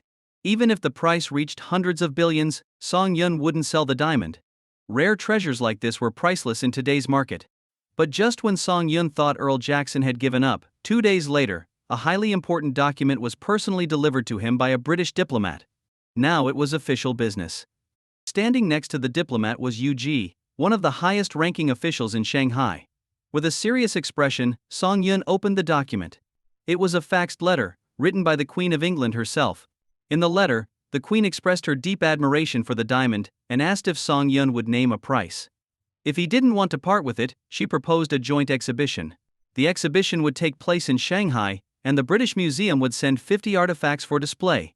Mr. Song Yun, we are showing our utmost sincerity. The British Museum has never loaned out this many items for an overseas exhibition, said the diplomat, his face stern, as if someone owed him money. 50 pieces? Could I see a list of them? Song Yun hesitated.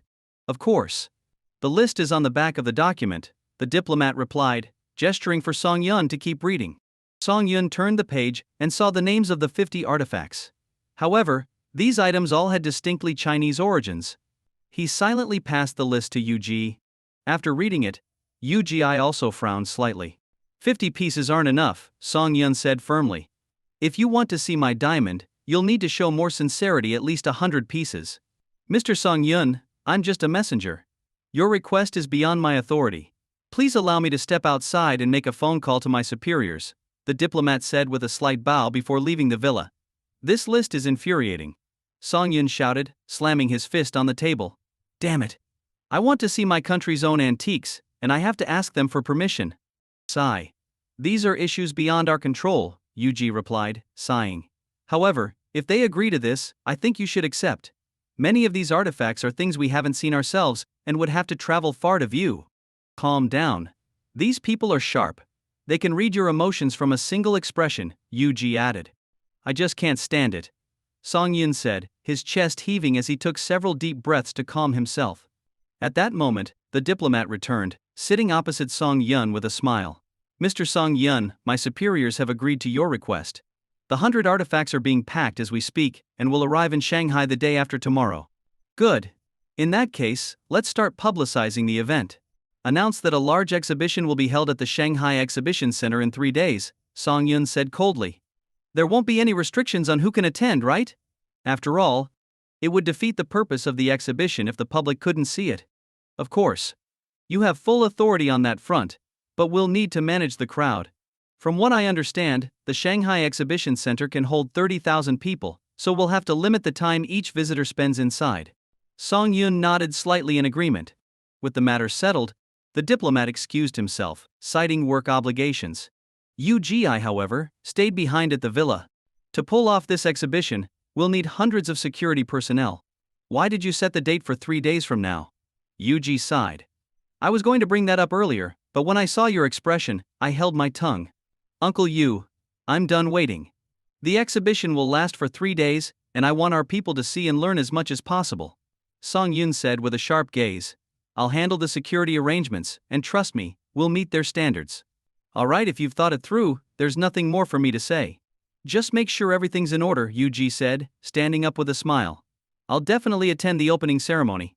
Uncle Yu, even if you didn't want to come, I'd tie you up and bring you myself. Over the past few days, Song Yun had been in constant talks with various security companies. In the end, a security team of nearly 1,000 people was assembled to safeguard the exhibition. Initially, the team consisted of around 700 personnel, but after reviewing the list, the British side added over 100 more members, expanding it to its current size. Meanwhile, newspapers and online portals had started promoting the upcoming exhibition. When people saw the list of items provided by the British Museum, many fell silent. It felt as if there was a fire burning inside them, but they had no outlet for their anger. As a result, this frustration, stoked by certain individuals, was redirected at Song Yun. After all, he was the organizer. If he was involved in such a large-scale exhibition with foreign parties, did that mean there was a chance to buy back some of the exhibits? Though the idea seemed far-fetched under normal circumstances, it gained traction, especially now. Seeing the online comments, Song Yun could only sigh helplessly. Buy them back? Would they even be willing to sell? Setting aside the potentially astronomical prices, the British Museum's stance was hard to predict. As these conversations swirled, the day of the exhibition finally arrived. The weather was clear, and a massive crowd had gathered outside the Shanghai Exhibition Center, eager to catch a glimpse of artifacts that had once belonged to their country. How had it come to this, that they now needed foreign permission to view their own history? Song Yun stood in his office on the second floor of the exhibition center, looking out the window at the sea of people, a hint of concern in his eyes. There were too many people. More people meant more uncertainty, and if someone deliberately stirred up trouble, things could quickly spiral out of control. Sure, there was a security team of nearly 1,000 professionals with extensive experience, but would they really be able to handle the situation if chaos broke out? What if the crowd's target wasn't just the security team but the artifacts themselves? Even a single damaged piece would spell a mountain of trouble for Song Yun. He had mentally prepared himself for this. If the exhibition resulted in massive financial losses, he was ready to bear them. At 9 a.m. sharp, UG led the team and stood at the temporary stage in front of the entrance, ready to kick off the ribbon-cutting ceremony. UG's presence helped calm the previously restless crowd. Some individuals with ill intentions grew nervous, realizing the seriousness of the situation. Going against someone like UG wasn't something they could afford. If he decided to crack down and investigate, they'd certainly be exposed. After the ribbon cutting, the exhibition officially began at 9:30 a.m. Visitors slowly entered the hall, with each person allowed 1.5 hours to view the displays. After each group finished, the system tracked the number of people entering and exiting. If there was a discrepancy, the exhibition would pause for 30 minutes to resolve any issues. As people gazed at the items displayed in glass cases, their eyes filled with wonder. These were once ours. Surprisingly, the exhibition proceeded in an orderly fashion. The visitors, guided by the staff, seemed to have been transported back to the era when these artifacts were originally crafted. After viewing all the exhibits, the visitors reached the final display, a massive, uncut diamond. Under the spotlight, the diamond shimmered with an entrancing glow. The crowd was immediately drawn to it. Wow! This diamond is huge. Is it part of the British Museum's collection too? Look, there's a description next to it. Holy crap! This is the diamond from the news. The largest and purest diamond in history. I thought the newspapers were exaggerating, but it's real. Haha. Finally something here that belongs to us. People were laughing, making comments about the diamond, but most of the feedback was full of praise. Has it ever crossed your mind, one person muttered, why the British Museum is showing 100 artifacts, while all we're offering is this one diamond? That comment made everyone pause. It did seem to make a bit of sense. Last year, when the British Museum and the National Museum of China held a joint exhibition, the British side had only sent 50 items, and that was an official event. Yet this one appeared to be a private exhibition. Let's not overthink it. Who owns what doesn't really matter to us? That's not the point. If that's the case, can't we use this diamond to exchange for more of our own cultural relics? You might have a point. After all, a diamond is just a stone, but those artifacts represent the essence of our ancestors' craftsmanship. Why don't we ask him? Yeah, let's ask. Soon, the crowd began shouting, "Bring out Song Yun. We want to talk to Song Yun." The security team immediately noticed the commotion. Over 100 security guards rushed to the scene, hoping to ensure the exhibition would proceed peacefully without any incidents. Everyone knew that these artifacts were insured. If anything happened, the insurance payouts would be enormous. Additionally, the security company would face heavy penalties for breaching the contract. What are you doing? Trying to strong-arm us? Stay back. I have a heart condition. We just want to ask Song Yun a few questions. Up in his office, Song Yun, after finishing his cigarette, sighed. The inevitable had happened. Straightening his clothes, he opened the door and walked out. What do you all want to ask me? Song Yun cleared his throat and asked. Song Yun, this diamond belongs to you, right? Yeah, that's correct. So why is the British Museum willing to display 100 artifacts alongside your diamond? I don't know. You can go ask the director of the British Museum yourself, Song Yun said with a shrug. Look, organizing this exhibition cost me millions up front, and it's free for everyone to attend. Are you suggesting I should use this diamond to trade for some of the museum's artifacts? Song Yun's words left the crowd in silence. After all, everything he said was true. He had personally paid for the security in the venue, all just so people could see these exhibits. If the crowd continued to push for more, even they would feel it was turning into moral blackmail. I think your diamond is far more attractive to foreigners than any of these antiques. A young man, his face flushed, shouted. So why not trade it back for something? You're rich, shouldn't you be doing something good for society? Looking at the young man's somewhat inexperienced face, Song Yun smiled and asked, and then? Then of course, it should be given to the National Museum. The young man continued boldly. Don't you have any sense of patriotism? Hey, sorry, but compared to you, I've made more contributions to society than you can imagine, Song Yun chuckled. My company pays taxes to the country every year. My foundation donates money daily to help those who are sick but can't afford treatment. And you? Besides standing here questioning me, what have you done? The young man, feeling the eyes of the crowd on him, looked uncomfortable but yelled, if I were in your position, I'd do much better than you. Too bad you're not. Song Yun shook his head. You have nothing, which is why you can stand on your moral high ground, demanding that others sacrifice, and when they refuse, you try to shackle them with guilt. You're truly a pitiful person. How dare you?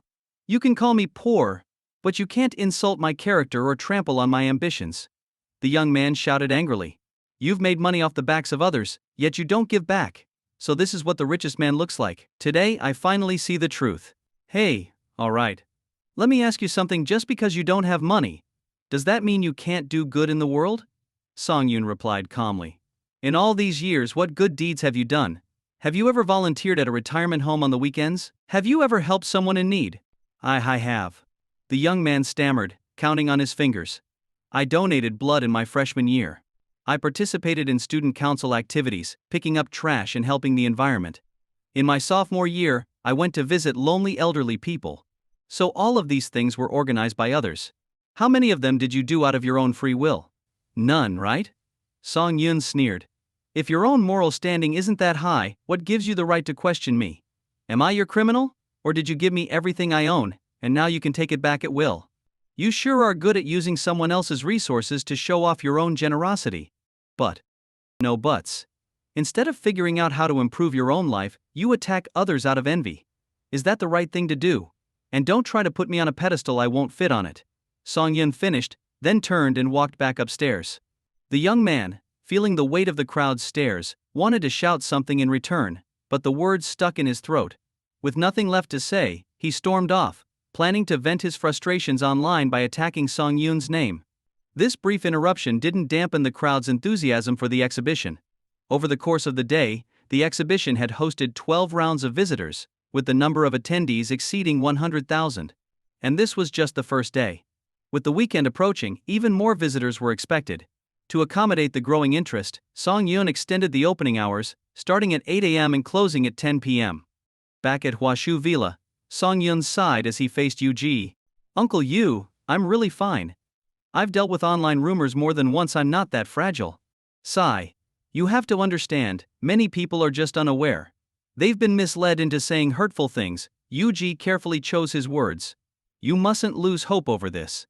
Even if you have to open an account to argue with them online, don't let this shake your confidence. Don't worry. They can talk all they want. I don't spend my entire day online," Song Yoon said with a laugh. "Today is only the second day, and already 80,000 people came through in the morning alone. Clearly people are still very enthusiastic." "Good, as long as you're okay," Yu said, putting on his coat before leaving with his secretary. Song Yoon lay back on the sofa, letting out a deep sigh. There were many people online who didn't understand the full story. Seeing the buzz around this topic, they joined the conversation without thinking. Some were demanding the return of artifacts from the British Museum, while others were attacking Song Yoon. They had somehow heard that the British Museum wanted to trade a portion of their collection for his diamond, and they insisted he should accept the offer immediately. Song Yoon found this utterly baffling. It was his diamond, not theirs. How did the opinions of a crowd suddenly give them the right to decide what to do with his property? In real life, these people would chase someone down 3 streets if they were shortchanged by a penny. But online, they felt entitled to dictate how others should use their assets. It was truly astonishing. Suddenly, a shout interrupted his thoughts. "Something's wrong." Huang Baoding rushed in, panting, his face grave. "One of the exhibits has been damaged." "What?" Song Yoon jumped to his feet. "Tell me exactly what happened." After listening to Huang Baoding's explanation, Song Yoon felt his jaw clench. A young man, influenced by inflammatory posts online, had traveled all the way to Shanghai. While no one was looking, he pulled a rock from his bag and smashed it against one of the glass cases, damaging a painting. The British Museum staff were already on the scene, and the police had also been called in. "T.H.E. Just what I needed." Song Yoon frowned as he and Huang Baoding hurried to the exhibition center. By the time they arrived, the hall had already been cleared of visitors, but thousands of people were gathered outside. As soon as they saw Song Yoon, they swarmed toward him. "Mr. Song, that kid didn't mean it. He just lost his head for a moment. Can't you talk to the museum staff and see if they'll let this slide? Yeah, the kid looks barely 18 or 19. If he gets arrested, his whole life will be ruined." "Everyone, please calm down," Song Yoon said. "I don't know all the details yet. Let's wait for the official statement. And it's hot out here, so I suggest everyone go home for now." As Song Yoon entered the exhibition center, the police had already taken over security from the private company. Seeing Song Yoon arrive, the person in charge hurried over and whispered, "Mr. Song, this is a big problem. What's going on? This situation is tough to handle. You shouldn't have come right now. The British Museum is insisting on holding this young man accountable, and if things aren't handled properly, it could escalate into a diplomatic incident," the man whispered anxiously. "But if we punish this young man according to the regulations, the crowd outside will erupt in anger." Song Yoon lit a cigarette, feeling troubled. The man was right, he was stuck in a difficult position, like being roasted over an open fire. Where are the British Museum staff and the young man? "They're in the office upstairs." "Let's go. I have to deal with this, no matter what." They made their way to the office on the second floor. Pushing the door open, Song Yoon saw the young man sitting on the sofa. He seemed to have calmed down from his earlier excitement, but fear now flickered in his eyes, and his body trembled slightly. Even so, he stubbornly kept saying reckless things. "Mr. Song, you're here," one of the British Museum staff members greeted him coolly. "We will not back down on this issue. The young man must be punished to the fullest extent of the law." Since the museum staff spoke in Chinese, the young man understood and shouted defiantly, "Go ahead. I don't care. My life is worthless. Kill me if you have the guts. In 18 years I'll be back as a hero." Song Yoon glanced at the young man but didn't respond to his bravado. "Is there any room for negotiation?" Song Yoon asked the museum staff. "I know many experts in art restoration. If the damage is minor, Perhaps we don't need to blow this out of proportion. The staff member sighed, stepping aside and pointing to a table behind him. Take a look for yourself. Song Yun approached and saw the painting, a landscape, 2 meters long and half a meter wide, nearly torn in half by the damage. This wasn't just a question of whether it could be restored to its original state, the damage was catastrophic. Song Yun, you traitorous dog! The young man suddenly screamed. The internet was right about you. You deserve to die. You. Before he could finish, Song Yun shot him a sharp look. The young man instantly felt a cold shiver run down his spine, cutting through his bravado. Where are his parents? Song Yun asked. We've contacted them, but it will take them 3 to 4 hours to arrive, the police officer in charge said, sounding exasperated. Then we'll discuss compensation when they get here, Song Yun replied, sitting across from the young man. His tone was cold. Do you feel like a hero for what you've done? At least I'm better than you. The young man snapped back. And did you think about the consequences? Song Yun rubbed his aching temples. I don't care. I'm ready to die for this. What I did has nothing to do with anyone else. If you want to kill me, go ahead. The young man's voice was filled with reckless arrogance. Song Yun stubbed out his cigarette and sneered. Such bravery. The other works by the artist of this painting sold for 130 million yuan at a Sotheby's auction earlier this year. How much do you think your family can pay? This has nothing to do with my family. I did this on my own. I understand you're only 17, correct? You're not yet an adult, so much of the responsibility will fall on your guardians, Song Yun said, continuing calmly. Your family will be burdened with this massive debt for the rest of their lives because of your foolish decision. Did you think that just because you read a few things online, you had to do this? Well, congratulations. You've done it. While others were just running their mouths, you've chosen to pay the heavy price for it. Look at the security personnel downstairs. Because of your actions, many of them will lose their jobs. Don't they have families to feed? You've damaged this painting, and now the security company and the insurance company will have to pay an enormous sum that you can't even imagine. And yet here you are, boasting as if you've done something heroic that will go down in history. What a joke. Song Yun's tone was biting. He pulled out his phone and opened a social media app, shoving it in front of the young man. Take a good look at the top trending topic. The young man gulped and stared at the screen. The top trending topic read: Young man damages painting at Shanghai's Chinese-British exhibition. When he opened the post, it was filled with comments berating him. Wow. Is this guy for real? Does he have brain damage or something? Only someone with serious issues would do something like that. That's a painting by our ancestors. What does wrecking it accomplish? If you're so tough, why don't you go fight the British Museum yourself? I work in the industry, and let me tell you, this is going to have huge consequences. The insurance alone could be worth over 100 million. If the British Museum refuses to let this go, Song Yun, the organizer, will also suffer major losses. Mr. Song spent his own money to organize this exhibition so we could all see these treasures in person. And now this kid comes along and causes trouble for him. Disgusting. See? Song Yun said, pulling his phone back. You didn't actually think people would praise you for this, did you? You thought you'd be hailed as a hero? No. That's not how it's supposed to be. The young man muttered, visibly shaken. Suddenly he pulled out his own phone and logged into his social media account. He had been part of a group chat where people had been trash-talking Song Yun, calling for action. They had ranted about how, if they couldn't have the treasures, they should just destroy them. But when he opened the chat, he found it had been disbanded. In a panic, he messaged some of the members he'd added earlier, only to be greeted by a glaring red exclamation mark. The message hadn't gone through. They had blocked him. It turned out that all those people were just talking. They hadn't meant any of it. The young man suddenly felt like he'd been tricked. Hey, realize the truth now, have you? Song Yun said with a hint of scorn. You spouted all that nonsense without a trace of remorse. Do whatever you like, but you'll soon see how the security company and the insurance company handle this mess. Song Yun sank into the sofa, frustration clear in his voice. And don't forget, soon, you'll have to face the consequences from them as well. The directors of the security company and the insurance company finally arrived, slightly late. They entered the room, respectfully bowing to Song Yun before turning to the young man sitting nearby. Their eyes were filled with anger and unspoken frustration. You're the culprit? The security company's director asked, his face twitching. A kid who looks barely in his teens managed to do something like this. I seriously suspect someone is behind him. You might be wrong this time, Song Yun said calmly. We've already looked into it. This young man just got carried away after talking to some disgruntled people online. He took their words seriously and traveled all the way here to cause damage. As for those who chatted with him, they've already made themselves scarce. Foolish. The insurance company's representative clenched his fists, shouting angrily. He let himself be used as a tool. Absolutely foolish. It was no wonder the insurance company was furious. This incident would cost them over $1 billion in compensation to the British Museum. Anyone would be livid at having to shell out such an enormous sum. The security director's expression darkened as well. Damn!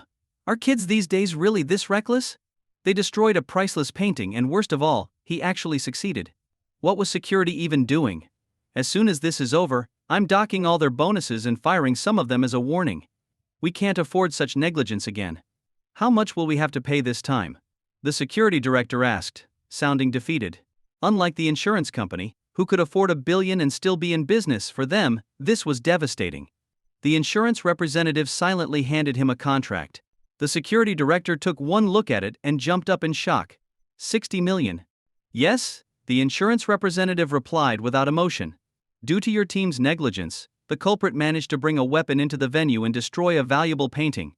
According to the terms of the contract, this is the amount you owe. The $60 million would be split into 2 payments, half to Song Yun and half to the British Museum. Unfortunately, this sum wouldn't even cover the full insurance payout. The insurance company would still need to pay an additional $1 billion yuan. With this thought, the insurance representative glared at the young man again. What an absolute fool. Everyone, the young man's parents have arrived. Would you like to discuss things with them? The police officer in charge asked seriously. After everyone agreed, the officer radioed the team outside to let the parents in. A few minutes later, a middle-aged man and woman entered the room. The moment they saw their son sitting on the sofa, looking lost and overwhelmed, the father immediately raised his hand to slap him.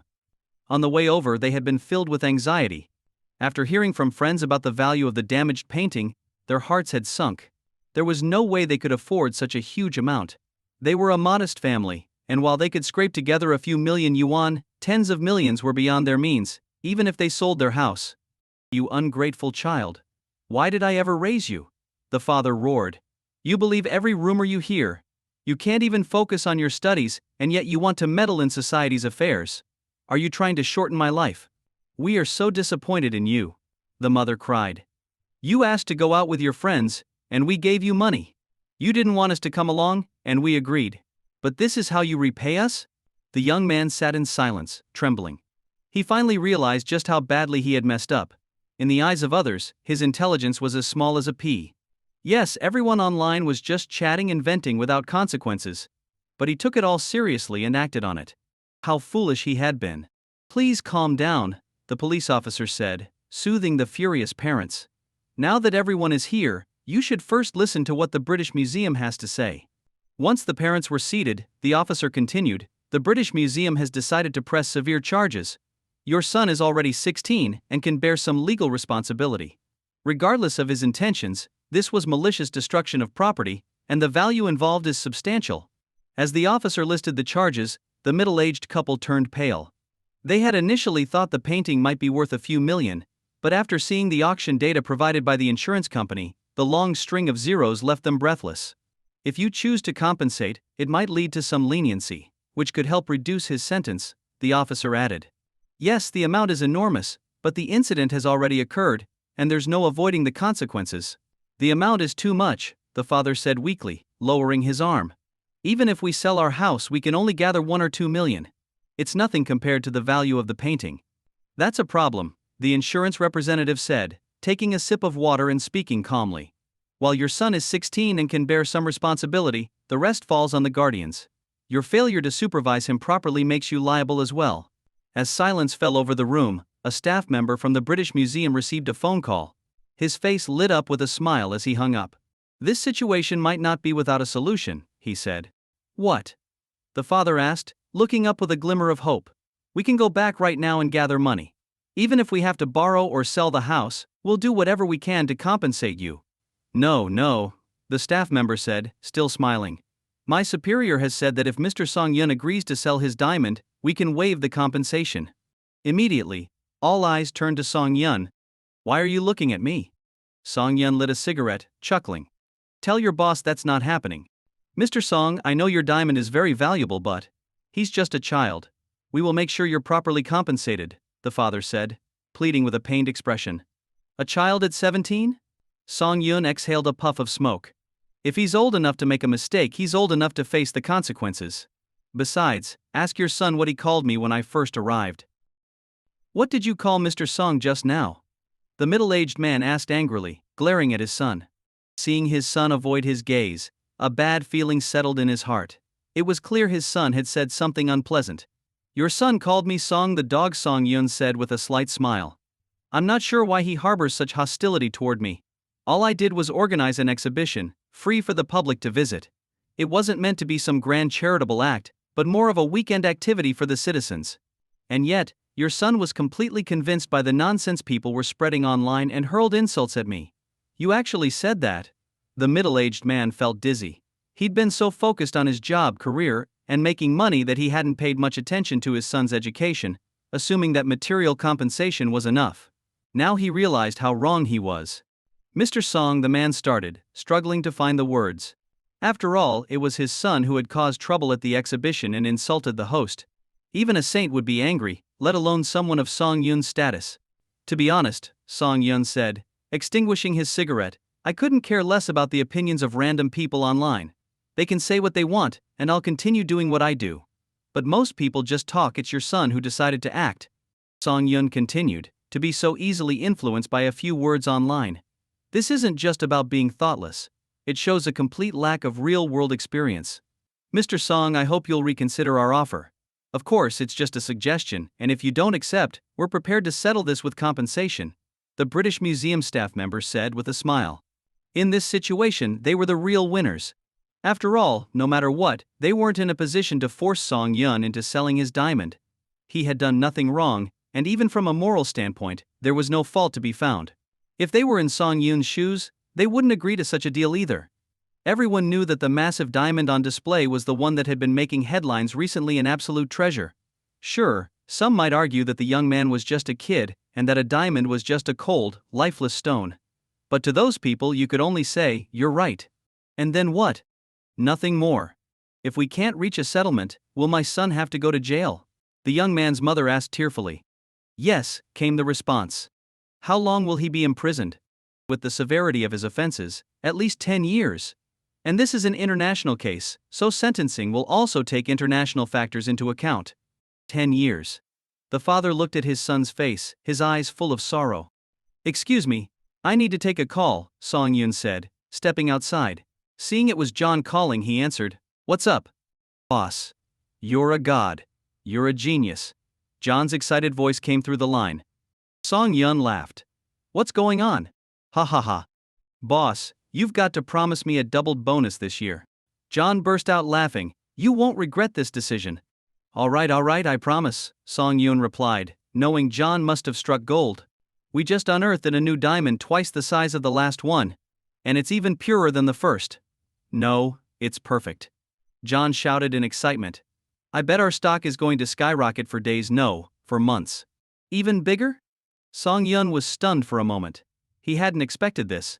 Now, the diamond currently on display didn't seem as crucial anymore. Song Yun wasn't obsessed with the diamond itself.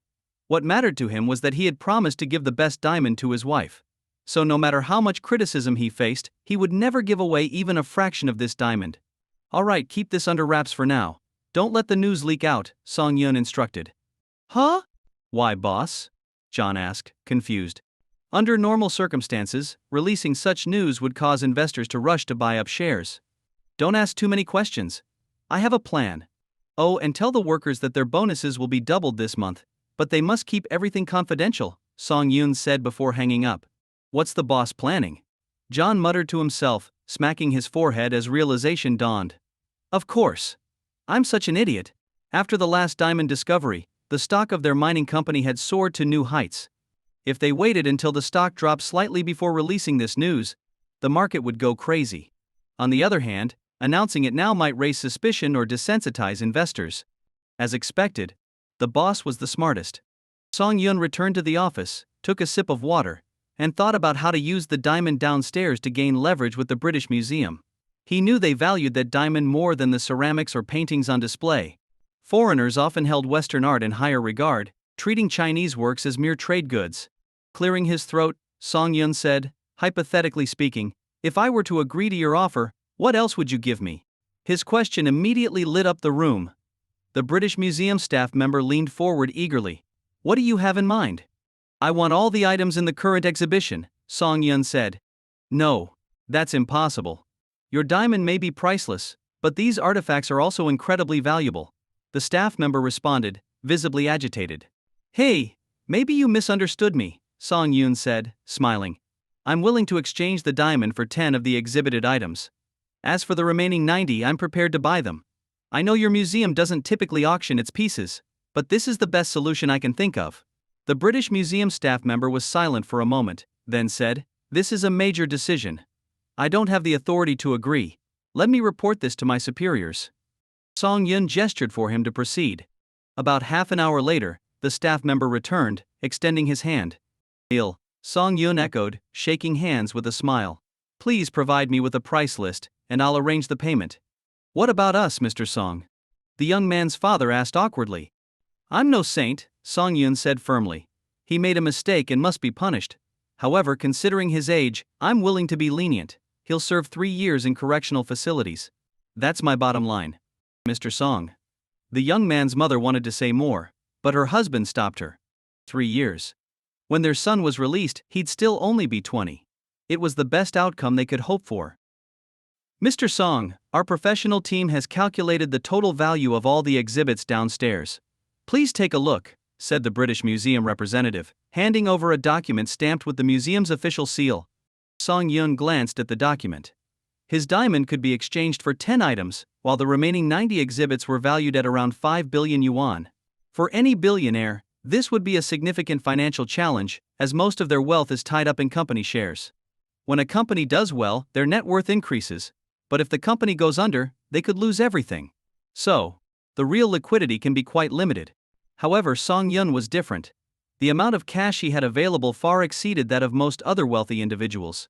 He called his company's financial department, and although international transfers usually take days to process, because Song Yun was one of the bank's most important clients, the transaction was completed in just a few minutes. The funds have already been transferred to your museum's account, Song Yun said with a smile. I've enjoyed working with you, and I hope we'll have more opportunities to collaborate in the future. It seems you've had your eye on our museum's collection for a while, joked the British Museum representative. Having completed the transaction, he was eager to maintain good relations with Song Yun, who was among the wealthiest people, even by British standards. You can take the diamond now, Song Yun said, and be sure to send my regards to your museum's director. With the deal done, the young man was finally taken away by the police. No one, regardless of age, can escape the consequences of breaking the law. Mistakes must be punished. This is a rule that stands the test of time. Mr. Song, since all these exhibits now belong to you, what about the compensation? The insurance company representative asked, rubbing his hands nervously. Do you really need to ask? Of course, the compensation should be transferred to my account. Why else do you think I spent so much on insurance in the first place? Song Yun responded, casting a sidelong glance at him. Understood. We'll transfer the compensation to your account within 30 business days. I still have some paperwork to finish, so I'll take my leave now, said the insurance representative, smiling as he hurriedly left. The security company's director sighed. He knew that his company would have to pay as well, given that their negligence had caused the day's disaster. Outside, people were gathered in front of the exhibition center, waiting for the final outcome. When they saw the young man being led into a police car, some in the crowd became angry.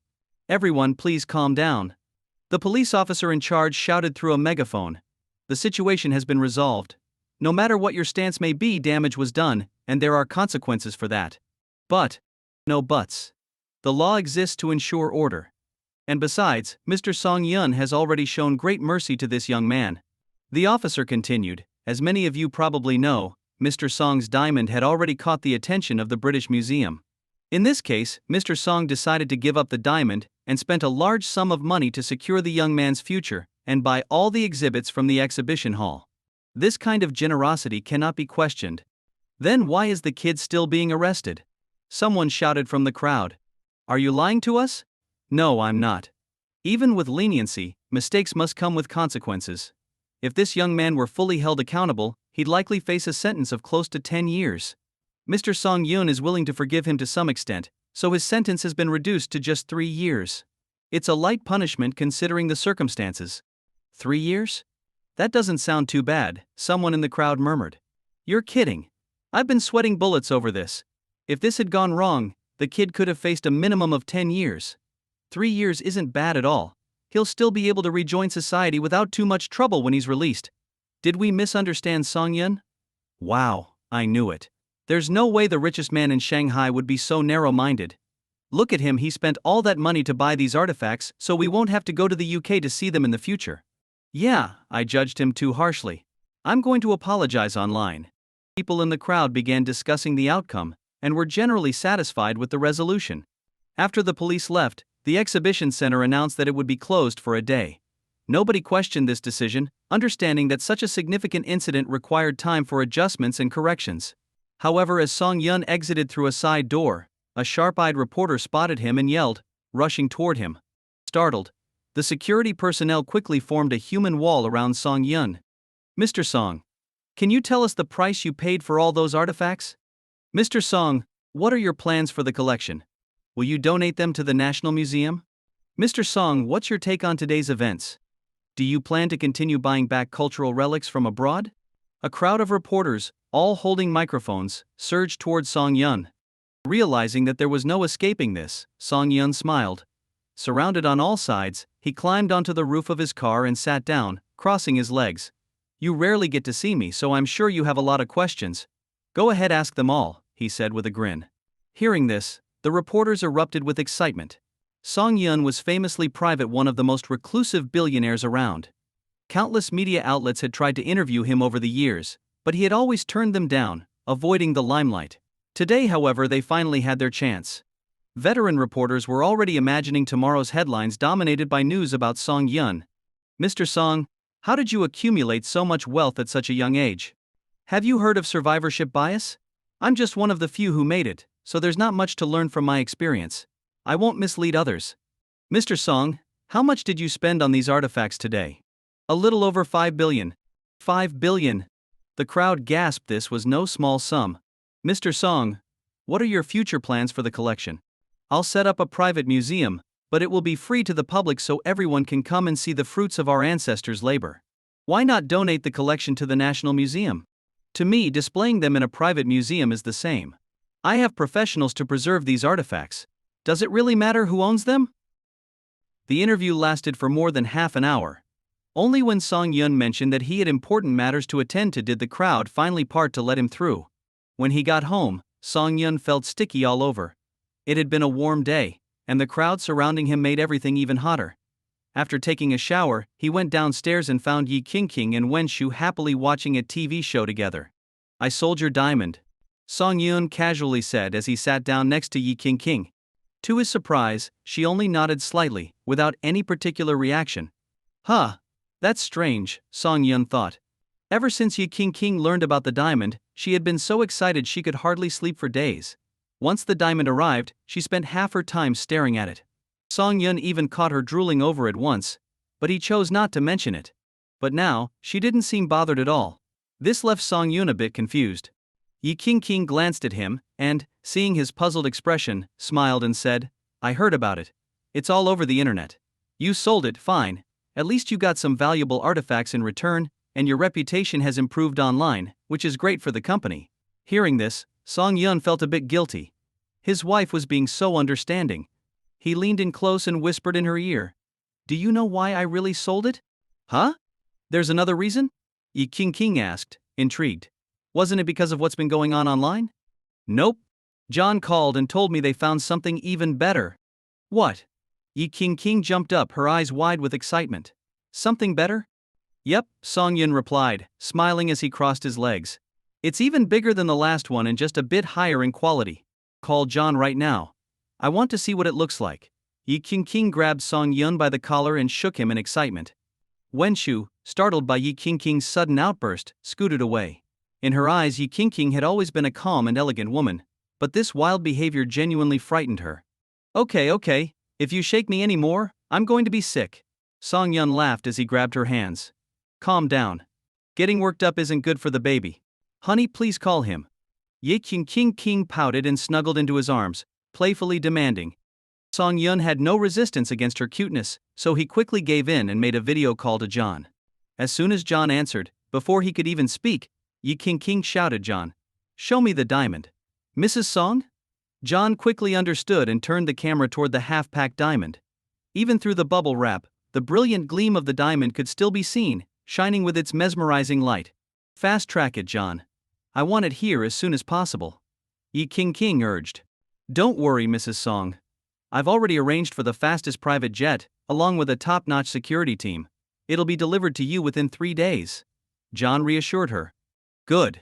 After seeing the diamond, Ye King flopped back onto the sofa like a happy, contented fish. "What if people try to buy it from you once it arrives?" she asked. "No way. This diamond isn't for sale, no matter what," Song Yun said firmly. "It's staying with us. Even if we cut it into smaller pieces for jewelry, not a single fragment will be sold." The next day, Song Yun's name dominated the trending news. Of the top 50 headlines, 20 were about him. People were especially intrigued by the photos of him sitting on top of his car, which made him seem more relatable, like a grounded billionaire. At the same time, invitations from various TV shows flooded his desk like a snowstorm. There were over 100 envelopes, and Song Yun didn't know where to start. He had always refused interviews, claiming he didn't want the spotlight.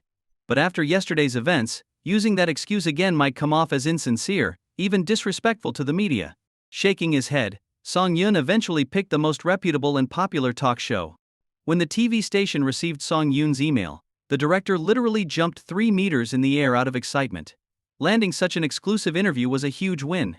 This would be Song Yun's first television appearance. And no matter how many other shows he might do in the future, they could proudly claim they had been the first.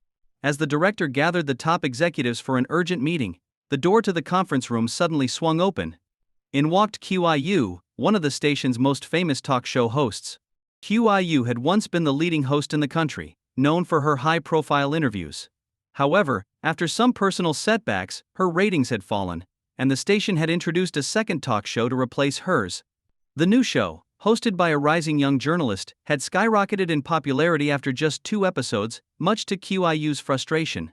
Qiu and the younger host had a frosty relationship behind the scenes. When Qiu heard that Song Yun had chosen to appear on the younger host's show, today's appointment, she marched straight into the meeting. "I heard Song Yun is coming to our station for an interview," she asked bluntly, sitting down without waiting for an invitation. Qiu had been instrumental in saving the station when its ratings were plummeting years ago, so despite her recent decline, the management still treated her with respect. "Yes, but it seems Mr. Song has already chosen today's appointment," the director answered, trying to ease the situation. But Qiu wasn't backing down. "I was the first to make interviews a national phenomenon. When our station was struggling, barely surviving, it was my show, Interview with Qiu, that brought us back from the brink. I'm aware of your contributions. Then let me handle this interview. I guarantee I'll turn it into a blockbuster episode," Qiu declared. "That girl, she's just a reporter. What qualifications does she have to interview someone as important as Song Yun? She's only getting ratings because of her looks." On the day of the scheduled interview, Song Yun arrived at the TV station with Hwang Baoding. The station's executives all came downstairs to greet them, and the station director shook Song Yun's hand excitedly, saying, "Thank you so much for your trust. We've made thorough preparations for this interview." "He, there won't be any sharp questions, right?" Song Yun joked. He had watched the show hosted by that female reporter before. Today's interview, it was generally light-hearted and leaned more toward entertainment, showcasing a different side of the guests. "Of course not. We've already prepared the script. Would you like to take a look in advance?" The station director hastily added, "This time, we're using a dual interview format for a live broadcast. There will be 2 hosts. You don't mind, do you?" "Doesn't bother me," Song Yun said, taking the script the director handed him. After a quick glance, he saw that most of the questions were simple and didn't touch on his private life, which was a relief.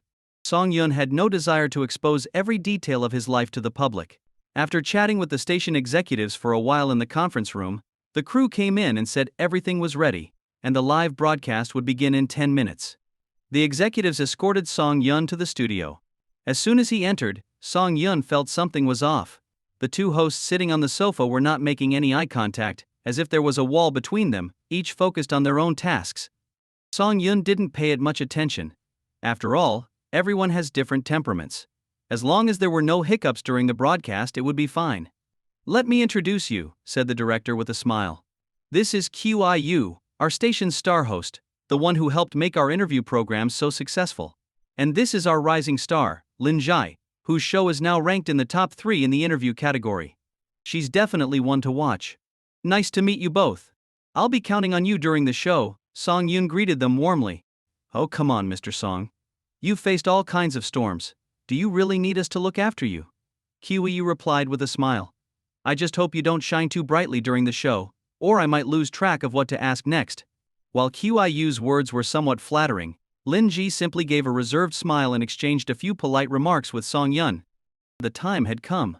The lights and cameras switched on, and as Song Yun glanced at the dozens of people surrounding the set and the bright stage lights, he felt a slight pang of nervousness. Hello, dear viewers. Welcome to the latest episode of our interview program. Lin Ji stood up, waved to the camera, and flashed a sweet smile. Today, we have a special guest.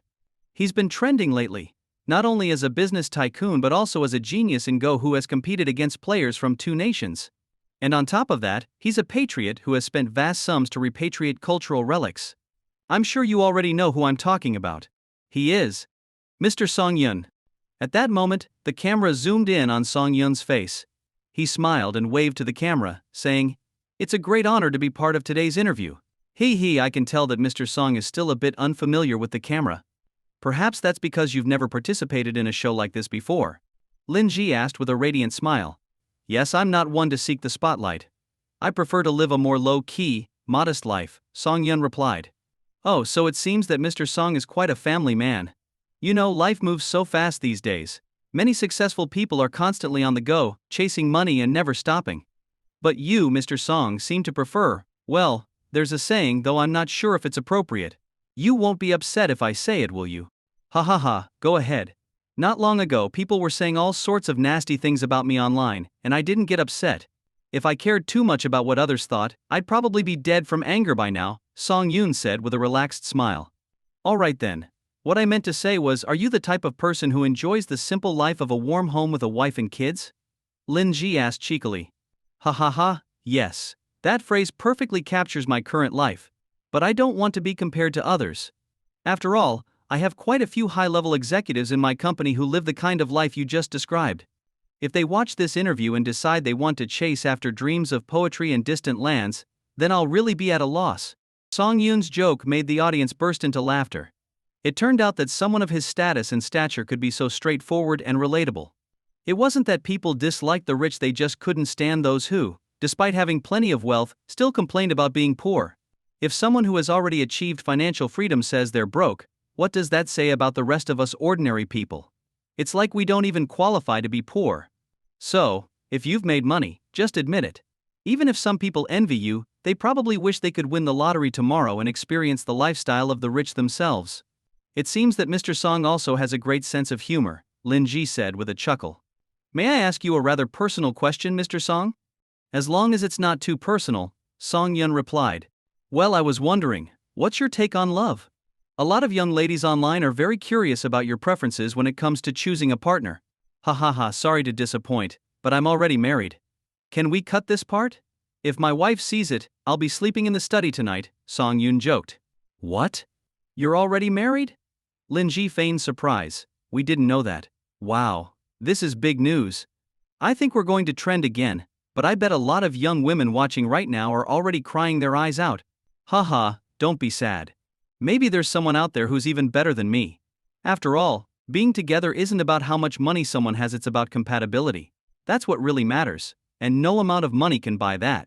Can I ask, Mr. Song, what kind of person are you most drawn to?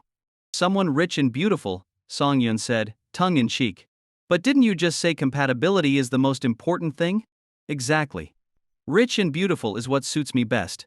Actually, I once dreamed of living off a wealthy woman, but unfortunately, my aesthetic preferences didn't align with theirs, so I had to toughen up and do it myself.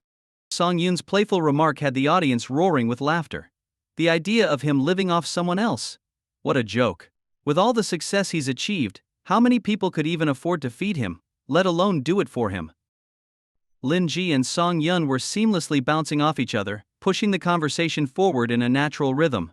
Meanwhile, sitting on the other side of the sofa, Qiu was in no such good spirits. She couldn't even find an opening to join the conversation. She had always prided herself on being the queen of interviews, but today's situation was something she had never experienced before. Fine. This little girl must be deliberately trying to overshadow me. Qiu was inwardly furious but still forced a fake smile, playing along with the jokes. Mr. Song, I heard that your wife is the daughter of the former richest man in Shanghai, is that true? As soon as Lin Ji finished her segment, Qiu seized the opportunity and quickly asked her question. Song Yun gave her a long, hard look. This woman sure knew a lot. He hadn't revealed much about his family to the public, so while some knew he was married, very few knew who his wife actually was. Only people of a certain status were aware that his wife was Yi Qingqing. Yes, my wife is indeed the eldest daughter of the Yi group, Song Yun replied, though he wasn't sure how Qiu had gotten hold of this information. Still, to avoid making things awkward, he nodded in confirmation. We also know that the Yi group is now under your control. Was such a large corporation part of your dowry? Qiu asked with a slight edge. Haha, there were many factors involved, so it's not convenient to discuss here, Song Yun responded with a smile. But my father-in-law remains the head of the Yi group, that much is certain. Alright then, I have another question for you. You built such a vast business empire from scratch, how did you do it? I don't mean to be blunt, but just a few years ago, you were still a student, without much of a background in business. Then, all of a sudden, your wealth skyrocketed. Could this have something to do with a particular turning point in your life? Qiu's ambiguous question immediately caught the audience's attention. A turning point? What was she talking about? They all wanted to know how an ordinary person had become the richest man in Shanghai in just a few short years. That wasn't something just anyone could accomplish. What exactly are you referring to? Song Yun asked calmly. Well, from what I've heard, you and your wife met at the entrance of the Civil Affairs Bureau. Is that right? Qiu's eyes gleamed with the hope of uncovering some juicy details. Not exactly. We actually knew each other when we were kids, but due to certain circumstances, we lost contact. It was only later that we ran into each other again outside the Civil Affairs Bureau, Song Yun explained. So, may I ask what you were doing at the Civil Affairs Bureau that day? Qiu pressed on, trying to dig deeper into Song Yun's personal life. It seemed she was onto something big. Apparently you were there to marry your ex-girlfriend, but for some reason, the marriage didn't go through. Instead, your current wife drove over to rescue the situation, and you two ended up getting married. Isn't that quite the legendary love story? Although Qiu was recounting facts, in the eyes of those who didn't know the full story, Song Yun now looked like a heartless man who had ditched his ex-girlfriend for money, a man who coldly abandoned his former lover to climb the social ladder. Actually, it's not something I can't talk about, Song Yun said, casting a cold glance at Qiu. At that time I did go to the Civil Affairs Bureau to marry my ex-girlfriend. But her mother demanded an outrageous bride price, even though I had already paid once before. For someone who had only been out of school for a few years, it was an impossible amount to afford. That's when I realized what kind of people they really were. So, I decided it was better to break things off entirely. Oh? After you married your current wife, your wealth rapidly increased. Do you think that had anything to do with her background? Qiu asked, her question hanging in the air and making the room feel tense. The invited audience fell silent, sitting stiffly in their seats like stone statues. The station executives glared furiously at Qiu. Damn it. This woman just couldn't learn her lesson. She had already caused trouble in a previous interview by asking an inappropriate question to a high-profile guest, which had led to a deeply uncomfortable atmosphere. The guest had even threatened to have Qiu blacklisted, and it had taken a lot of pleading from both the station and her powerful backers to get her forgiven. Yet here she was, making the same mistake again. Was this something you could ask on live television? But there was nothing they could do about it. This was a live broadcast, and they couldn't just shut down the cameras. Song Yun took a deep breath and said, "It has nothing to do with her background. Everything I have now, I earned through my own hard work. If you really want to know, then I can only say that I'm the chosen one, just like in those novels. There's a system inside me that keeps helping me out. Does that answer your question?" Haha, Mr. Song, you're such a joker. Everyone knows that's just a fantasy from novels. Q quickly shifted the conversation. Let me ask you a less sensitive question then. After you broke up with your ex-girlfriend, did you ever think about her again? After all, she gave you all of her youth. The station director was now throwing things in frustration. If it weren't for the bad optics, he would have turned off the cameras right then and there. What kind of question was that? What kind of answer was she expecting? This question painted Song Yun as a heartless man who treated relationships like a game. In my view, both men and women have their youth, and you can't say that just because a woman dated a man, her youth was wasted on him. Men's youth is just as valuable.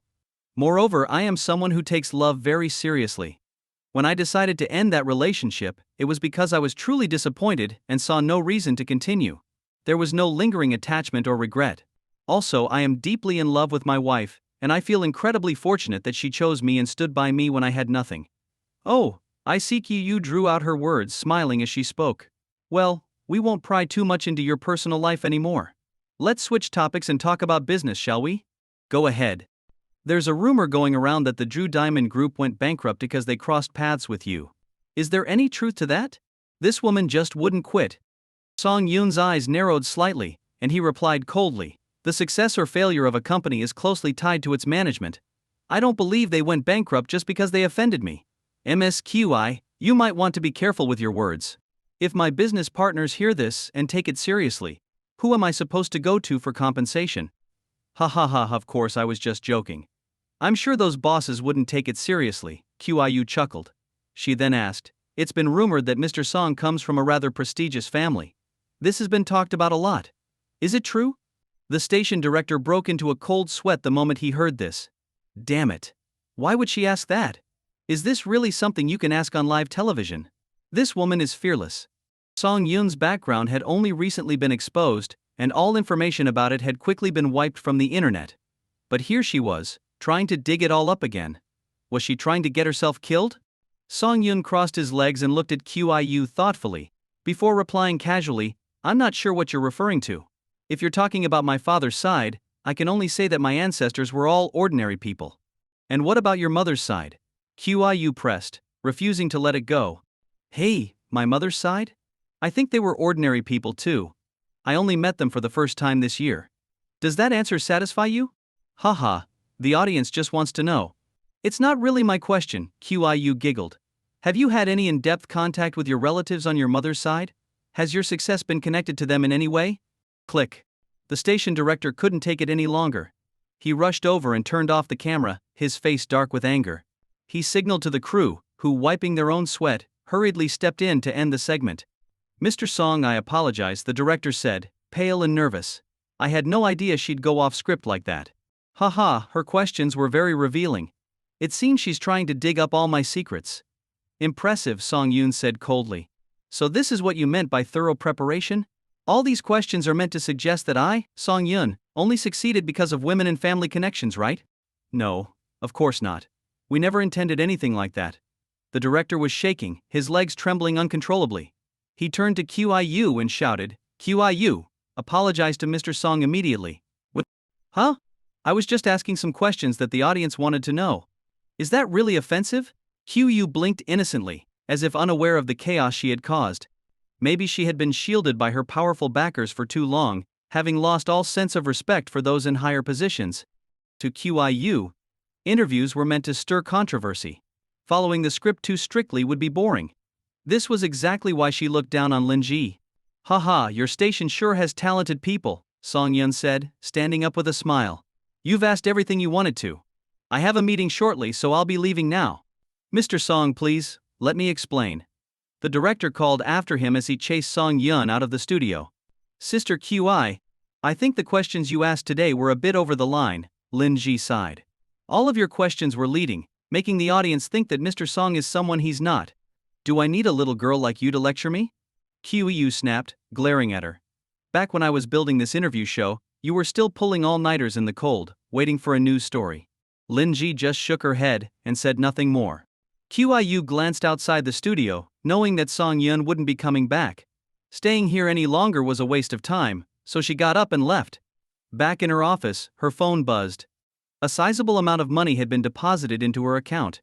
A text message followed shortly after. "Thank you for your bravery in asking those questions during today's interview. This is a small token of appreciation for your courage." The message disappeared automatically a minute later, and if it weren't for the money in her account, Qiu might have thought it was all a dream. "Haha, with this much money, what do I have to be afraid of? Even if I lose my job, I can still live comfortably," Qiu murmured to herself, stretching and smiling. She couldn't help but think back to the night before. She had been invited to dinner by an acquaintance, and when she arrived, she found that they had brought along a young man. After a few rounds of drinks, the young man asked her, rather tentatively, if she could slip in a few specific questions during the next day's interview. As a professional interviewer, Qiu refused at first. But the offer was simply too tempting. The initial deposit alone was enough for her to buy a luxury car worth millions. Qiu hadn't exactly been short of money, as her successful interview show had attracted many business deals. Her endorsement fees, though not in the billions, were still in the tens of millions. But after offending a major figure during a previous interview, all her endorsement deals were terminated overnight. She, who had been used to spending lavishly, couldn't bear the thought of living an ordinary life. So, she gave in. Qiu, have you lost your mind? Do you realize the consequences of those ridiculous questions you asked today? The director stormed back into the studio after seeing Song Yun out, but Qiu was already gone. When he found out she had left, he barged into her office. Director, they were just a few questions. I don't think I did anything wrong. These things were already circulating online, Qiu said slowly. Besides, interviews are meant to have some revelations, right? If everything was plain and boring, who would watch? You. Have you forgotten what happened last time? The director furiously slammed the desk. Song Yun is even more powerful than the last person you offended. Do you still want to work in this industry? So what if I don't? Who's afraid of whom? Qiu, now irritated, raised her head defiantly. Do you really think I'll starve if I leave this place? Fine. Very well. You're so capable, aren't you? The interview queen, who can find work wherever she goes. It seems our humble station just isn't big enough for you. The director laughed bitterly, then shouted, pack your things and get out. I'll make sure no one dares hire you once you walk out of this door. No need to fire me. Here's my resignation letter, I'm the one quitting. After leaving the TV station, Song Yun was in a foul mood. Damn it. He hadn't done anything to anyone, so why was he being targeted in an interview? Look into who Qiu has been in contact with lately. The way she asked those questions, it can't just be curiosity, Song Yun said, closing his eyes in the car, instructing Huang Baoding. Huang agreed and first dropped Song Yun off at the Huashu villa before driving off to investigate. By the evening, Huang returned with a stack of documents and handed them to Song Yun. As Song Yun flipped through a couple of pages, one piece of information stood out to him. It turned out that last night, Qiu had dinner with two people, one of whom was an old acquaintance of Song Yun's, Prince 14. This member of a hidden family had escaped during their previous confrontation, and Song Yun had searched for him relentlessly, but without success. And now, he was back without anyone noticing. Song Yun pointed at the photo of Prince 14 with a curious smile, saying, don't be fooled by how much weight he's lost, those greedy eyes still give him away. I spotted him right away. Huang leaned closer, studying the photo for a while before exclaiming in surprise, that's him? Prince 14?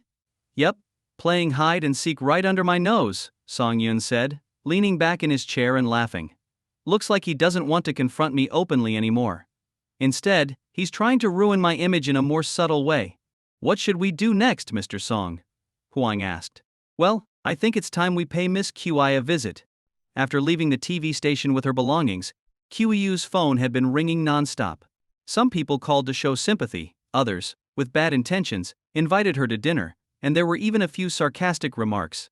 In just half a day, Qiu had experienced the full spectrum of human nature. Since graduating from university and joining the station, Qiu had always been favored by those in power, which meant she had never really faced any serious setbacks. This had fostered her arrogance. But now, after resigning, she finally understood what it felt like to be cast aside. Yet, something bothered her. This scandal was all over the industry by now, and surely her powerful backer must have heard about it already. So why hadn't she received a call from him? Sitting in her living room, Qiu pondered for a while before deciding to dial him herself. But just as she was about to make the call, she heard familiar music playing outside her door. He actually took the time to come and see me.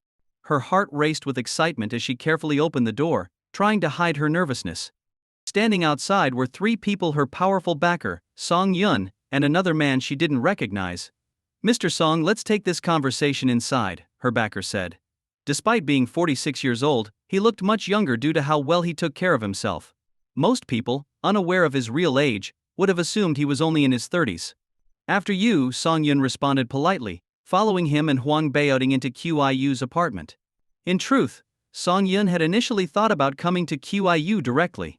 But with so much going on in his life recently, he didn't want to risk any scandalous rumors about secretly meeting with a woman. So, he made sure to bring along QIU's backer to avoid any potential gossip. This backer of QIU was an interesting figure. Originally from a prestigious family in Beijing, he had never liked the traditional path set by his ancestors and instead developed a keen interest in the entertainment industry. Despite this, he had never actually established an entertainment company, choosing to remain a behind-the-scenes participant. Even at 46, he had never considered marriage and had truly mastered the art of staying unattached despite being surrounded by countless women. "Why did you bring him here?" QEU whispered to her backer, tugging on his sleeve nervously. "You idiot. I haven't even settled the score with you yet. Do you know who Mr. Song is? The questions you asked were complete nonsense." He scolded her in a low voice. "I don't care what you were thinking. When Mr. Song asks you something, you answer truthfully. If you hide anything, you're done in this industry." "Oh," QIU replied, realizing just how much trouble she was in. She had always thought her backer's influence was enough, but seeing how cautious he was with Song Yun, she knew she had underestimated the situation. The backer seemed familiar with QIU's apartment, casually making tea and pouring a cup for Song Yun. "Mr. Song, feel free to ask whatever you'd like. I guarantee she won't lie," he assured. "Thank you for your help today. If you ever need anything, don't hesitate to reach out," Song Yun said before pulling out a piece of paper and sliding it in front of QIU. "Miss QI, you're not unfamiliar with the people on this list, are you?" QIU stared at the paper. It was a photo from her dinner the night before. How had this ended up in Song Yun's hands? She never imagined that this simple dinner, where she and the young man had just eaten together, would come to light. Who would have thought that the young man was willing to pay such a hefty price just to have her ask those questions? "I recognize them," QIU admitted. She decided to say only what was asked, following the principle that the less she said, the fewer mistakes she would make. "And did you have any, shall we say, deeper conversations with them?" Song Yun asked. At this, both QIU and her backer's expressions changed. QIU began to panic. Could Song Yun already know about the money she had accepted? Should she confess or try to lie? Meanwhile, her backer was fuming. Had she betrayed him? "Damn it. I've always treated you well, haven't I? We just had dinner." "I don't know what you mean," QIU said, trying to remain calm. "Oh. Then how do you explain this?" Song Yun smiled as he pulled out a document showing the record of a large sum of money being transferred to QIU's account. Seeing the amount, the backer's eyes widened. "Where did all this money come from?" he demanded.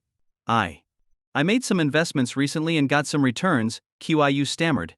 "Really? Then why are there two transactions?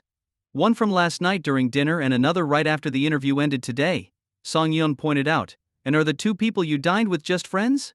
"Yes, they're just friends." "Mr. Song, are you really going to pry into my personal life too?" QIU responded sarcastically. After losing her job at the station, she didn't care about staying in the industry anymore. So she wasn't afraid of Song Yun. What could he possibly do to her? "Hey! Then tell me, who is this young man? What's his name? Where does he live? What does he do? And how do you know him? Mr. Song, are you here to investigate me or something? If that's the case, you can leave." "What the hell are you saying?" "Answer his questions." Her backer slammed the table in frustration. "We're not leaving until you explain everything." "Don't be so aggressive. If you scare Miss QI too much, and she suddenly claims to have memory loss, where would I even find someone to talk to?" Song Yun said with a smile. "Miss QI, the conflict between us is honestly a very small matter from my perspective. But have you considered that the young man you met with his actions are far more dangerous? Why do you think he had you ask me those offensive questions? What was his real purpose?" QIU bit her lip nervously, clearly frightened by Lord Lu's earlier outburst. She had never seen him, usually so refined and gentlemanly, act in such a terrifying way when angry. "Let's put it this way, Miss QI," Song Yun continued. "This man you met with, his true situation might be very different from what you think. If you get too involved with him, many people will start seeing you as an enemy. Forget about enjoying the money he gave you. Just surviving in the future could become a problem." Even Lord Lu was startled by Song Yun's words. He had no idea about the background of the young man in the photo. Initially, he assumed the guy might have some sort of fling with one of his old flames. But now, hearing Song Yun, it seemed this young man might be one of Song Yun's enemies, someone trying to tarnish his reputation, not to cause real harm but simply to disgust him. But the more Song Yun spoke, the more alarming it became. Who was this young man really? It sounded like he wasn't just a problem for Song Yun but had likely crossed others as well. Lord Lu frowned deeply. Sure, he liked having fun, but only when it was safe. If he had to go out every day, facing new enemies left and right, the fun would quickly fade. QIU. I believe Mr. Song is not deceiving you. You'd better tell us everything you know, Lord Lu said sternly. This is your only chance, otherwise you can forget about calling me again, and let's just pretend we never knew each other. I'll tell you, QIU said quickly. Lord Lu had always been her greatest support, which was why she dared to talk back to the station director and leave in a huff. As long as Lord Lu supported her, even if she was blacklisted for a few years, a little nudge from him would be enough to get her back on top. I don't actually know who this young man is, QIU said softly, lowering her head. Last night a friend invited me to dinner, and when I arrived I found the young man already there. We had some drinks, and after we got a bit more familiar, he mentioned he was a fan of yours and wanted me to ask a few questions during today's interview. At first I didn't want to agree, but he transferred $1 million as a down payment to me on the spot, and promised even more afterward. I thought it was just a few questions, nothing that would cause too much trouble, so I agreed. So your friend was the middleman? Song Yun asked, leaning back on the sofa, hands resting on his stomach. What does your friend do? Where do they live? Can you contact them now? I can. I'll call him right now, QIU said, quickly taking out her phone and placing it on the table to show she wasn't up to anything suspicious. She dialed the number. QIU, what's made you call me at this hour? Have you run out of resources after leaving the TV station? I've told you before, that Lu guy isn't worth your time. How about this, come over to my place later, and I'll introduce you to some friends, came a flirtatious voice from the phone. Lord Lu's temple veins throbbed with anger as he listened, but he restrained himself to not disrupt Song Yun's business. Okay, I'll come by later, QIU replied, trying to remain calm. Hey haha. Finally coming around, huh? Hurry up then, I'll have the wine ready. The man on the phone said, before the call ended. After hanging up, QIU stood there, head hung low like a child caught doing something wrong. Lord Lu sat on the sofa, fists clenched tightly, his eyes burning with suppressed rage. QIU, haven't I treated you well? Lord Lu asked, his voice low. How many times have I cleaned up your messes over the years? Every time you made a mistake, who was there smoothing things over for you? And when you started hosting the show, who was it that got all those big guests to come? I never thought you'd associate with someone like that. I must have been blind. He roared the last sentence, causing QIU to tremble in fear. Lord Lu, I swear I've never spoken badly of you to anyone, QIU stammered. We'll discuss that later. For now, let's focus on this matter. Lord Lu said coldly. Mr. Song, shall we go over there now? I'd like to see what this man is made of. No problem, Song Yun nodded. It seemed QIU wasn't as innocent as she appeared. Who knew how many backup plans like this she had stashed away? As for Lord Lu, Song Yun couldn't help but think how green the man must feel right now. The group drove to the location. QIU had given them a luxurious apartment building in downtown Shanghai. Each floor had only one apartment, with over 300 square meters of space. You'd need a fortune to afford a place here. Good evening, Ma am. Who are you here to see? Asked the professional apartment concierge at the entrance. No one was allowed inside without permission. Good evening, I'm here to see Mr. Qian on the 13th floor, QIU replied. All right, let me check if you have an appointment, the concierge said, pulling out a tablet. After a moment of checking, he shook his head. Sorry, Mr. Qian hasn't indicated that he's expecting any visitors today. Maybe you could call him now and check? QIU suggested, pulling out her phone to try calling Mr. Qian again. But this time his phone was turned off. How could this be? She checked the number again. No mistake. She dialed again, still turned off. I really did speak with him before coming. Look, we talked for several minutes just half an hour ago, QIU said, showing her phone to the concierge. But he didn't even glance at it, simply replying with a polite smile. I'm sorry, without a notification from the resident, we cannot let anyone in. Please understand, I'm just doing my job. But his phone is off, QIU protested. In that case, you'll need to wait. I can try reaching him on the internal line. What's your name? QIU. Bayu? All right. The concierge walked to the security office and tried calling Mr. Qian's landline. After a minute of ringing, no one answered. Miss, are you sure Mr. Qian is home? The concierge asked, peeking out. Of course he's home. Can't you check your security cameras to see if he's come back today? The most important skill for an apartment concierge? It's not service, but memory. He must remember all the residents and their family situations, so as not to mistakenly block the wrong people.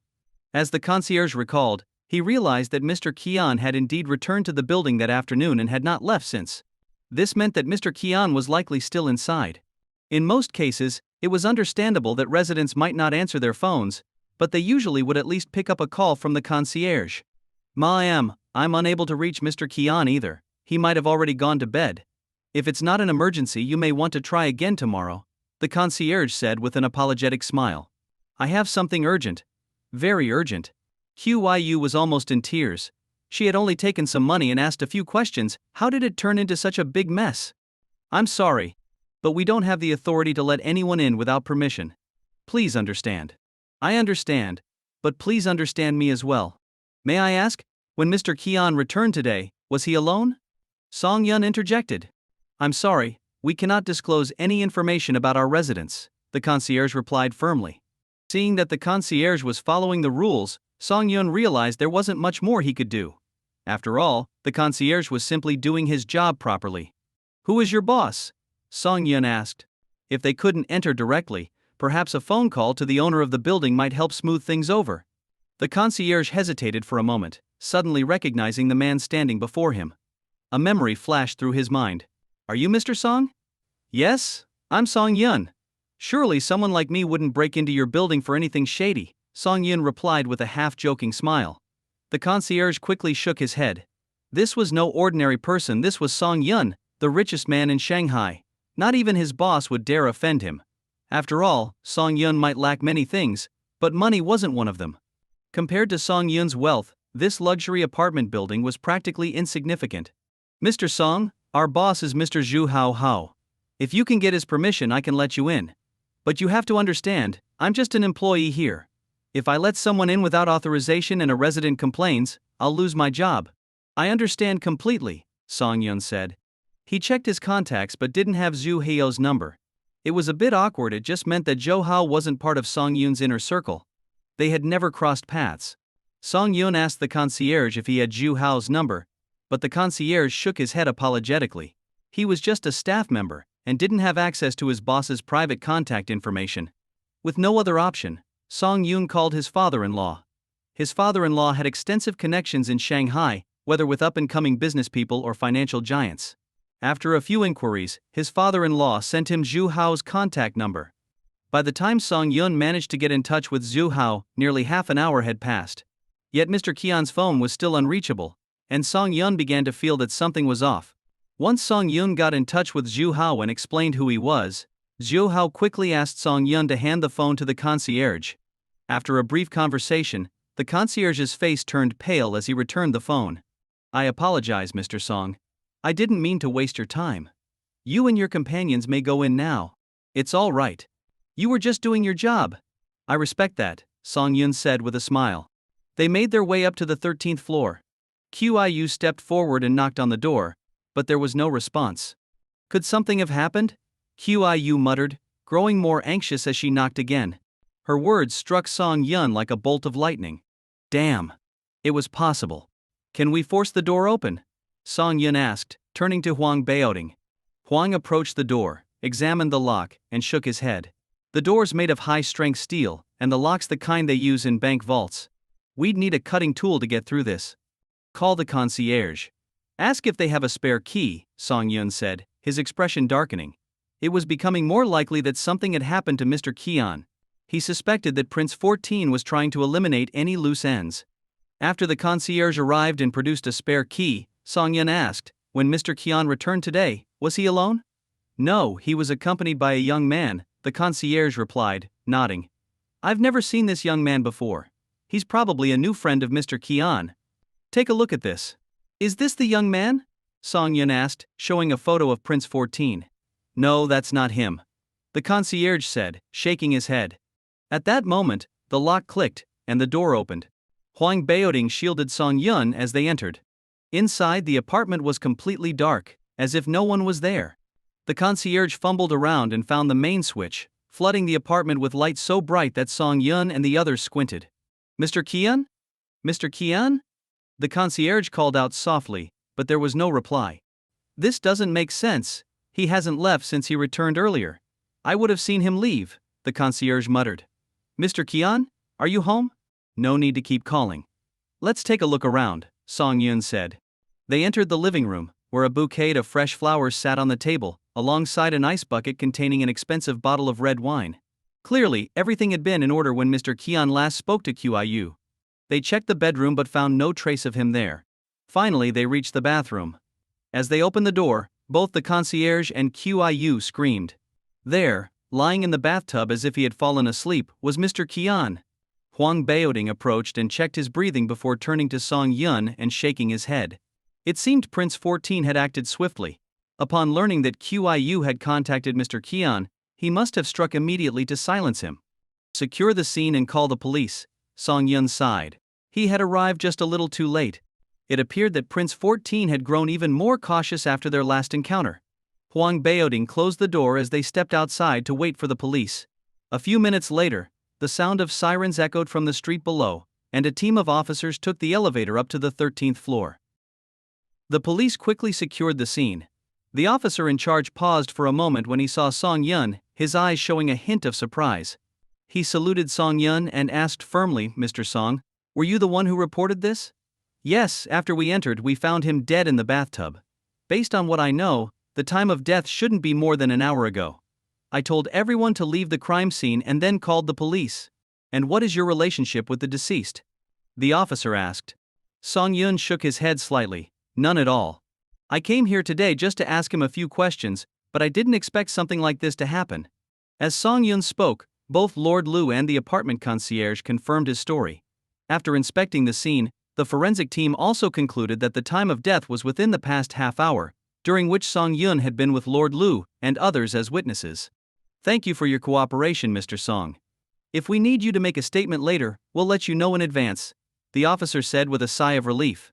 Given Song Yun's high profile, any connection to a homicide would have caused a major issue.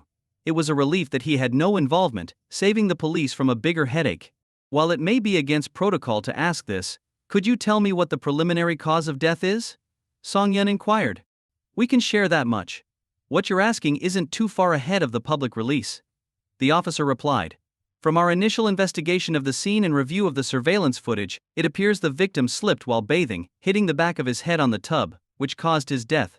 He continued in a more serious tone, however. One detail is particularly suspicious. The surveillance footage shows the victim entering the apartment with a young man, and that man never left. So, after the victim died, where did this young man go? Also, since the apartment is on the 13th floor, with only one unit per floor and keycard access required, it's impossible to enter or exit other floors without a residence card. We searched the building floor by floor through the emergency exits but found no trace of him. Song Yun rubbed his chin in thought. There was no doubt that this death was connected to Prince 14. But what was truly puzzling was that the person who had entered the apartment with Mr. Kian had disappeared without a trace. Surely he didn't just sprout wings and fly away, right? Wings? Song Yun's gaze shifted to the large floor-to-ceiling windows in the living room. The small window above could easily fit a grown man. He moved closer to examine it, and, sure enough, there were faint marks around the window, as if someone had climbed through. He quickly called over the officer in charge, who immediately sent someone to collect samples and began investigating whether any nearby buildings had outdoor surveillance cameras. Fortune was on their side. A nearby residential building had captured footage of a young man in a wingsuit gliding down from a height. That explained it. It seemed that Prince 14 had found someone skilled not only in ruthlessness but also in extreme sports. Thank you for your help, Mr. Song. I've already uploaded the suspect's photo to our system. We should be able to track him down soon, the officer said, shaking Song Yun's hand gratefully. If they had combed through the room bit by bit, they would have eventually found the footprints and deduced that the suspect had escaped through the window. But that would have taken precious time, giving the killer more opportunity to get away. No problem, I just did what I had to do. You've helped the police uncover a key clue and contributed greatly to public safety. You've been rewarded with 50 virtue points.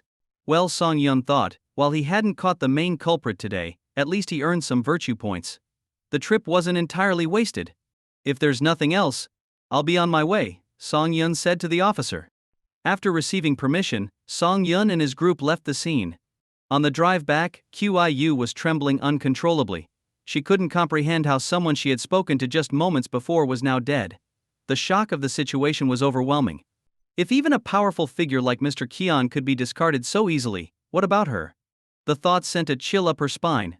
She didn't want to die. She was still young. Mr. Song, I was wrong during the interview. Please, I beg you, help me. He'll definitely come after me. I know you can protect me. Qiu pleaded desperately. Song Yun, sitting in the passenger seat, gazed out the window, his expression cold. Now you realize that money wasn't so easy to take? I understand. I'll transfer all the money back to you right away. Just please help me until the killer is caught. Qiu cried. Mr. Song, Qiu is a valuable lead. She's seen the young man in person, so her safety is crucial. If they try to go after her, it could give us the chance to capture them, Lord Lu chimed in, trying to defend his lover. He too was shaken by today's events. The people they were dealing with were terrifying, ruthless, and acted without hesitation. Mr. Qian had only been a middleman, barely involved, yet he was snuffed out the moment he became a liability. This kind of cold calculation was beyond what someone like Lord Lu could handle. Fine. For your sake I'll help her. But I don't need the money. Qiu, donate all of it to charity. Maybe doing some good will give you a way out of this mess, Song Yun said calmly. Okay. I'll donate it all right now. Qiu, overjoyed by Song Yun's promise, hurriedly opened a donation platform and transferred all the money she had received from Prince 14 to a charity for children in impoverished areas. When they arrived at Qiu's home, Song Yun made a call to his security company, dispatching 10 guards to protect her around the clock. The security team, towering and intimidating, immediately gave Qiu a sense of safety, and her heart slowly calmed. After ensuring everything was in place, Song Yun and Huang Beiding left, with Lord Lu also deciding not to stay, given the lingering danger around Qiu. Once all the guards had taken their positions, Qiu was left alone in her home. Sitting on her bed, she couldn't help but feel scared by the empty silence surrounding her. Just then her phone buzzed. The sound was jarringly loud in the quiet room. Qiu checked her phone and saw that she had received a text message, but there was no visible sender. Miss Qi, I believe we had a pleasant collaboration. However, your betrayal has left me quite displeased. Only those who stay silent live longer, don't you agree? The menacing message was automatically deleted the moment she finished reading it. Terrified, Qiu dove under her blankets, her whole body trembling with fear. Song Yun had no idea that Prince 14 had already reconnected with Qiu, and even if he did, there wasn't much he could do at the moment. After all, Shanghai was a vast city. If someone wanted to change their appearance and hide among the crowd, finding them would be incredibly difficult.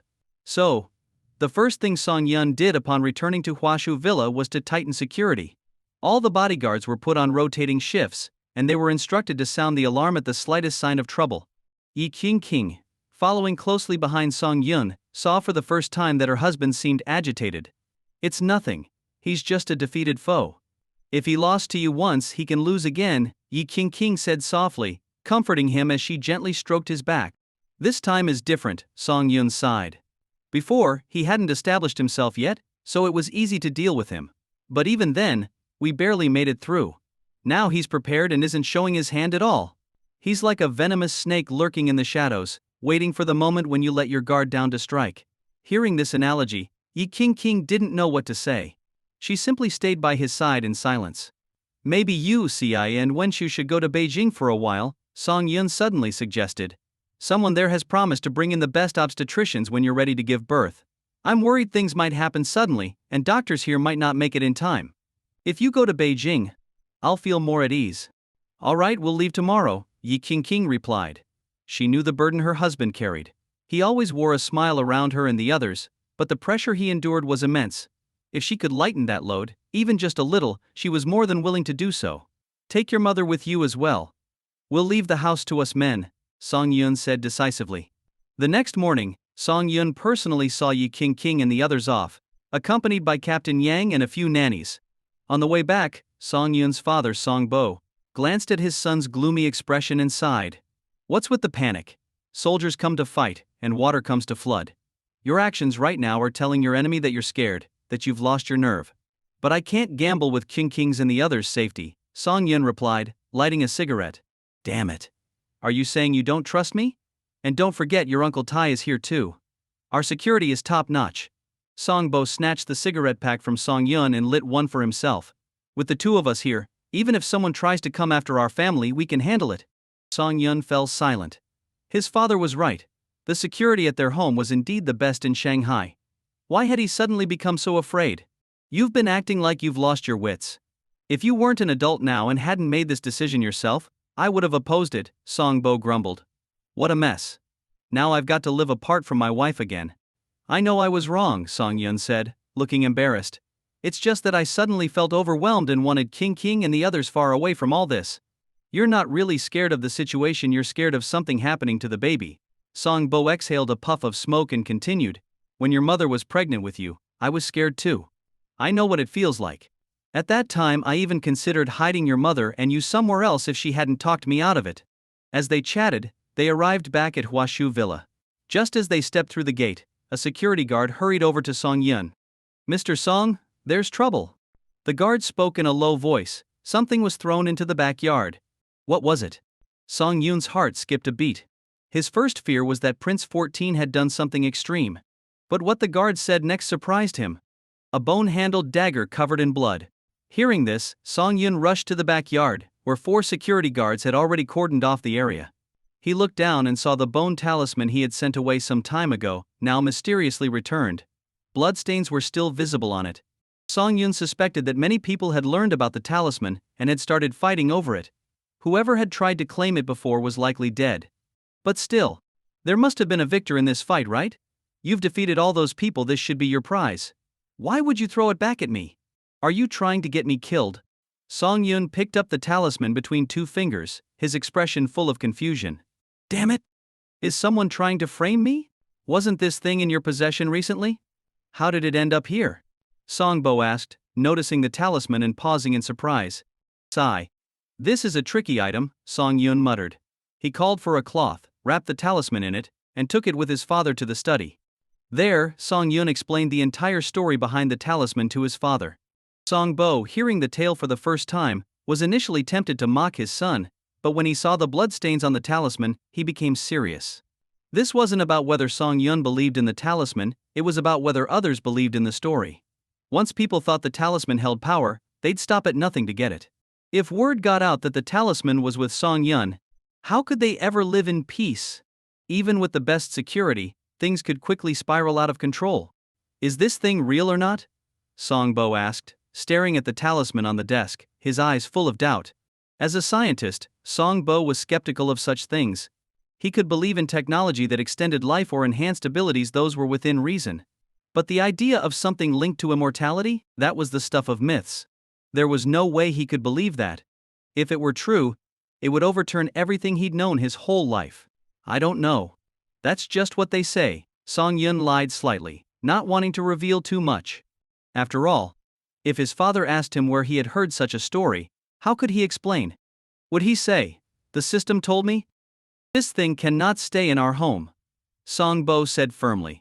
I don't want to wake up in the middle of the night to find a dozen men standing over my bed, glaring at me. I know, Song Yun replied with a troubled expression, but there's nowhere else to hide it. These people seem to get information very quickly. Otherwise, how would they know to start fighting for the bone talisman the moment I handed it over? Some of them probably already know the talisman is back in our hands, he added with frustration. This thing is a curse. Song Bo sighed. As long as one person knew the talisman was in the Song household, there was no such thing as secrecy. Father and son sat in silence, staring at the talisman on the table, both deep in thought. What do you think would happen if we took this thing to Beijing? Song Bo suggested. They can't chase us all the way there, can they? I'm not sure, Song Yun replied, swallowing nervously. But I think as long as we stay put, we'll be fine. If they find out we're taking the talisman out of Shanghai, I'm afraid they'll come after us on the road. He paused, then continued. The temptation of this thing is too great. Even though only a handful of people over the centuries have unlocked its secret, the rest would still swarm after it, even if they can't figure it out themselves. They just don't want anyone else to have it. Damn it. Song Bo cursed. We can't get rid of it, and we can't keep it either. Why don't we just tie it to a string, hang it outside, and whoever grabs it first gets to keep it? Although his tone was harsh, Song Bo was half serious. Let the people who want it fight for it, it wasn't his problem if they got hurt or killed in the process. After all, anyone seeking such a dangerous object should be ready to pay the price. Meanwhile, in a luxury club on the outskirts of Shanghai, Prince 14 sat comfortably in a boss chair, listening to his subordinates report. This club was an investment he had made over a decade ago, a place to cultivate connections. It was much safer than being in the city center. Sir, we've thrown the talisman into Song Yun's house and spread the word that it's there. I'm sure people will start showing up at his door soon. Prince 14 swirled the wine in his glass and smiled faintly. This talisman is useless to us. Even if it contains some kind of secret, it's just a piece of junk if no one can unlock it. But if we use it to bring down Song Yun, we'll come out on top. Sir, one of his subordinates said with confusion. Song Yun already had the talisman once. But when Zhuan Ming came for it, he handed it over without a fight. The talisman's material clearly isn't ordinary. Song Yun must have realized that. Why did he return it so easily? The subordinate paused before continuing. Could it be that Song Yun understands the danger this talisman brings and was willing to let it go to protect his family? Song Yun? He's just lucky. He's ridden his good fortune to get where he is today. The talisman's existence is known only within a small circle. How would he know anything about it? Prince 14's eyes gleamed as he spoke. Unless we have a traitor among us. He glanced at his subordinate, who immediately dropped to one knee and declared, I swear, I would never betray you, sir, nor would I side with Song Yun. If I speak a single false word, may the heavens strike me down. Relax. I trust your loyalty. Over the years I've been away from Shanghai, you haven't even touched a penny that wasn't yours, Prince 14 said, his tone softening. Old Six, once this business is done, find someone to take over the club. After that, come back with me. Hearing this, Old Six was overjoyed. He was a low-ranking outsider in the family, and though a lifetime of wealth and comfort was within his reach, if he remained cautious, one mistake could see him ruined. His only way out was to earn the trust of the family's inner circle and be brought in. Old Six, I've heard your son is in high school now, Prince 14 continued with a casual smile. They say he's exceptionally bright, even skipping grades to enter a prestigious university early. So why did you turn down the offer? I didn't want to attract attention, Old Six replied earnestly. I just want to serve you quietly and do my part. You make it hard for me to figure out how to reward you, Prince 14 sighed, taking a sip of his wine. Everyone has their desires: money, women, fame. I don't mind if my subordinates make small mistakes here and there, as long as they don't break the rules. But you don't care for wealth, lust, or recognition. Are you a saint? His words carried a hint of warning. Old Six had been in the business world long enough to understand the implication. A servant with flaws was easier to control because their weaknesses could be exploited. But Old Six had kept his nose clean, leaving nothing for Prince 14 to hold over him. If not for the fact that Old Six's family had served the clan for 3 generations, Prince 14 might have already dealt with him. Sir, there's something I've never mentioned, Old Six began hesitantly. A few years ago I had an accident, and since then, I've not been able to perform well as a man. If it's possible, could you ask the family for a remedy? Prince 14 blinked in surprise, then burst into laughter. You should have told me sooner. Don't worry. When we return, I'll make sure the best doctors in the family take care of you. Thank you, sir. You are my savior. Old Six said gratefully. One more thing, what about your wife and son? Prince 14 asked, casually tracing the rim of his wine glass. They might not be able to come with you. My wife is a greedy woman, and she's been fooling around for years. I have plenty of dirt on her, and I can divorce her whenever I want, Old Six replied bitterly. But my son, he's brilliant. Please give him a chance. I'm sure he'll become a valuable asset to you one day. You've piqued my interest. Bring him to me tomorrow night. If he passes my test, I'll accept your request. But be warned, if he fails, he might suffer some mental damage. You need to prepare yourself for that possibility. Thank you, sir. My family will forever be at your service. Old Six exclaimed. I'm tired now. You may leave, Prince 14 said, waving him away. After Old Six left the office, a shadow emerged from the corner of the room. Sir, Qian Shuo has been dealt with, the figure reported. Good, Prince 14 replied. Let's be patient now and see how Song Yun handles the storm that's about to hit him. We'll hang it outside the door. Song Yun slammed his fist on the table. We don't have any other options. I was only speaking hypothetically. Song Bo responded in a serious tone. Think about it, treasure like this. Do you think anyone would believe you'd just leave it out in the open? If I were them, I'd assume it was a fake, meant to deceive everyone. Song Bo added. Damn it, nothing works. Song Yun clenched his teeth in frustration. What am I supposed to do? Kneel down and beg them to take it? I do have an idea, but it's risky, Song Bo said with a frown. If they all come at us together, there's no way Iron Curtain and I can fend them off. So, we have to gamble. What's your plan? Song Yun asked. Bet that all they care about is the talisman, Songbo said, squinting his eyes. You'll go out in the open showing that you have the talisman. They won't be able to resist attacking. You fight them off just enough to make it look like you're losing, then let the talisman accidentally drop. As long as you escape safely, we win. Iron Curtain and I will follow close behind. If anyone tries to hurt you in the chaos, we'll step in immediately, Songbo assured him. That's actually a decent plan, Song Yun said, thinking it over. The news about the talisman hasn't spread too widely yet. If we act now, not all of them will be ready. Let's set the plan for the day after tomorrow. By then, everyone who's coming will have arrived, and I can hand over the talisman in broad daylight. They won't have an excuse to come after me again. Good. Let's do it. Songbo agreed. With the plan in place, the two of them worked meticulously to ensure Song Yun's safety was prioritized. Over the next 2 days, Song Yun stayed home, waiting for the appointed time. During this period, strange things started happening around Huashu Villa. At night there were sounds of a child crying in the living room, but when the night security guards checked, they found nothing. During the day, dogs walking past the villa would bark furiously at the gate, even trying to break free from their leashes to attack their owners. These signs made it clear that some people were growing impatient and were testing the waters, though they didn't dare go too far since they were still in the city. Finally, the day of the plan arrived. Song Yun gripped the talisman tightly and took a deep breath. Success or failure would be determined today. If things went wrong, the price might be steep. Stay safe, Songbo said, lighting 2 cigarettes, one for himself and one for Song Yun. As long as you don't go down in the first hit, we'll make sure you get out alive. Got it, Song Yun replied. Because of the sensitive nature of the operation, Song Yun couldn't bring any security with him. Even Huang Baoding only knew that something important was happening, but he wasn't aware of the full details. As Song Yun stepped outside, he held the talisman high in the air. Instantly, he felt countless burning gazes fixed on him. A split second later, a curved blade flew out of nowhere, aiming straight for his arm. Had Song Yun not reacted in time and lowered his hand, he might have been headed straight to the hospital for surgery to reattach a severed limb. Damn it. These people really do only strike from the shadows. Song Yun retreated into the house and got into a reinforced SUV. Without wasting any time, he sped toward the outskirts of Shanghai. As he drove, he couldn't shake the chilling sensation that he was being watched. No matter how fast he went, it was as if they were still right behind him. Even with the pedal to the floor, pushing the SUV to 80 mph, he couldn't shake the feeling of being followed.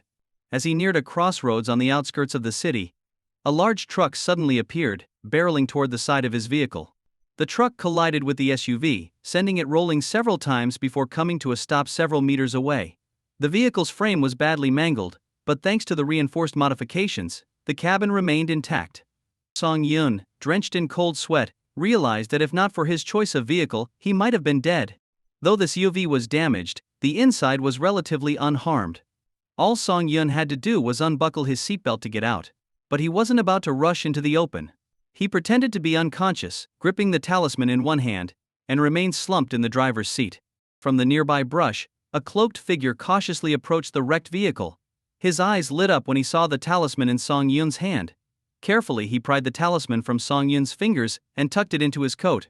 Just as the cloaked man thought he had made a clean escape, several figures appeared out of nowhere, attacking him from all sides with weapons aimed at his vital points.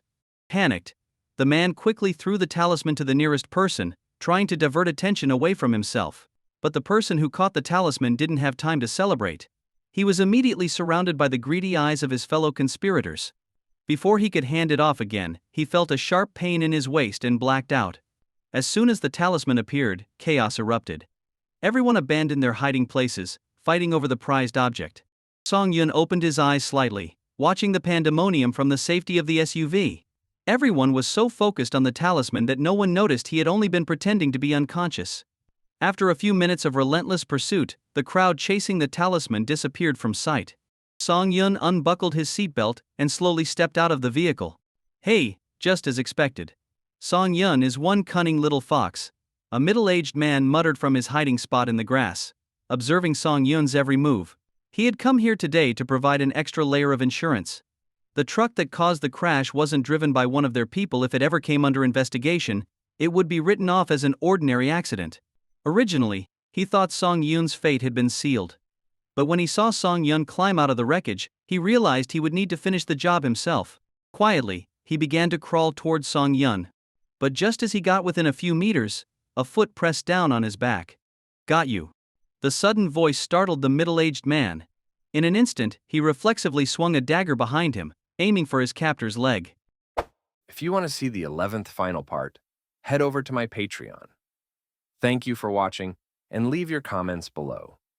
Your support is important for the release of new parts.